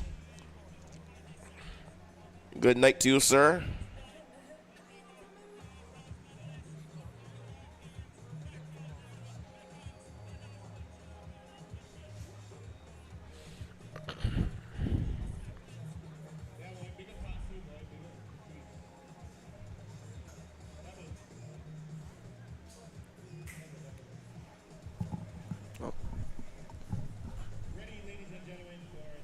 As the young men know, the men being let out.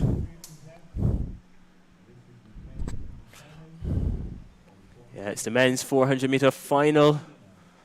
The young gentlemen, 8 of them here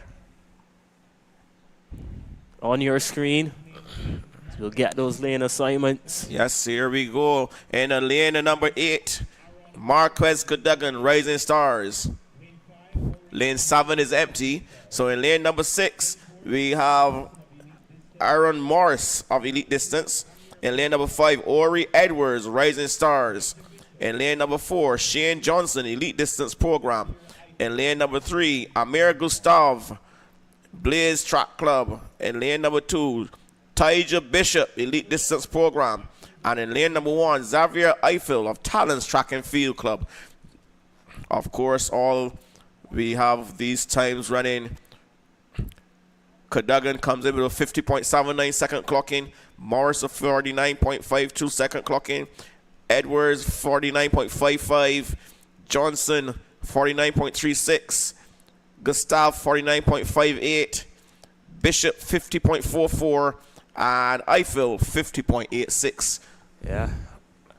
Eiffel, Bishop, Gustav, Johnson, Edwards, Morris, Henry, and Cadogan.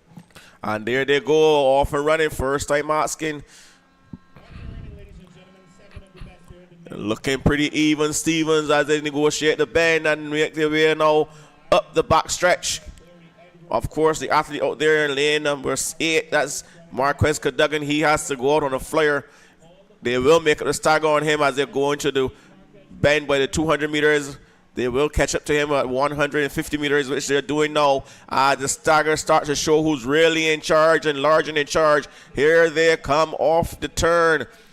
I see showing first in lane number 4. That's Shane Johnson. But no, he's tying up. And he is being passed. And it's going to go to the athlete in lane number 6.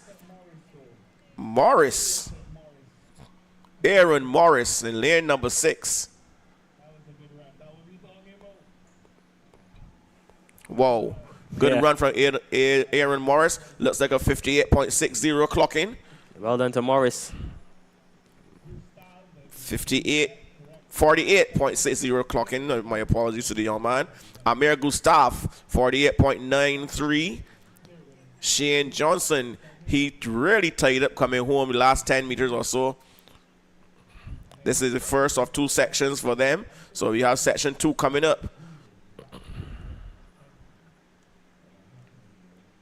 Yeah, very good performance there from Morris. 48.60 seconds. Yeah, Gustav there second, 48.99. And Shane Johnson, 49.18. But a very calculated performance and effort there from Morris.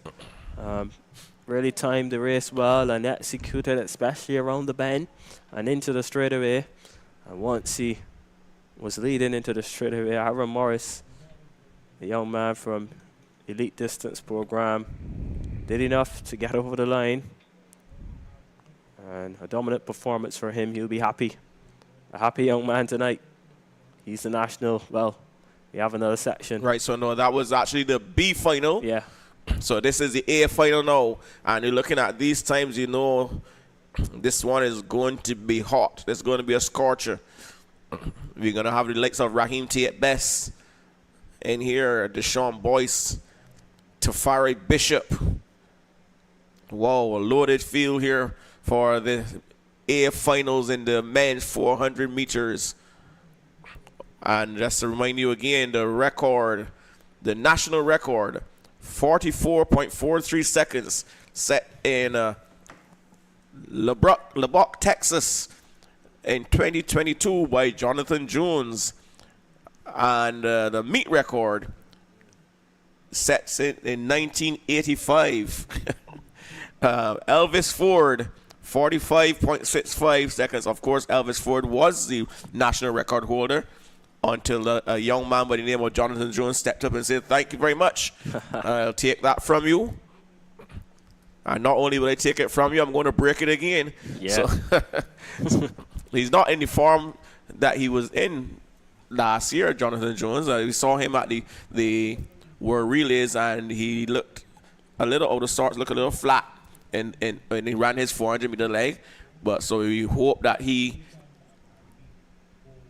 continues to improve and develop and get back to the type of form that he was at before, because he was a handful. As we see the young men making their way out onto the track. So this is the final event for day number 3, ladies and gentlemen. The Dasani-Powerade, the national championships here in beautiful Barbados. Is a lovely night. Hardly any wind. Outside is nice and cool. Nice atmosphere. The stands are packed. Spectators are there. They're not going to leave until the last race is done, as these young men now get ready to do battle over 400 meters. This is the A finals of the men's 400-meter dash. Who will it be? Yes, and lane number 8, Tafari Bishop, elite distance program, 47.79. And lane number 7, Yazid Daniel, elite distance program, 48.47 seconds. And lane number 6, Deshaun Boyce, elite distance program, 47.20. And lane number 5, Raheem Tate Best, 47.55 seconds. He's from Talents Track and Field Club. And lane number 4, Jaleel Armstrong, elite distance program, 47.57. And lane number 3, Ross Waldron of Talents Track and Field Club, 48.44. And lane number 2, Josiah Paris of Quantum Leap, 48.19 seconds his qualifying time. And on the inside, running unattached, Jamal Burke, 48.69 seconds. Star-studded field here, Perry. Yes. Haven't seen Jamal Burke run in a long time. You know, he was on overseas in the college circuit. Yeah. Doing quite well over there. As I mentioned before, a class field here, lining up, ladies and gentlemen. Burke goes in 1, Paris in 2, Waldron in 3, Armstrong in 4, Tate Best in 5, Boyce in 6, Daniel in 7, and Bishop goes in 8. There are 4 elite distance program athletes in this event. 1 from Talons, 2 from Talons actually, 1 from Quantum League, and unattached is Burke. It's the final event of the Dasani-Powerade Barbados And there they go, off and running. Nice clean start. And we see outside in lane number 7, Yazid Daniel off on a flyer. A scorcher, as they say. Deshaun Boyce tracking nicely, going at the back stretch. This is going to be good. Boyce looks very, very, very relaxed.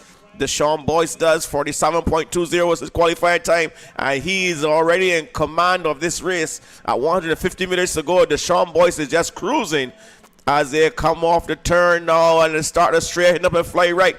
Deshaun Boyce is leading. The rest are chasing. It's all Deshaun Boyce. Deshaun Boyce is going. They're trying to get there. They're trying to catch him. I see Raheem Tate Best trying to run back in, but Deshaun Boyce is going to cross the line right about now. This looks like a 46.6.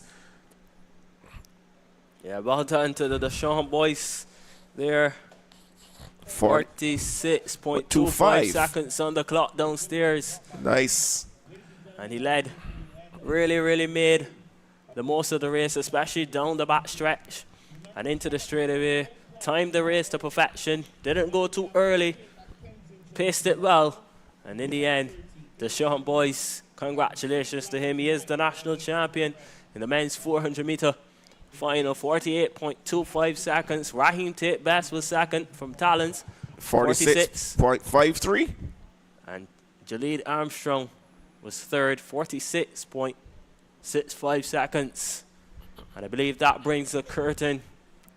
That brings the curtain down on the first day of the track section. Yes. So, what stood out for you today on the first day of track? Of course, we had a couple of meet records that fell. Of course, we saw the brilliance and dominance of Shade Williams as well, clocking 51 and change. Mario Burt, 10.3 seconds. Tristan Evelyn as well was a standout performer. And in the end, I think we had an overall good day of performances in track and field. The athletes should be very happy with what they've done. I know there were some who were looking to qualify for the Paris 2024 Olympic Games. But nevertheless, no need to be disheartened. Definitely saw some good performances from Barbadian athletes today. I think the spectators We'll be happy with what they've seen, Perry. Yes, I think they got their money's worth. I'm sure they're going to be coming back in the numbers tomorrow for the final day. For me, what stood out besides the obvious performances from these athletes, like the Mal Burks and Shadi Williams and stuff like that, what stood out for me were the youngsters who stepped up the age divisions, the Josiah Gills and stuff who stepped up, you know, and ran. Anaya Nurse running with the women, and getting third. You know, that those are, for me, that I love to see those kind of performances, because they shows you that, hey, we have a strong, solid future in track and field when these youngsters are able and willing to step up to the plate and step up in the age divisions and run well and compete well. So, ladies and gentlemen, that will bring us to the end of today's broadcast. We are expecting to see you have you joining us tomorrow. Again, we are going to be on 4 p.m. and we are going to be bringing you live coverage on the final day of the Dasani-Powerade National Championships for 2024 here at beautiful Barbados. My name is Perry Barnett. And Mark Goodrich Boyce. And this is Sports BB. We are going to say thank you for staying with us and see you tomorrow.